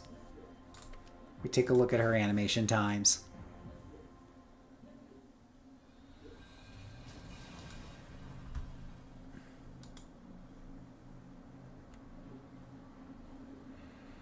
Does hasten change activation times? I don't think it does, just the recharge times. All right, so Thunder Kick, 0.83 seconds. Storm Kick, 0.83 seconds. Cobra Strike, 1.67 seconds. Crane Kick, 1.67 seconds. Dragon's Tail, 1.5, which I think Dragon's Tail's on the other one, is the one that's at 1.5. So we do have a couple more powers here that are 1.5 seconds long. Crippling Axe Kick, 1.6. Eagle's Claw, 2.53. Yowza. Yowza. Let me take a look at the wiki real quick, and let me look at Dominators and see if it has all their times listed for their attacks. I'm looking at the website real quick. Martial Assault, power sets. It does not list the animation times on here. Rude, rude. Rude, rude, rude, rude.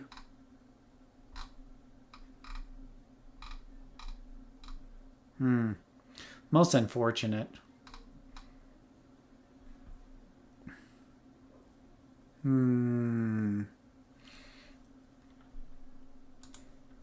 Yeah, so it's hard to say for a fact. I'd have to go to the test server and see what a scrapper.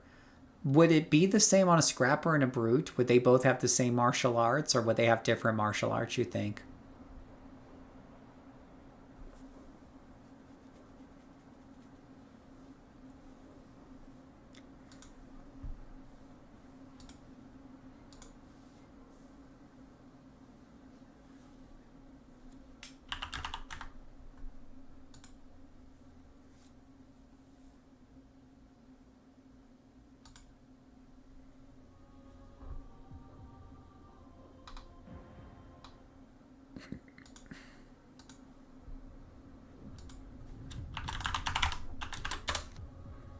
What do you think?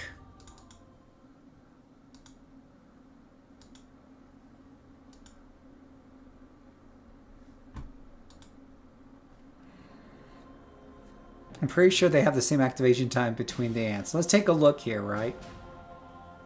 For science.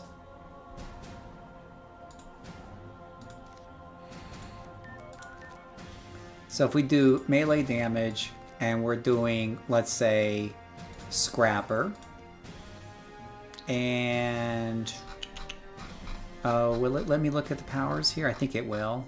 Melee, maybe it won't. Martial arts. Oh, you can't see the details when you pick the powers here. That's okay, I guess.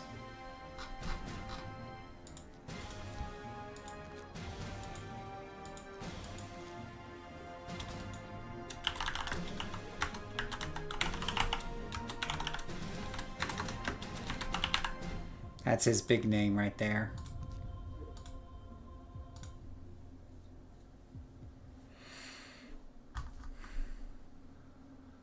So let's just take a look real quick. If we level this on the test server up, we're going to train this guy to like level 30.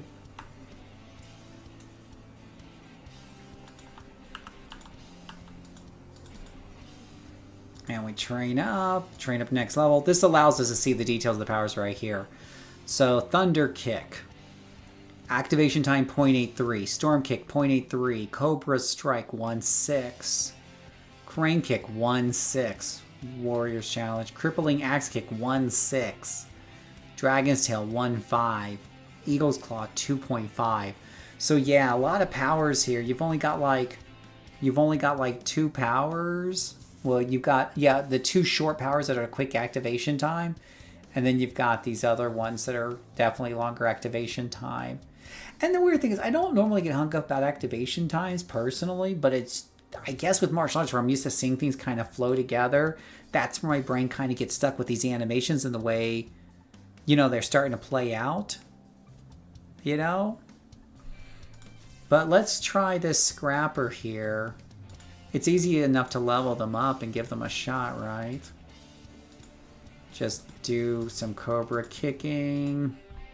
Just kind of make this pretty quick.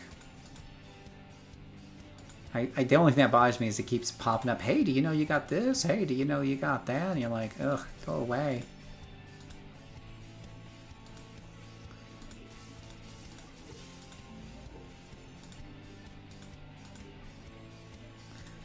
Yeah, no one says we're going to pick super well here. We're just doing this really quick. So we just want to see the powers kind of in action, right? And see how it feels.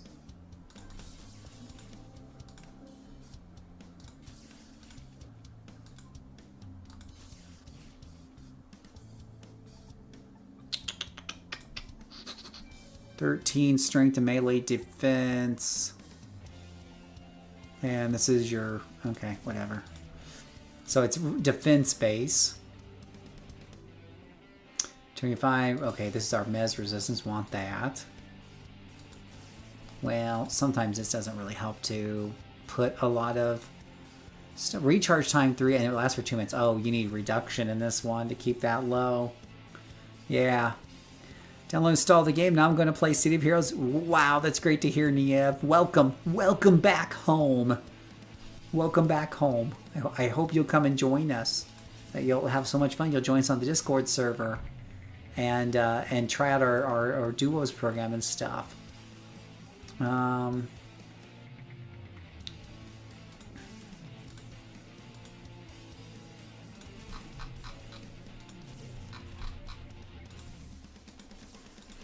go ahead and put that there. Crippling Axe Kick.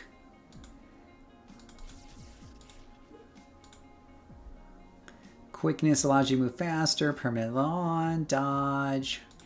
Let's do dodge. Let's see. 4% melee resistance. More melee resistance and stuff. Enhanced. Takes enhanced defense. So there we go. Lots of defense. Dragon's Tail. Train up Dragon's Tail. We're at level 24.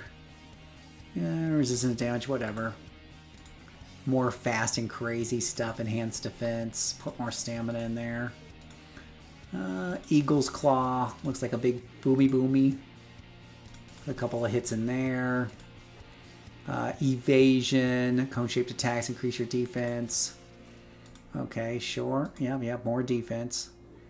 Enhance recharge, enhance defense. Get your third slot and fly. Very important. Do you stream on Twitch also? No, only here. I used to stream on Twitch, but it's not what it used to be. People don't watch. Like if I do on YouTube, I'm doing City of Heroes, I'm getting 20, 30 viewers.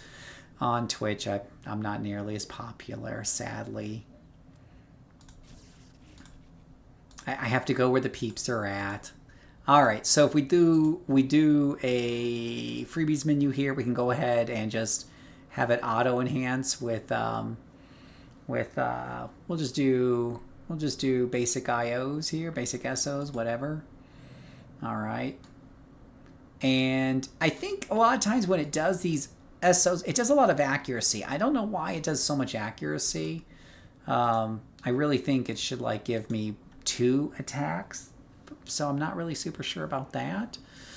But that's okay. I can give myself a bunch of money and call that a day. Oops. Come on. Is this something these toggle? Whoa, that's pretty cool. Oh, this is only something that's once every 12 minutes. Oh. We're just going to take this out and take it for a spin. Let's get rid of these guys here. We don't need this.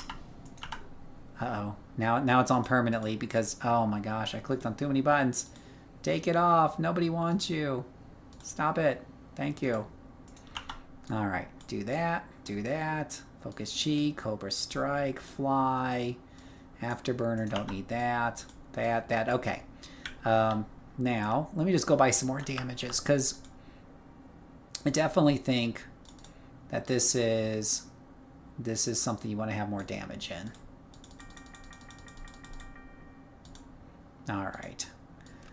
Yeah, the accuracy's overkill, right? You definitely want to have two of these reds in each of these attack powers, really. Okay, so I think we're all good there. All right, so now I need to find some trouble to get into. We will go and street sweep for a bit. Let's see here. I like to click nonsense real fast, hit 50 fast, just do respec when done. Yeah, I mean, I level pretty slowly, so I'm leveling normally. I do think a little carefully about what I choose, but at the same time, respecing's easy in this game, right? So it's not a big whoop. Respecing is not a big deal in this game at all.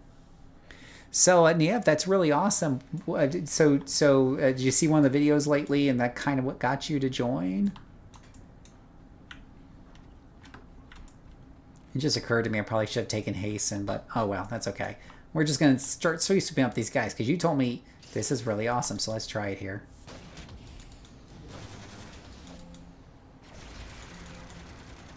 Oh, well, oh, well, they were helping. Psh. I just want to kill some things without you guys interrupting. What is this? This is a lieutenant. So lieutenants are an interesting test. He's got a boss. 2 lieutenants and a boss. Oh, geez, oh, Pete's. This is probably asking to get my butt kicked, but let's give it a shot. Hey, guys, can I join? Thank you.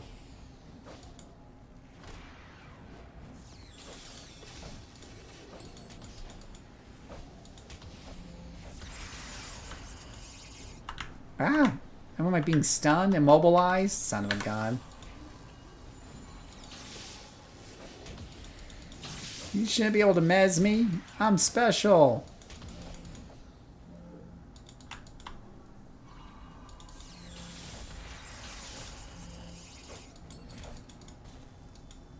Slowing down. Oh, lovely.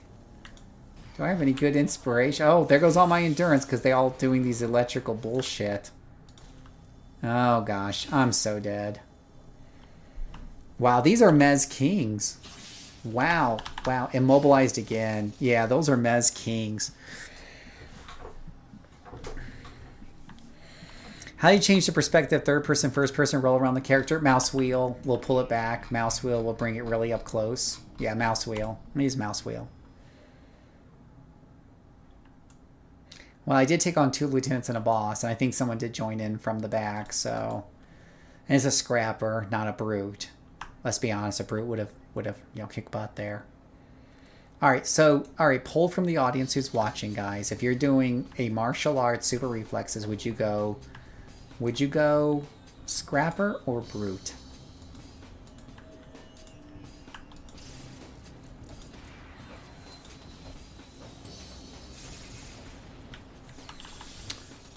Wow. Oh, my defenses aren't up. Stupid me.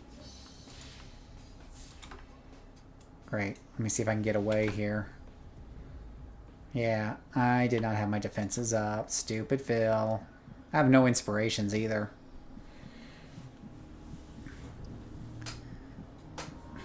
Can put it on autocast. That's probably a good idea. Thanks for pointing that out. We'll put the Mez resistance on autocast. All right. Let's see here. Yeah, Niev. I'm in the... Oops. Let me just check our voice channel here, but... channel over there, so if you want to say hi, you can drop in voice and say hi if you want. The links for Discord's in the description. You can be part of the show. But let's see here. Let me take a look at... Alright, so we've got that on AutoCast, so hopefully we don't get mezzed again. Granted, we're fighting high-level people too, so that's certainly not helping. Let me just take a look at the map and see if I'm in a bad part of town here. Yeah, I'm probably in a bad part of town. Let me get up to the north part of town. Scam, why do you like the scrapper for that particular power set combination? What's your decision makers there? Oh wait, is that a detective? Hello, detective. Radio mission it is.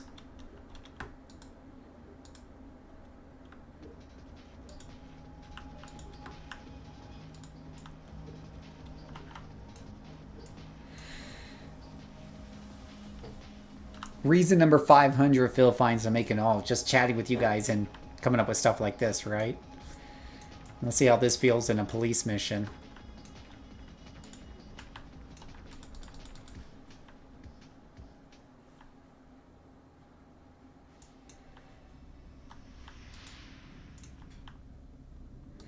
All in a good day's work. That's true. Where's Wars Challenge? What's the distance? There we go. Come here. Come over here. All of you guys can come here.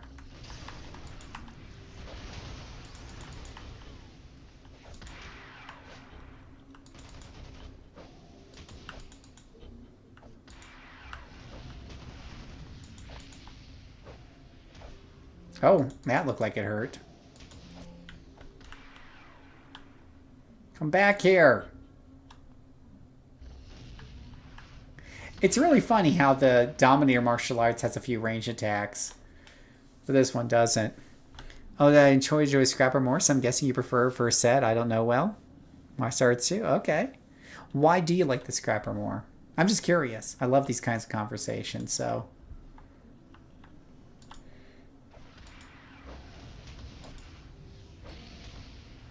Oof, that hurt.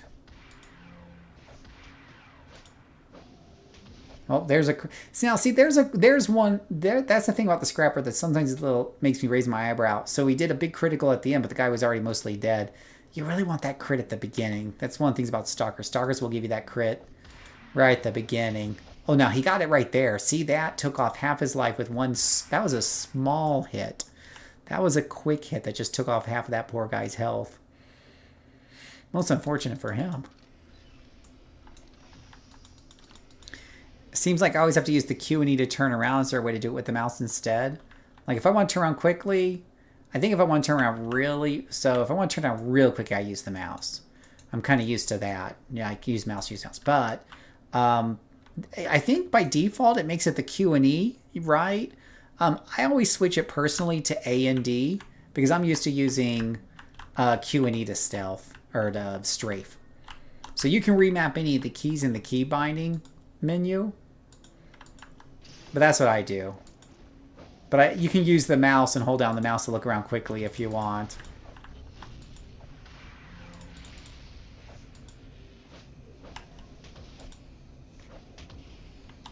I hate these force field generators.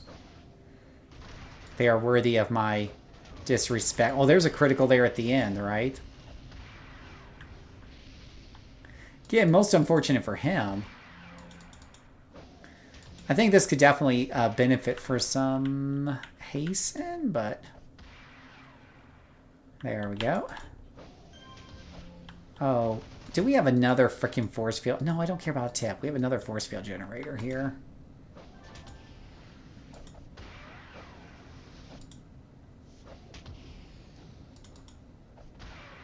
Wow, die.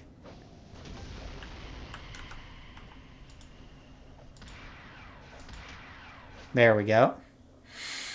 Yeah, so right mouse wheel will hold a mouse. If you need to like turn around quickly, right mouse wheel, just hold it down and pan the camera. It usually does the trick.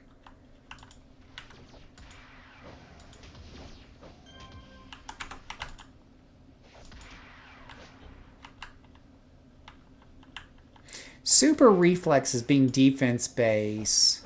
I would also do it on a scrap. I think like defense I tend to do more on scrapper. Resistance I tend to do more on brute. Because they have the better resistance caps.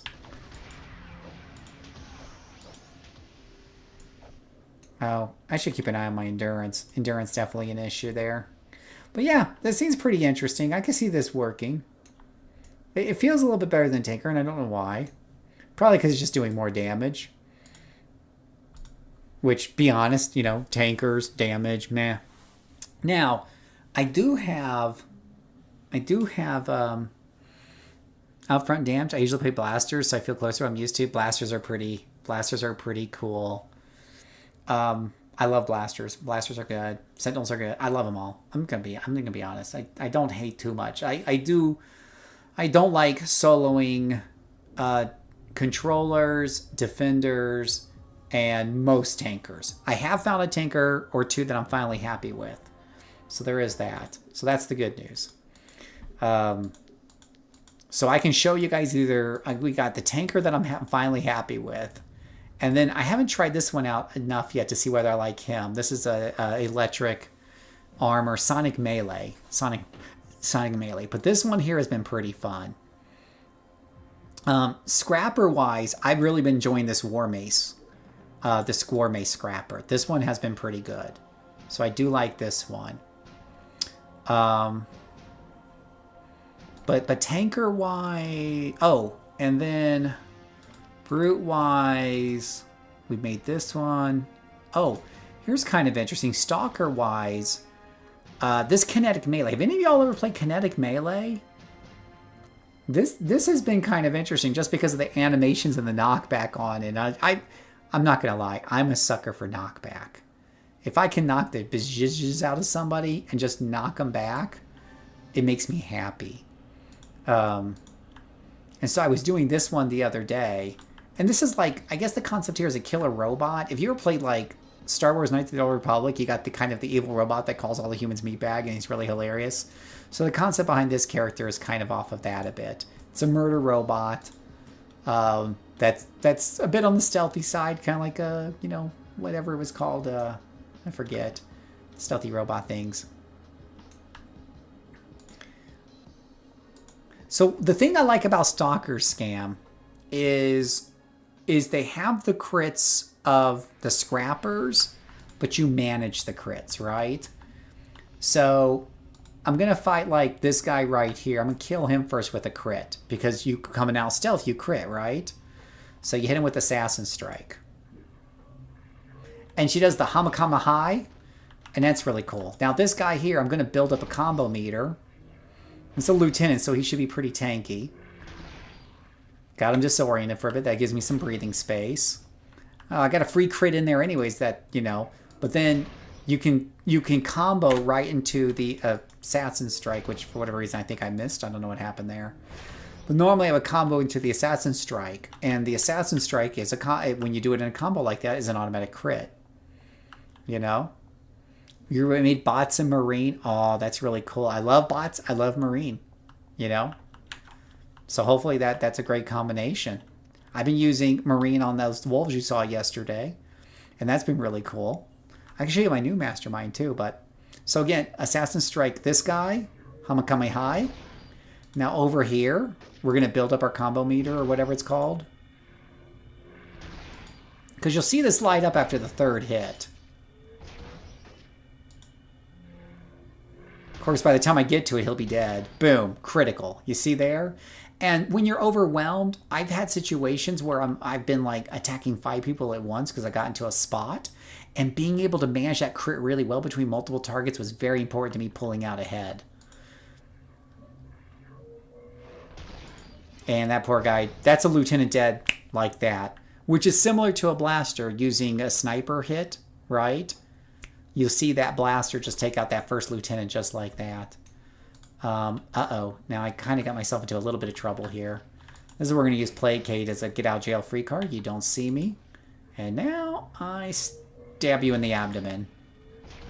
And now that lieutenant's down. Now this guy won't live enough for my combo meter to build up. But if I rush over to here, Maybe I will get another combo and be able to stab him. Boom, like that. So you can carry those combos over. If you play Stalker and you get into a rhythm, you can really make some mileage out of it. One thing that I do sometimes as a strategy, right, is what I'll do is I'll beat up this guy.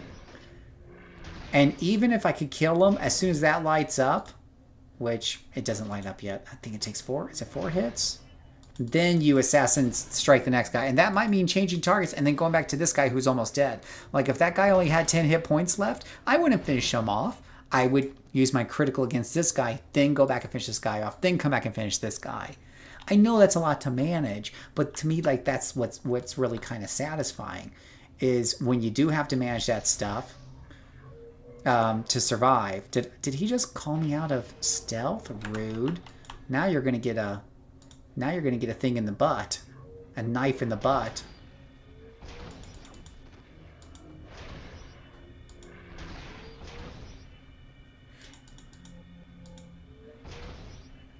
And it's even more interesting with my psychic stalker because you can confuse and whatever them.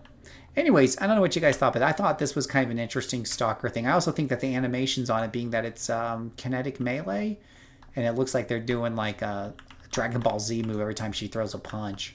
It's friggin' hilarious. Like that. Hi-ya!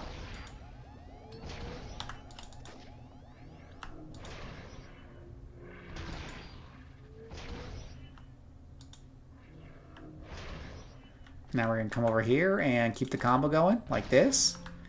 We'll come over here. And I'll just beat him up for 10 seconds and hopefully not get my butt kicked. Oh, someone's on the ground.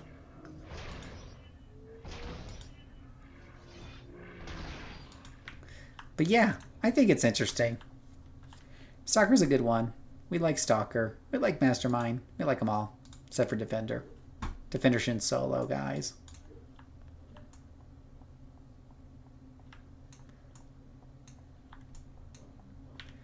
Do any of you like playing Stalkers? Stalkers? Hello, sucker. I normally hate stealth in games, but the cool thing about City of Heroes stealth, the reason I don't like stealth in games is because usually you have to wait for people, you have to be patient, you have to wait for them to walk by, blah, blah, blah, blah, blah. But in City of Heroes, you don't have to do any of that. What happened to my assassin strike? Did I get interrupted? Oh, see, now I'm in a little bit of a spot here. I'm going to bide my time just a little bit, come over to here, and stab him in the abdomen. Boom. Just like that. You don't see me. Let's see here. I might need a little more... Yeah, I need a little more time for things to come off a cooldown. Should probably take a look at my inspirations here and use 1 or 2.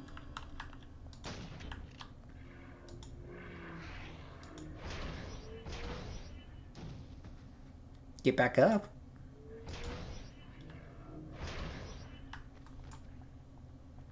A little critical hit there, never hurt anybody.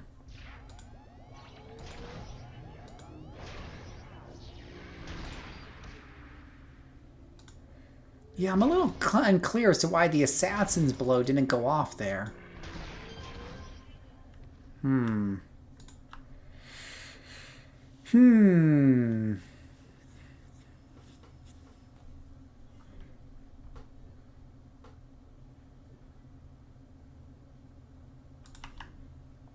Oh, and I have a graphic for this one too. Check this out, guys.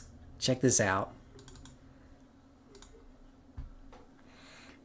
Let's see if I can find her picture. I've got a few pictures.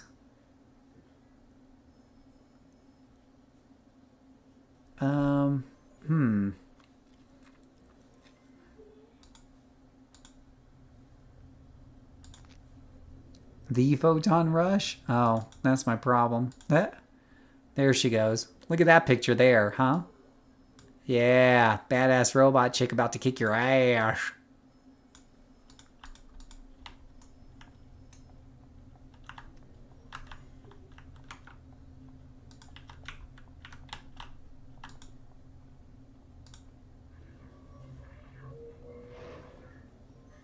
You missed.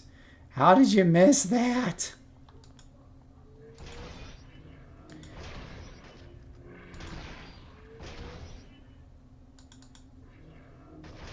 Now see, we'll come over here, critical him, and then come over and finish him off. Right? Don't use your critical assassin strike on a guy who's got 10 hit points left.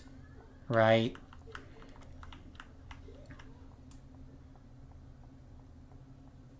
Don't do it. Just don't, and say you did.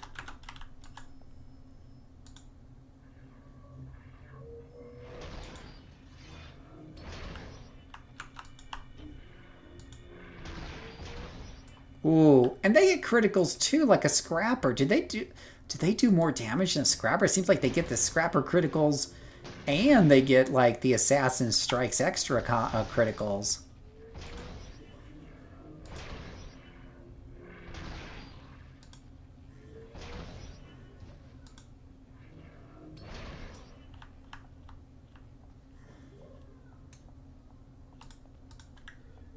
Uh-oh. I probably didn't wait long enough. Which way did he go, George? Which way did he go? Oh, you wish you knew.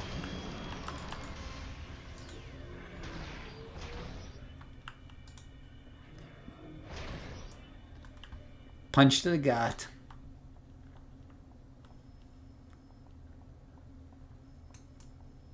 Watch how big... Oh, I'm going the wrong way. I was about to say, well, how big is this train?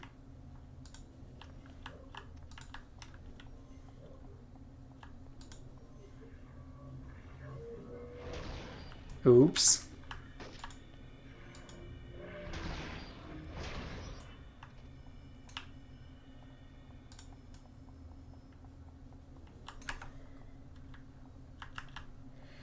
Oh, stab in the abdomen.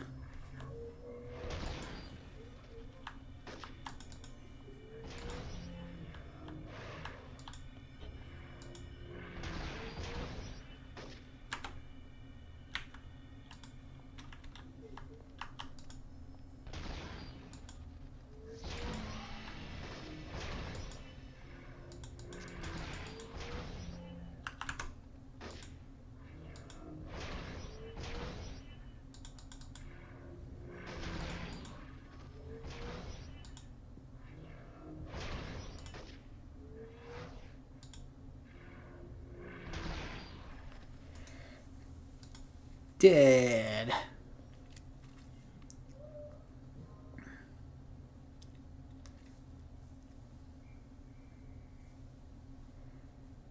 Let's see here. Assassins. Fast below blows. Cable stunning opponent. Has a greater chance to stun them.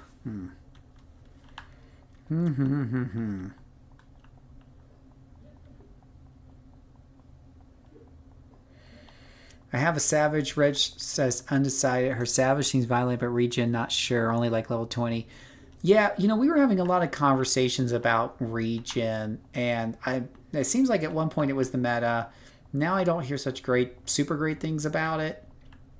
But I think it kind of depends on what you're playing, and some things synergize better than others. So I was kind of pointing out that maybe, I don't know, I'd have to test it, but maybe Regen would be good under my Energy Sentinel. So... because energy on the Sentinel does a lot of knockback, right? So you're slowing down the fight, you're knocking them away, and you're giving time for regeneration to do its work, right? And that's part of your attack move set.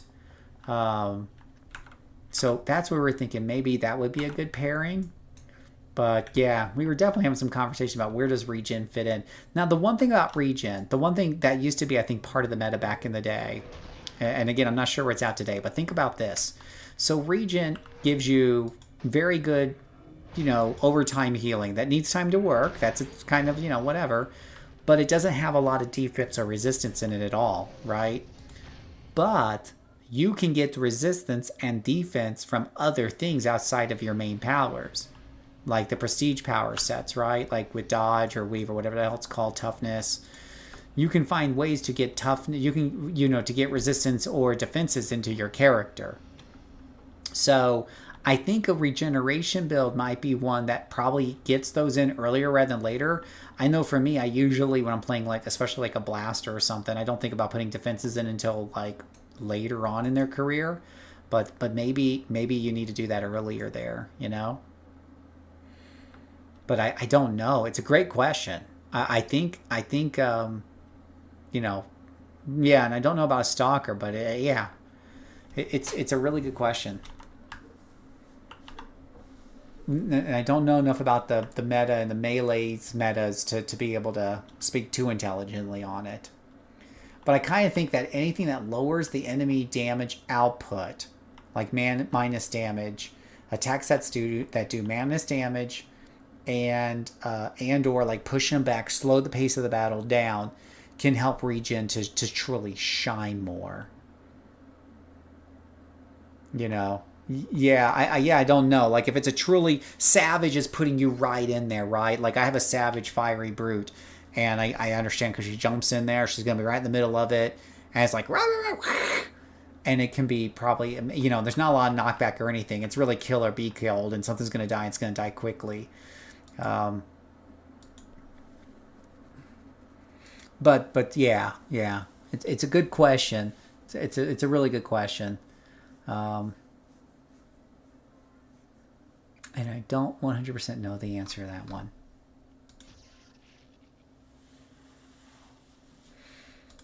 What does kinetic dynamiting do? Negative resistance, resistance, resistance, resistance, and you can enhance damage resistance with this, and that sounds like a good idea to do. Yeah, so this one's been pretty fun. I've been enjoying this one. And oh, I see. Well, how do we say that? Ksenia? How do we want to pronounce that? Welcome. Welcome to the chit. Oh, he's all purple. Welcome to the Chit Chat channel. Yeah, but I haven't worked regen in yet. I want to work regen in somewhere. And I don't know where yet. But one day I want to build something with regen in it.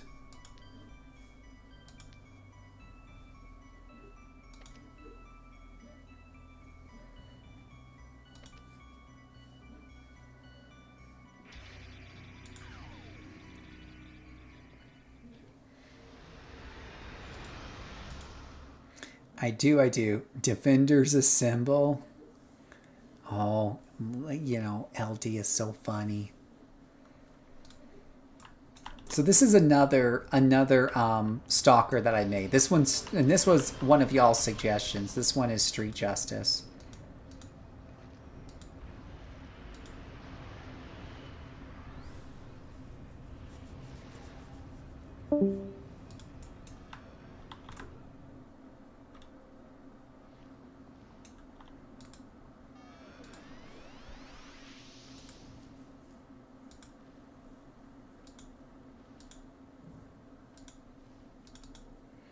You've been working on bots time.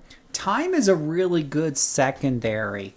Like I use it on my fire corruptor, you know, as the secondary for that fire corruptor, and that's been a lot of fun. So with bots, you know, kind of pewing them down, time slowing them from getting to you. I think that could be a very good mix. Yeah. Yeah. Absolutely. Could absolutely be a very good mix. Now, back in the day, I did bots and devices. So I put like the healing regeneration, speaking of regeneration, put down the regeneration aura and whatnot. So that was pretty cool.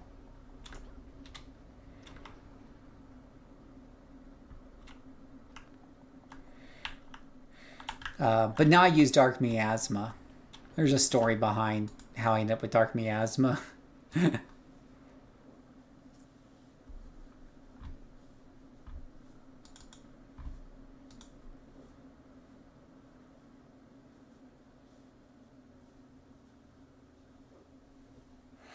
I have this character's artwork done too. Boom. Hi, Kickin' Hero. Go figure.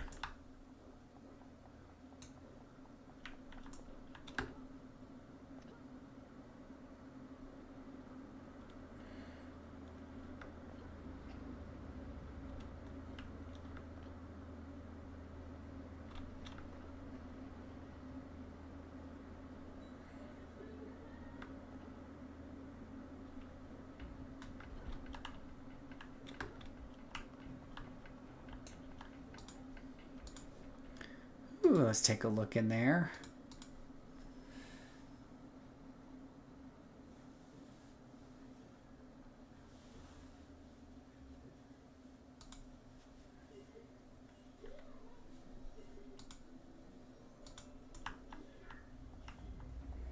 Alright, so let's see how this starts. This is martial arts stalker.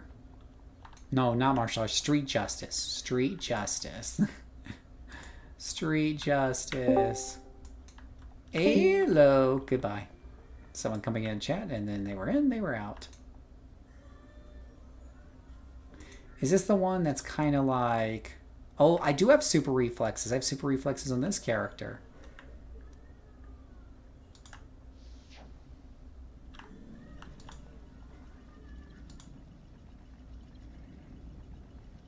Boom. Oh gosh. I boomed and then I got like totally ganked by a whole bunch of these guys. Oh, she just cross-hooked all of them in a hook there.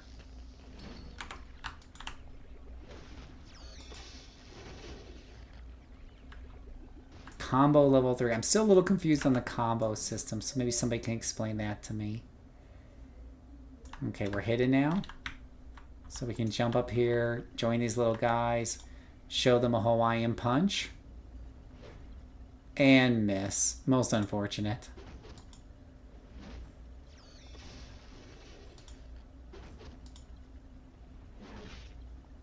I like how that guy just came in just in time to receive that cross punch.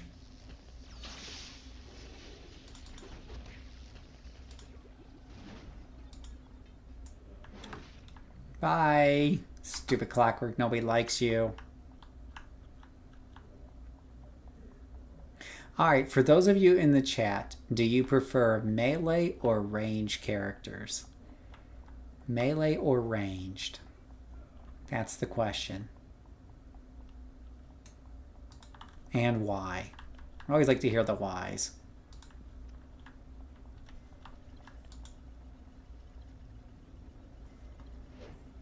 Oh, come on. What the heck are you smoking, lady?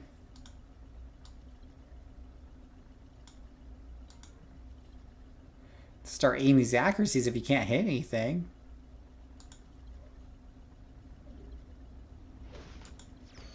There, was that so hard? Just give him a big old punch.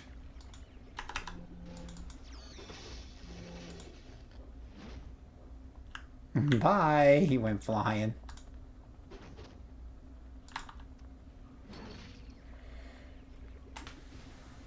We got a vote for ranged.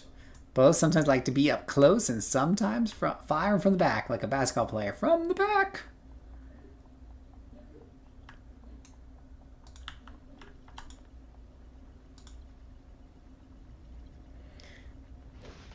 Ooh, that hurt. See, I'm not sure if I would go with this street justice or with the martial arts we saw earlier. Right? But I got super reflexes. But I'm not sure which one I would want. This is on a stalker instead of a scrapper, of course.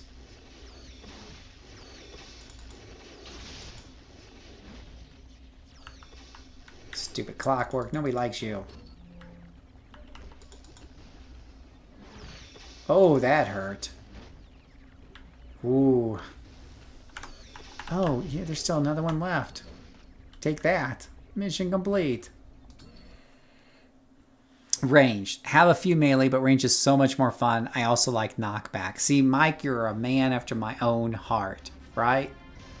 We wanna play. I'm telling you what, my knockback sentinel. I love the knockback sentinel. I do.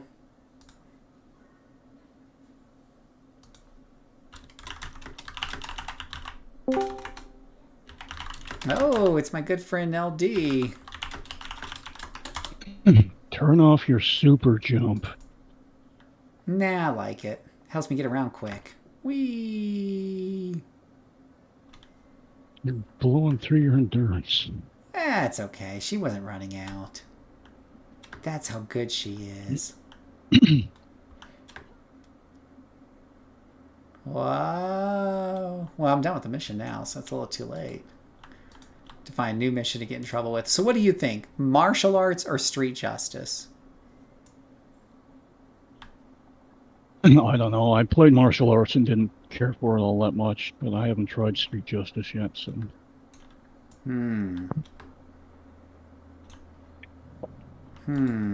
I'll have to watch your video and find out. You have to do some more. Yeah, I'm definitely doing some more here, and to jury's out because we were having that discussion today and whatnot. And what's interesting is I kind of like it on the Dom, but I think Dominator Martial Arts, that one Black Canary character I have, but I think it's because it has like 2 fast attacks, and then it has, I think, 2 slow attacks that are AoEs, and then I have like a ranged attack is what I got right now because I'm only like low level.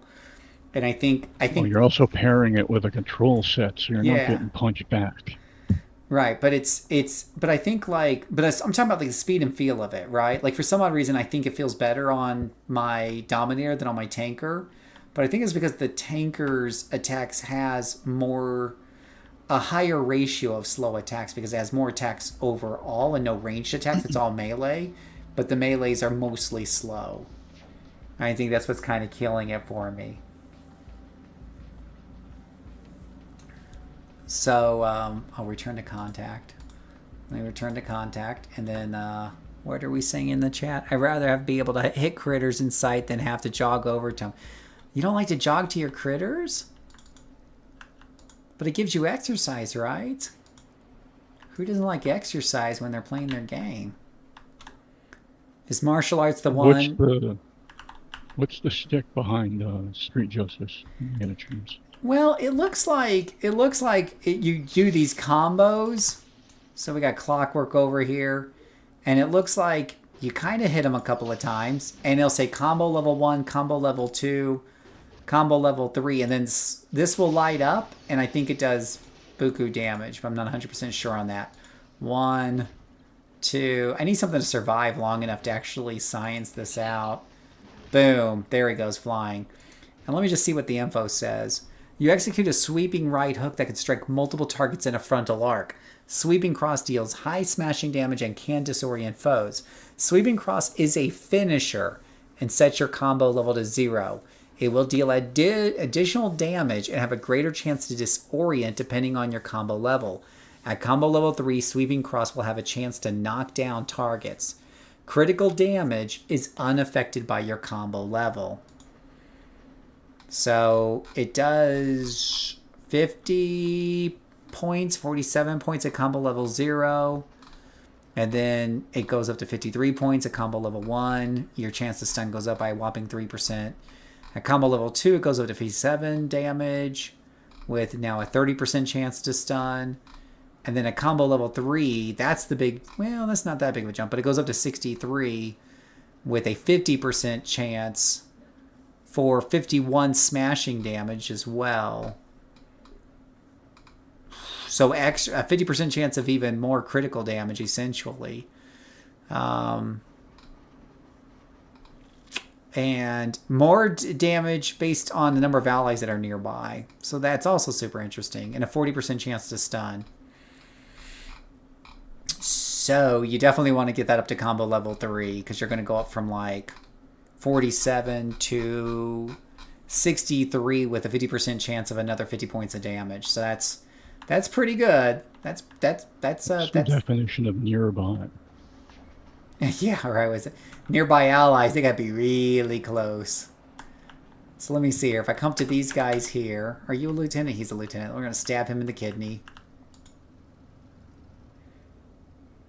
And then we're going to build up our combo with some of these nearby guys. 1. Oh, I'm already at combo level 3.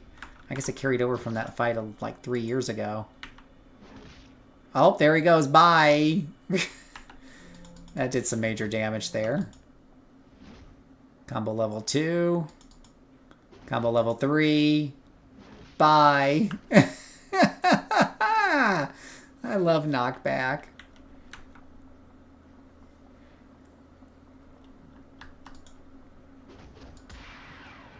One, 2, 3. I think it would drive you nuts in a human therapy. What's that? So I think it would drive me nuts on the melee character. What's that? The knockback. Nah. Well, you know, you and I were talking about regeneration, and I think regeneration, we were talking about like you need to slow down the enemy's attack pace or lower their attack power, and knockback can slow down the pace. Now this is super reflexes, so it's not the same argument, but yeah, it is kind of interesting. Yeah, the knockback can be interesting. Just I guess if you want, you can always press the letter F key and you'll just follow right after them after they knock back. Or you can use that time to kick somebody else's ass next to you, I suppose. Defeat 8 more clockwork. I guess I could go find some clockwork on the... Usually they're on the roofs or something around here, I think. I don't know. Who knows where the damn clockwork are at? Are you clockwork? They look like clockwork. Or are they circle? Circle. Pff. Never any clockwork on the roofs when you need them to be. Do. Clockwork, clockwork, clockwork. Circle, circle, circle, circle. So. Clockwork. Yeah. Stab him in the dark. Shabam! You have a bio armor street justice tanker that you rather enjoy. Nice. Nice. Is martial arts the one that has a slow field at higher level? That's a good question. Let's see if I can see in the description here. Look at the powers. We have Spinning Strike, Shin Breaker, which does superior damage and it does slow down an enemy's speed and lowers their defense. And then you have Crushing Uppercut. So, you do have something that slows them down. I don't know if it creates a yellow field or not because I'm not high enough level to access that skill yet. I am a high enough level to stab this guy in the kidney. Kidney Strike. I should totally be called Kidney Strike.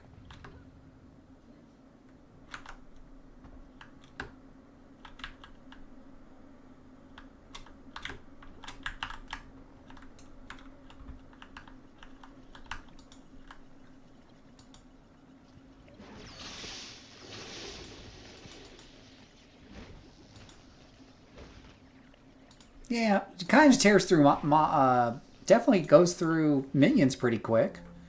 Yeah, that knockback, you just press F to follow them. He was my last mob, so... But if I was fighting 3 or 4 of them, that could help give some space to slow down their attack, but, I don't know if it's a good meta combination or not.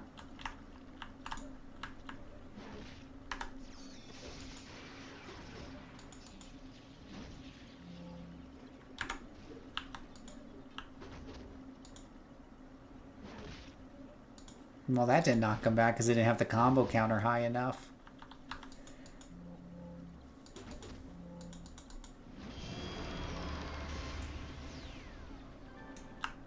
And that's how you level up.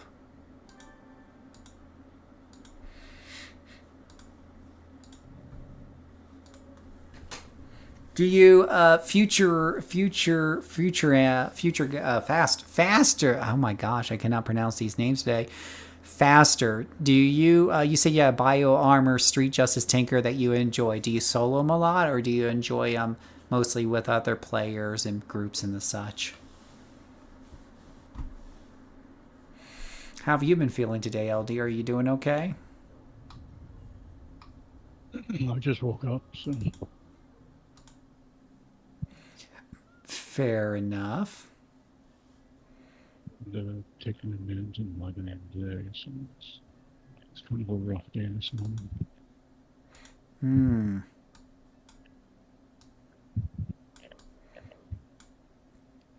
I've been busy, as you probably have seen. Definitely just saw that thing about the dynamic duels. Yeah, we got that going.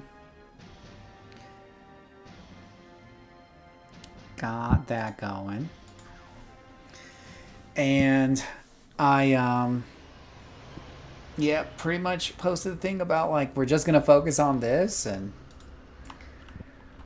We'll do that.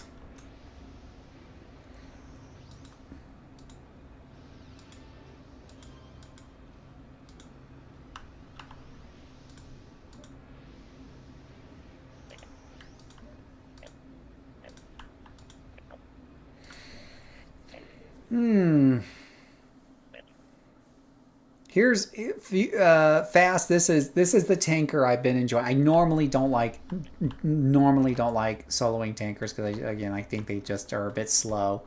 But this one has actually been kind of fun. This was a recommendation from a follower. Bio staff. I mean, bio is going to give you that damage increase no matter who you're playing, but it definitely works better obviously if your weapon set has some good AoEs, and this one has a couple that come online pretty early. This character is 15, 16, something like that. Actually, I just see now that she's got a level up symbol. Maybe I should level up first before taking the next quest. I just had her working on the old positron. I grabbed some inspirations on your own. Yeah, good old inspirations. Let's train up and see what we got here. Yeah, we got more defensive powers. And took Force of Will because we were talking about Force of Will. Is it the one with the built-in super jump? Yeah, it's got the built-in super jump, and that's what I'm using to travel around. Let's see here. You overwhelm your foe with sheer Force of Will, reducing their defense, damage resistance, and chance to hit. So it's literally got like a weaken defense buff, resistance to all damage for 15 seconds. It's on a 30-second cooldown. Takes 7 endurance. It's not a bad single target debuff. You know, put a couple of recharges in it to basically keep it perma on your enemy. It's not shabby. Let's see here. DNA siphon, evolving armor. While I'll get you a small amount of energy resistance plus anybody tired, nobody taunted.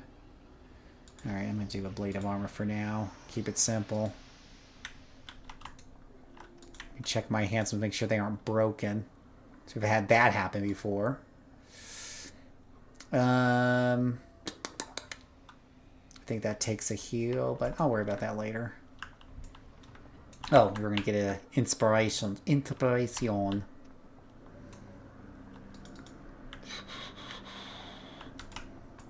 Whoops. Let's go to the vendor over here. Let's try that. Let's see here. How about some enrages? Oops, I'm selling them. The designers of the game actually understood the concept of a blade of armor and how it actually works. Nah. No, but it sounds cool, and that's what's important. Right? Who sells inspirations around here? I never buy the damn... Oh, I just buy them off... at the hospital. Let me just buy them off the auction house. What am I doing? I'm doing it wrong. Just buy them off the auction house. Wow, those are expensive. We aren't buying those.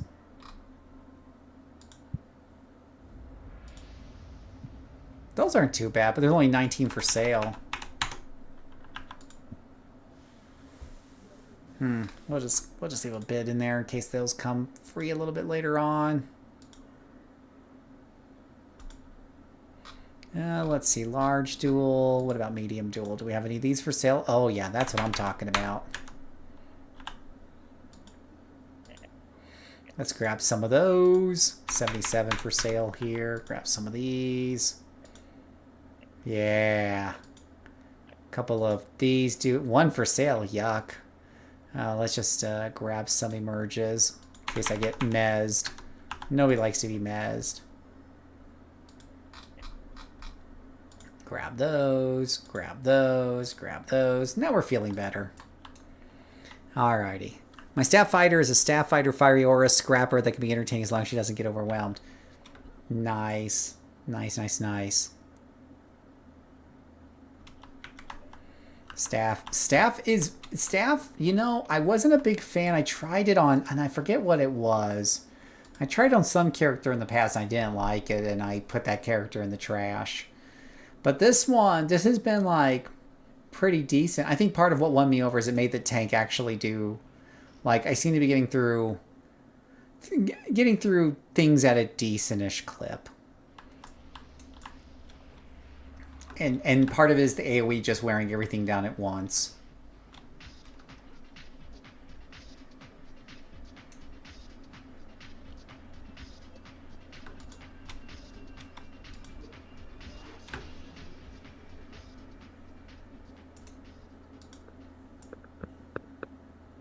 Empowering your jump speed and height for a short period and shouting there with being knocked by nearby foes.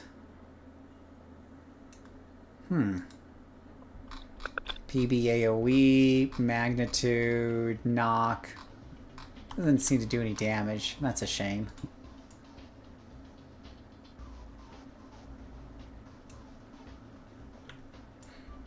But I only think it probably does good damage because, or decent damage because of bio working together with it. And keeping it in offense mode, which obviously you don't want to do in certain situations. Hey guys, what you doing in here? Is this where the party's at? I really do think it is.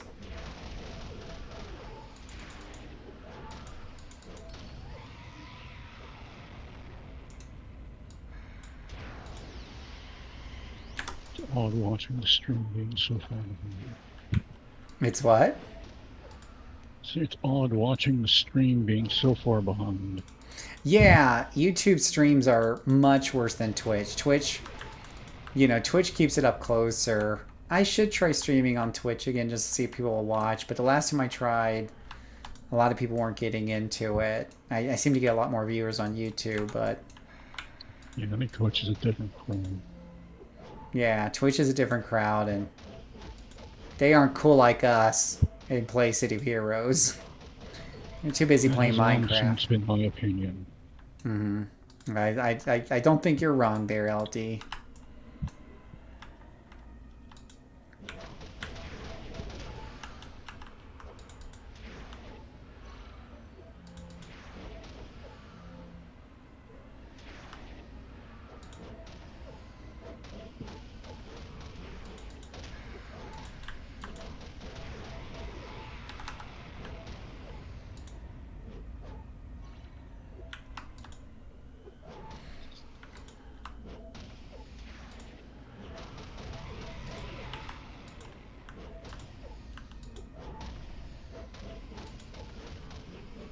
Now, part of the problems I've had with some tankers in the past is their damage is so low that you run out of endurance while attacking.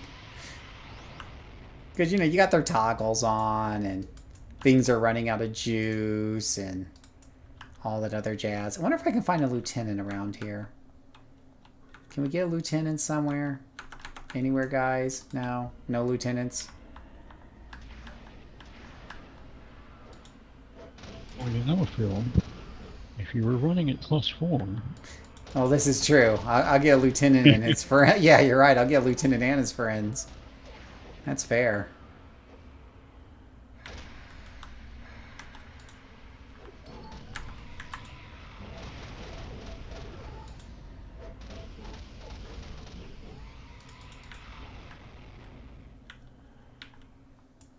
Darn disappearing monsters. Now give me a lieutenant.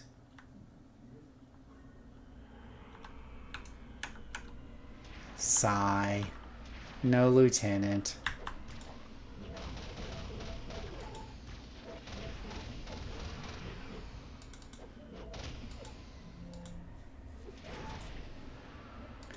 Another reason I tend to prefer range, when it comes to these melee AoEs, I don't know about you guys, but it's really hard for me to line these up to get the value out of them. Especially the cone ones, like you got to position yourself at just the right spot for it to even hit more than one character. Is that just me? Oh, I hate cones. I've long since hated cones. But yeah, but even like the melee quote-unquote cones, or yeah, those are the worst. I guess if it's like an AoE that's all around you on melee, that's not too hard to line up.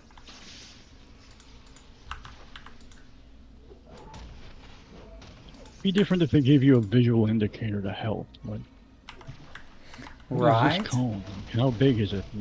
What's the angle of it?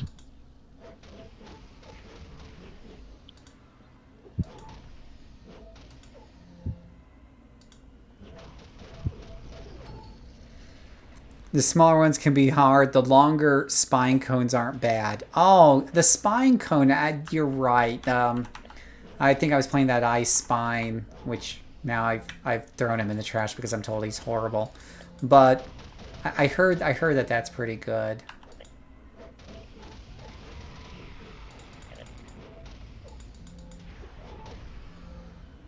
Maybe I'll go back to that spines one day, but apparently ice spines is a bad idea. So don't be like Phil and making ice spines.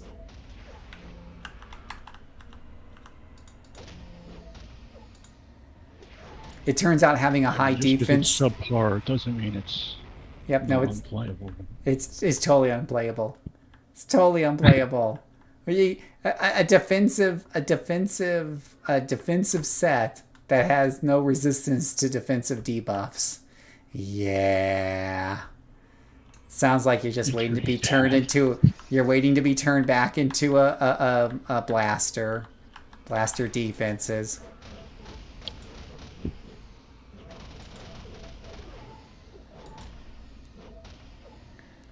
So it is taking 4 hits, 5 hits, 5 hits to kill that lieutenant. That is pretty darn good. I've had sentinels take 5 hits to kill lieutenant at times, so that's why I dig this one. I dig this one quite a bit. It's definitely better than the 10 to 14 you guys saw me do on that one video. Spines regen was fun. Well, we were talking about regen the other day, and even earlier today, fast. And how does regen, like, because it doesn't have a lot of defenses and stuff, don't you get kind of overwhelmed because your health regen doesn't keep up with the incoming damage, right? Unless you got a way to slow down that incoming damage, like with knockback or something, or how did you find out that that worked for you?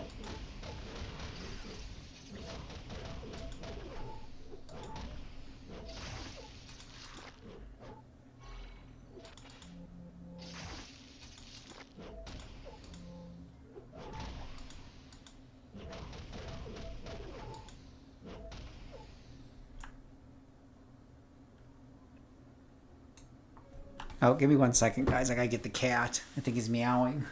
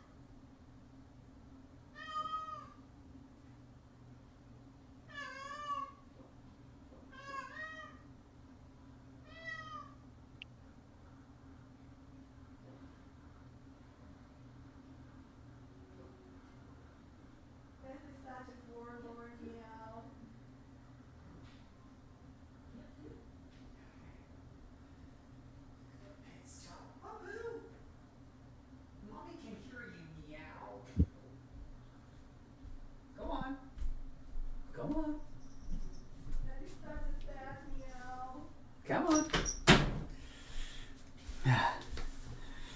Okay, sorry about that.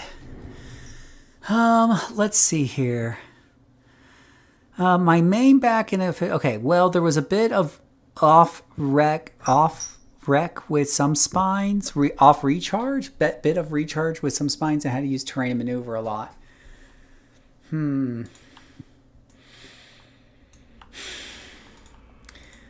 I feel like I have to do some research.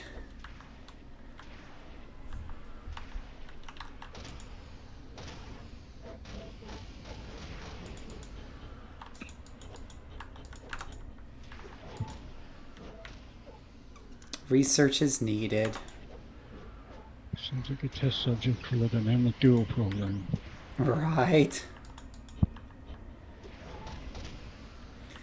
You wanna regen tank in front?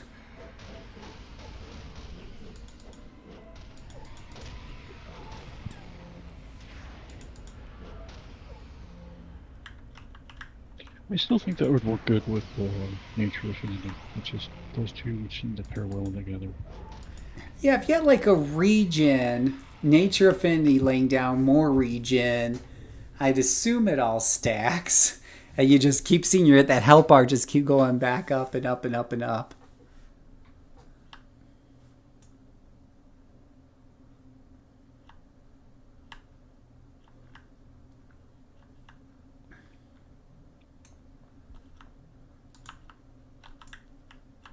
But I don't know.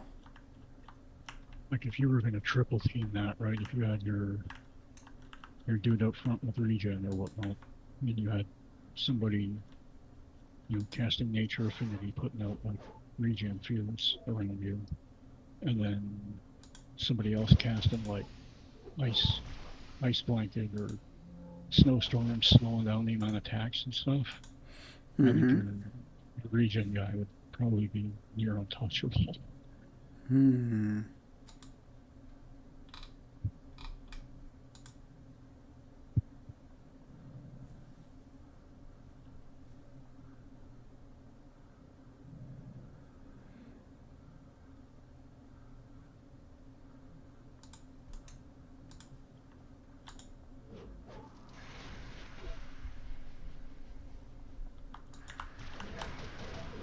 That's assuming you're playing with a group of 3 people that are all kitted out geared towards a single tab. Right. I mean, the cool thing about regen, I guess, at the end of the day, is you can always pick up some resistance somewhere.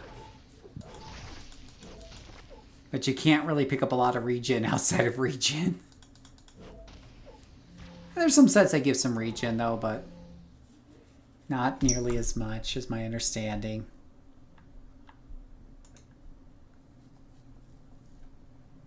No, cat. That is not a cat water bowl. You got water. Go away. Stop it. No.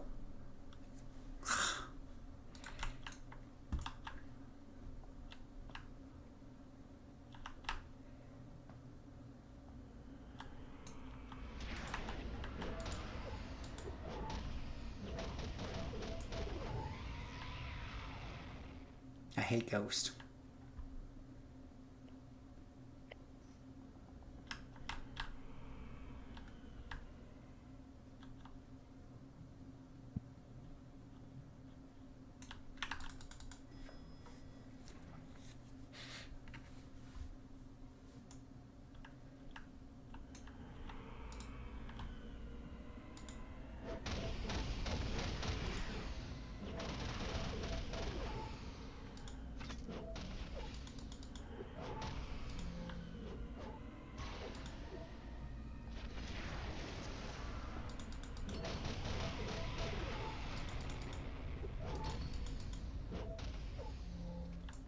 Oh, well, she went through all of them real quick. I feel like it's a bit more satisfying, but I think that extra damage from Bio-Armor really does help. Oh, so we did some tests earlier today, LD, for science, of course. And we did find out that if you're playing your defender and you do take the tactics and turn it on, you do get an extra 18% damage. Sadly, it didn't save me from getting my candy ass kicked and running it through a test mission. That's what I mean. Like, I know it says, that, like when you open up your stat menu or whatnot, I know it says it's there. But like it doesn't feel like it's there though. Yeah, it put a little status symbol underneath my health bar and everything, right? Saying, hey, you're now getting 18% more damage. It's like you're taking a red, right? I mean, a red's 25%, so it's like 3/4 of a red. That's what I mean though. But if you do take a red, right, you notice that you notice a difference. You feel, yeah, but I still died in the test mission as a defender. I still died, whereas my corruptor doesn't die. The same exact power set. She doesn't die. She kills things fast enough. So I don't know. On paper, it's saying the defender's getting 30% from playing solo, another 18% from this leadership thing or whatever, assault. But it's like with all those, but it still feels like they're killing too solely to stay alive. Like I say, I'm skeptical of the leadership powers in general now, because I really don't see them making a difference. Because I've played with them and without them, and it just doesn't feel like there's a difference there.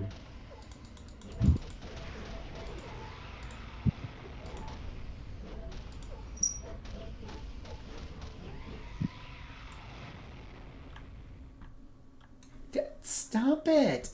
Everything is not kitty water. You and your disgusting paw dips. This stupid cat. Yeah, everything I drink has to be in a bottle, because if I put anything on the table, someone's gonna like dip her paw into it or tail or something. Right? It's like, you know where that paw has been? I don't need it in my water. We all know where that paw has been.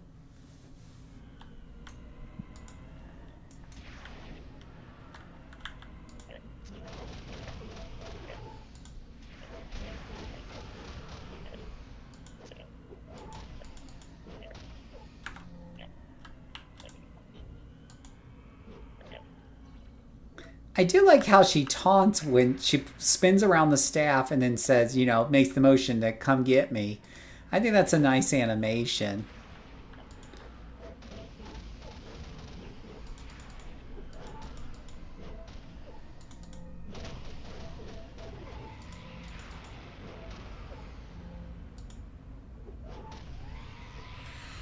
Didn't people used to use some kind of log analyzer or something to determine the damage and the power effect over time?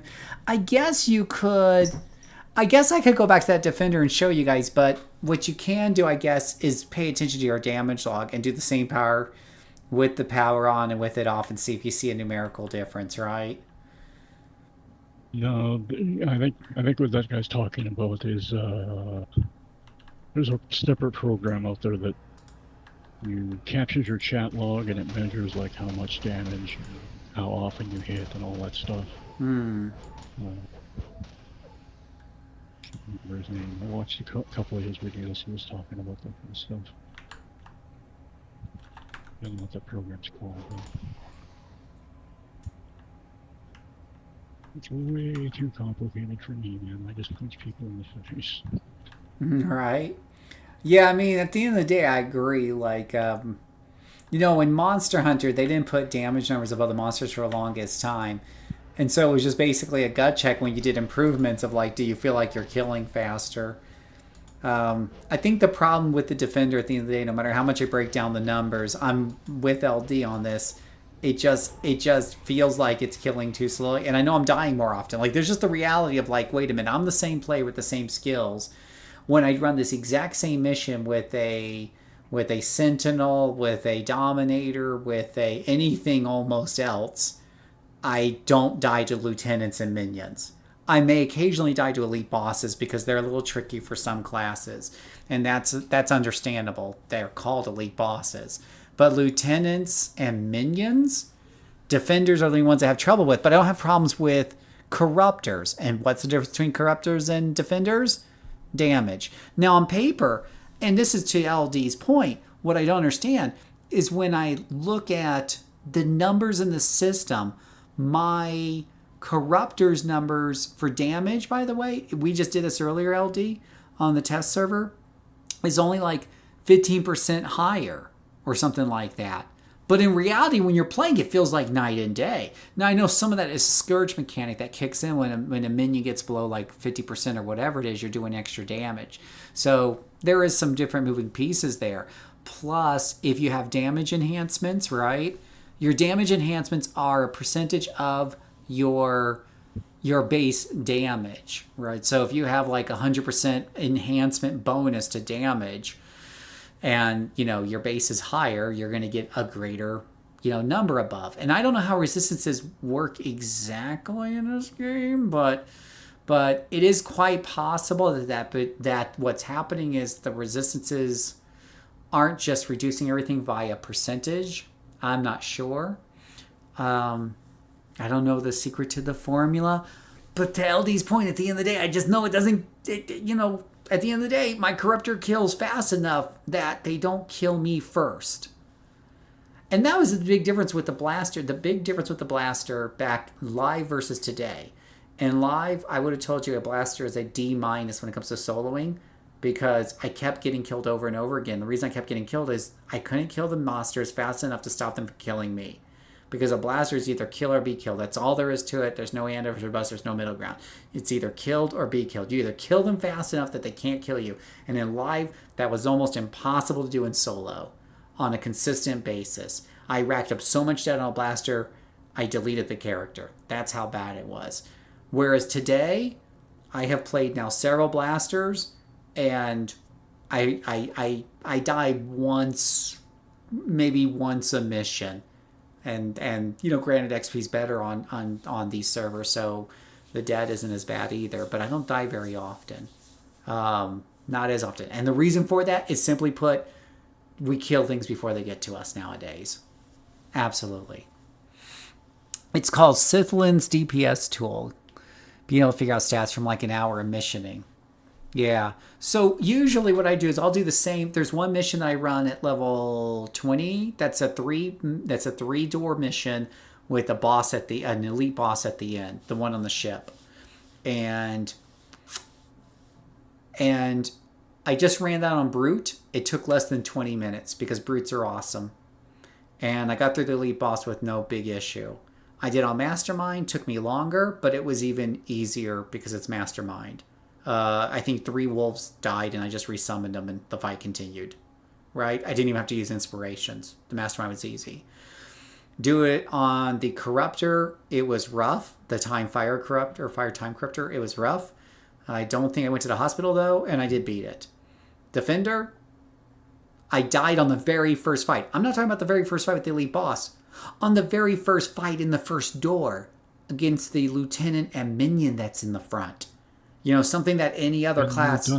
Yeah, something that any other, class in soloing just walks up to and handles it. The tanker may do it very slowly, but the tanker will win the day. The controller may do it very slowly, but the controller will win the day. But the defender, I don't care. It says I get 30% damage bonus in solo. I can't.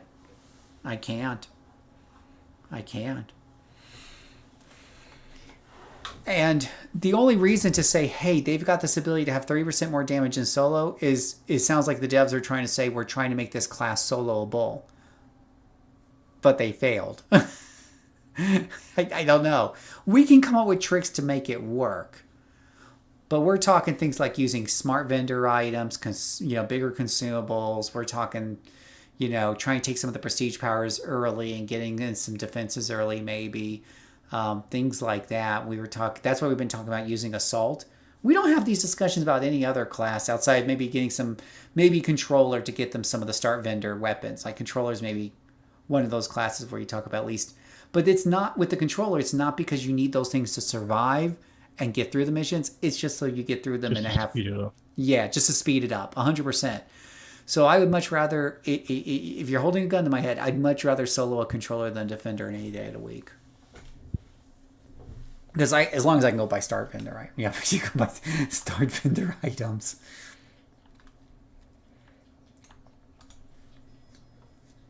One of my favorite blasts was Energy Blapper. It could get rather exciting.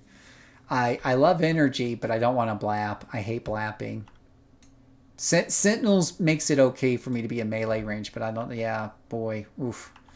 Yeah, I don't know what the fascination is with being a blaster and wanting to be a melee. Ugh. You crazy kids wanting to be a melee with no defenses. Why not just play a scrapper? Low defenses, high melee damage. Yays. Ah, you crazy kids. Crazy, I say.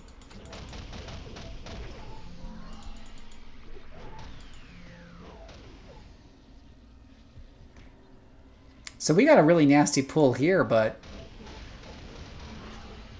I'm getting through this with the tanker, and I'm tearing through these lieutenants. It's slow, but it's steady. It's not 14 hits, and it's before I run out of endurance, so that's what I'm saying. Like, hey, this makes me happy right here. I can level up a tanker. And boom, there's another level right there.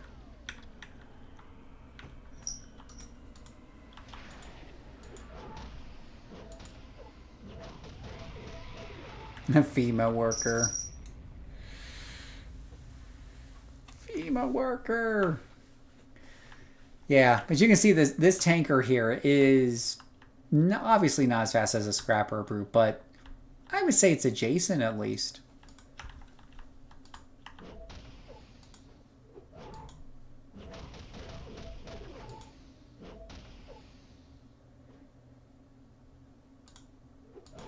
Think I'll be better off when I get a few more powers in here too. How many throwing knives do you have? Throw a knife down there. Oh, hello. More enemies. Yay.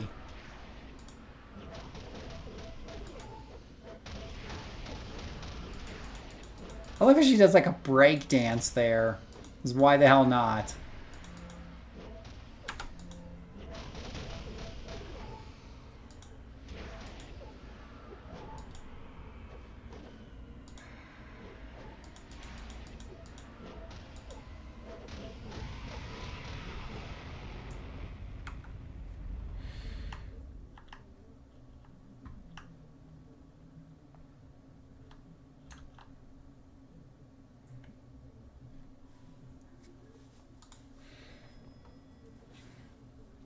She's got, what, 27% smashing and lethal with a 21% damage bonus.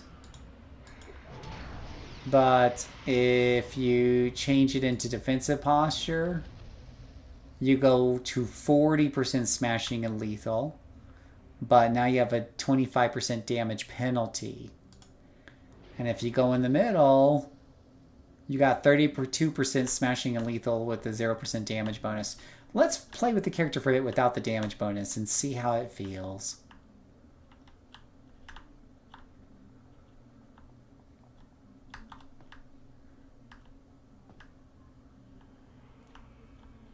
Yeah, supposedly you could get that leadership, assault, whatever on a tanker. And it has a good percentage for a tanker.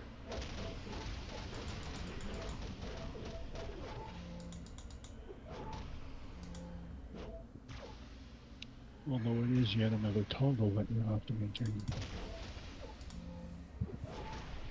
Oh yeah, something you have to definitely put some endurance because it is sucking up your endurance. That's for sure.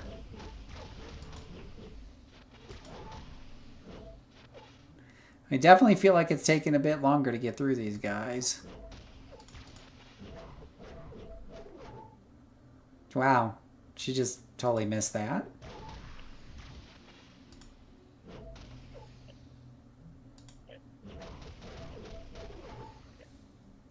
Boom.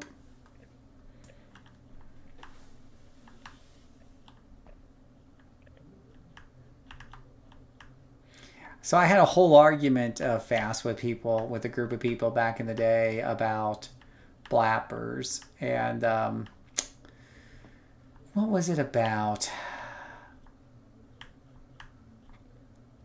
I forget. I honestly don't remember.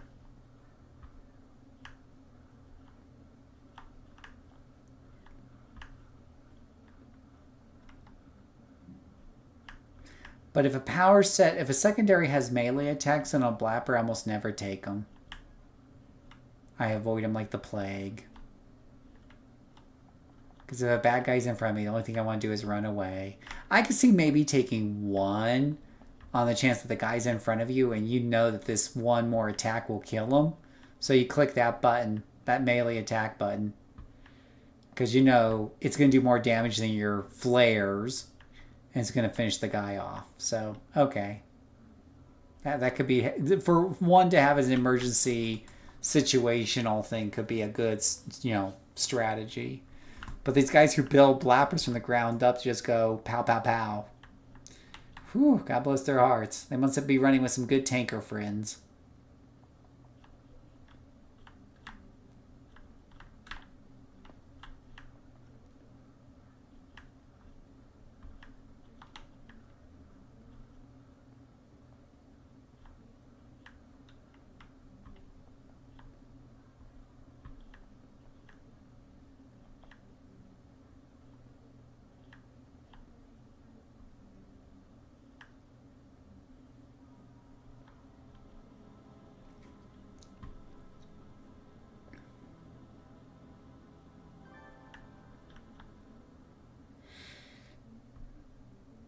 Yeah, with the energy, at least you're getting some defense there by knocking the bejeezy out of them and knocking them back. Absolutely. That's what I'm thinking. Like it's a regen. I want to try regen on something, but that might be along the lines of something with knockback too.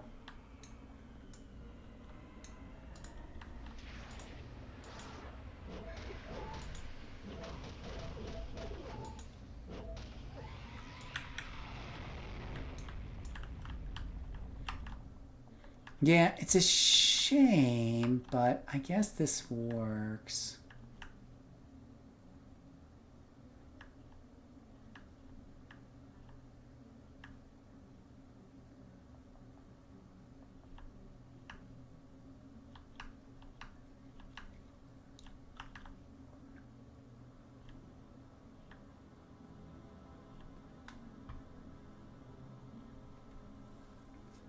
Come on, female worker. You can make it out.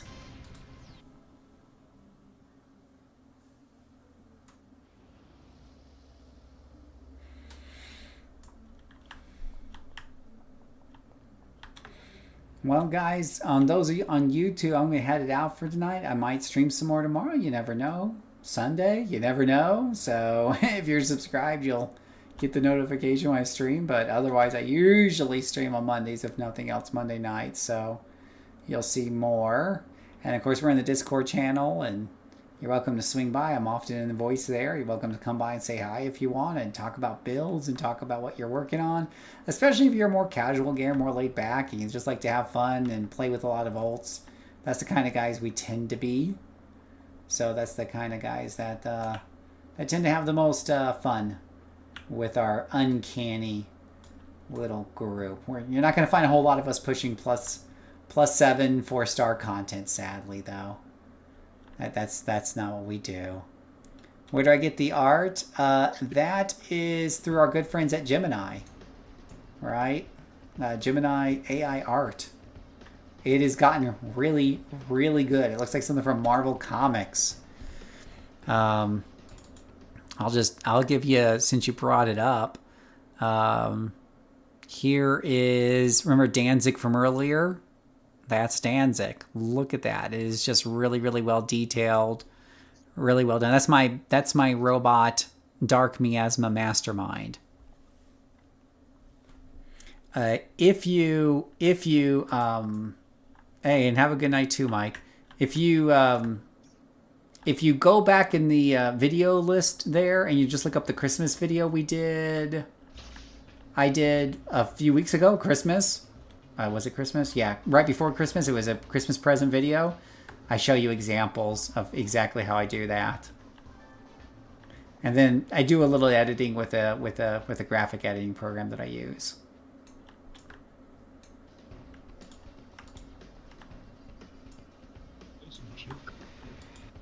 What's that? Oh,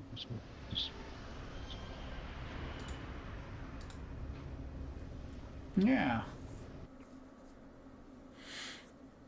But thank you guys so much for watching. Hope you have a great evening and catch you next time, and may God bless you.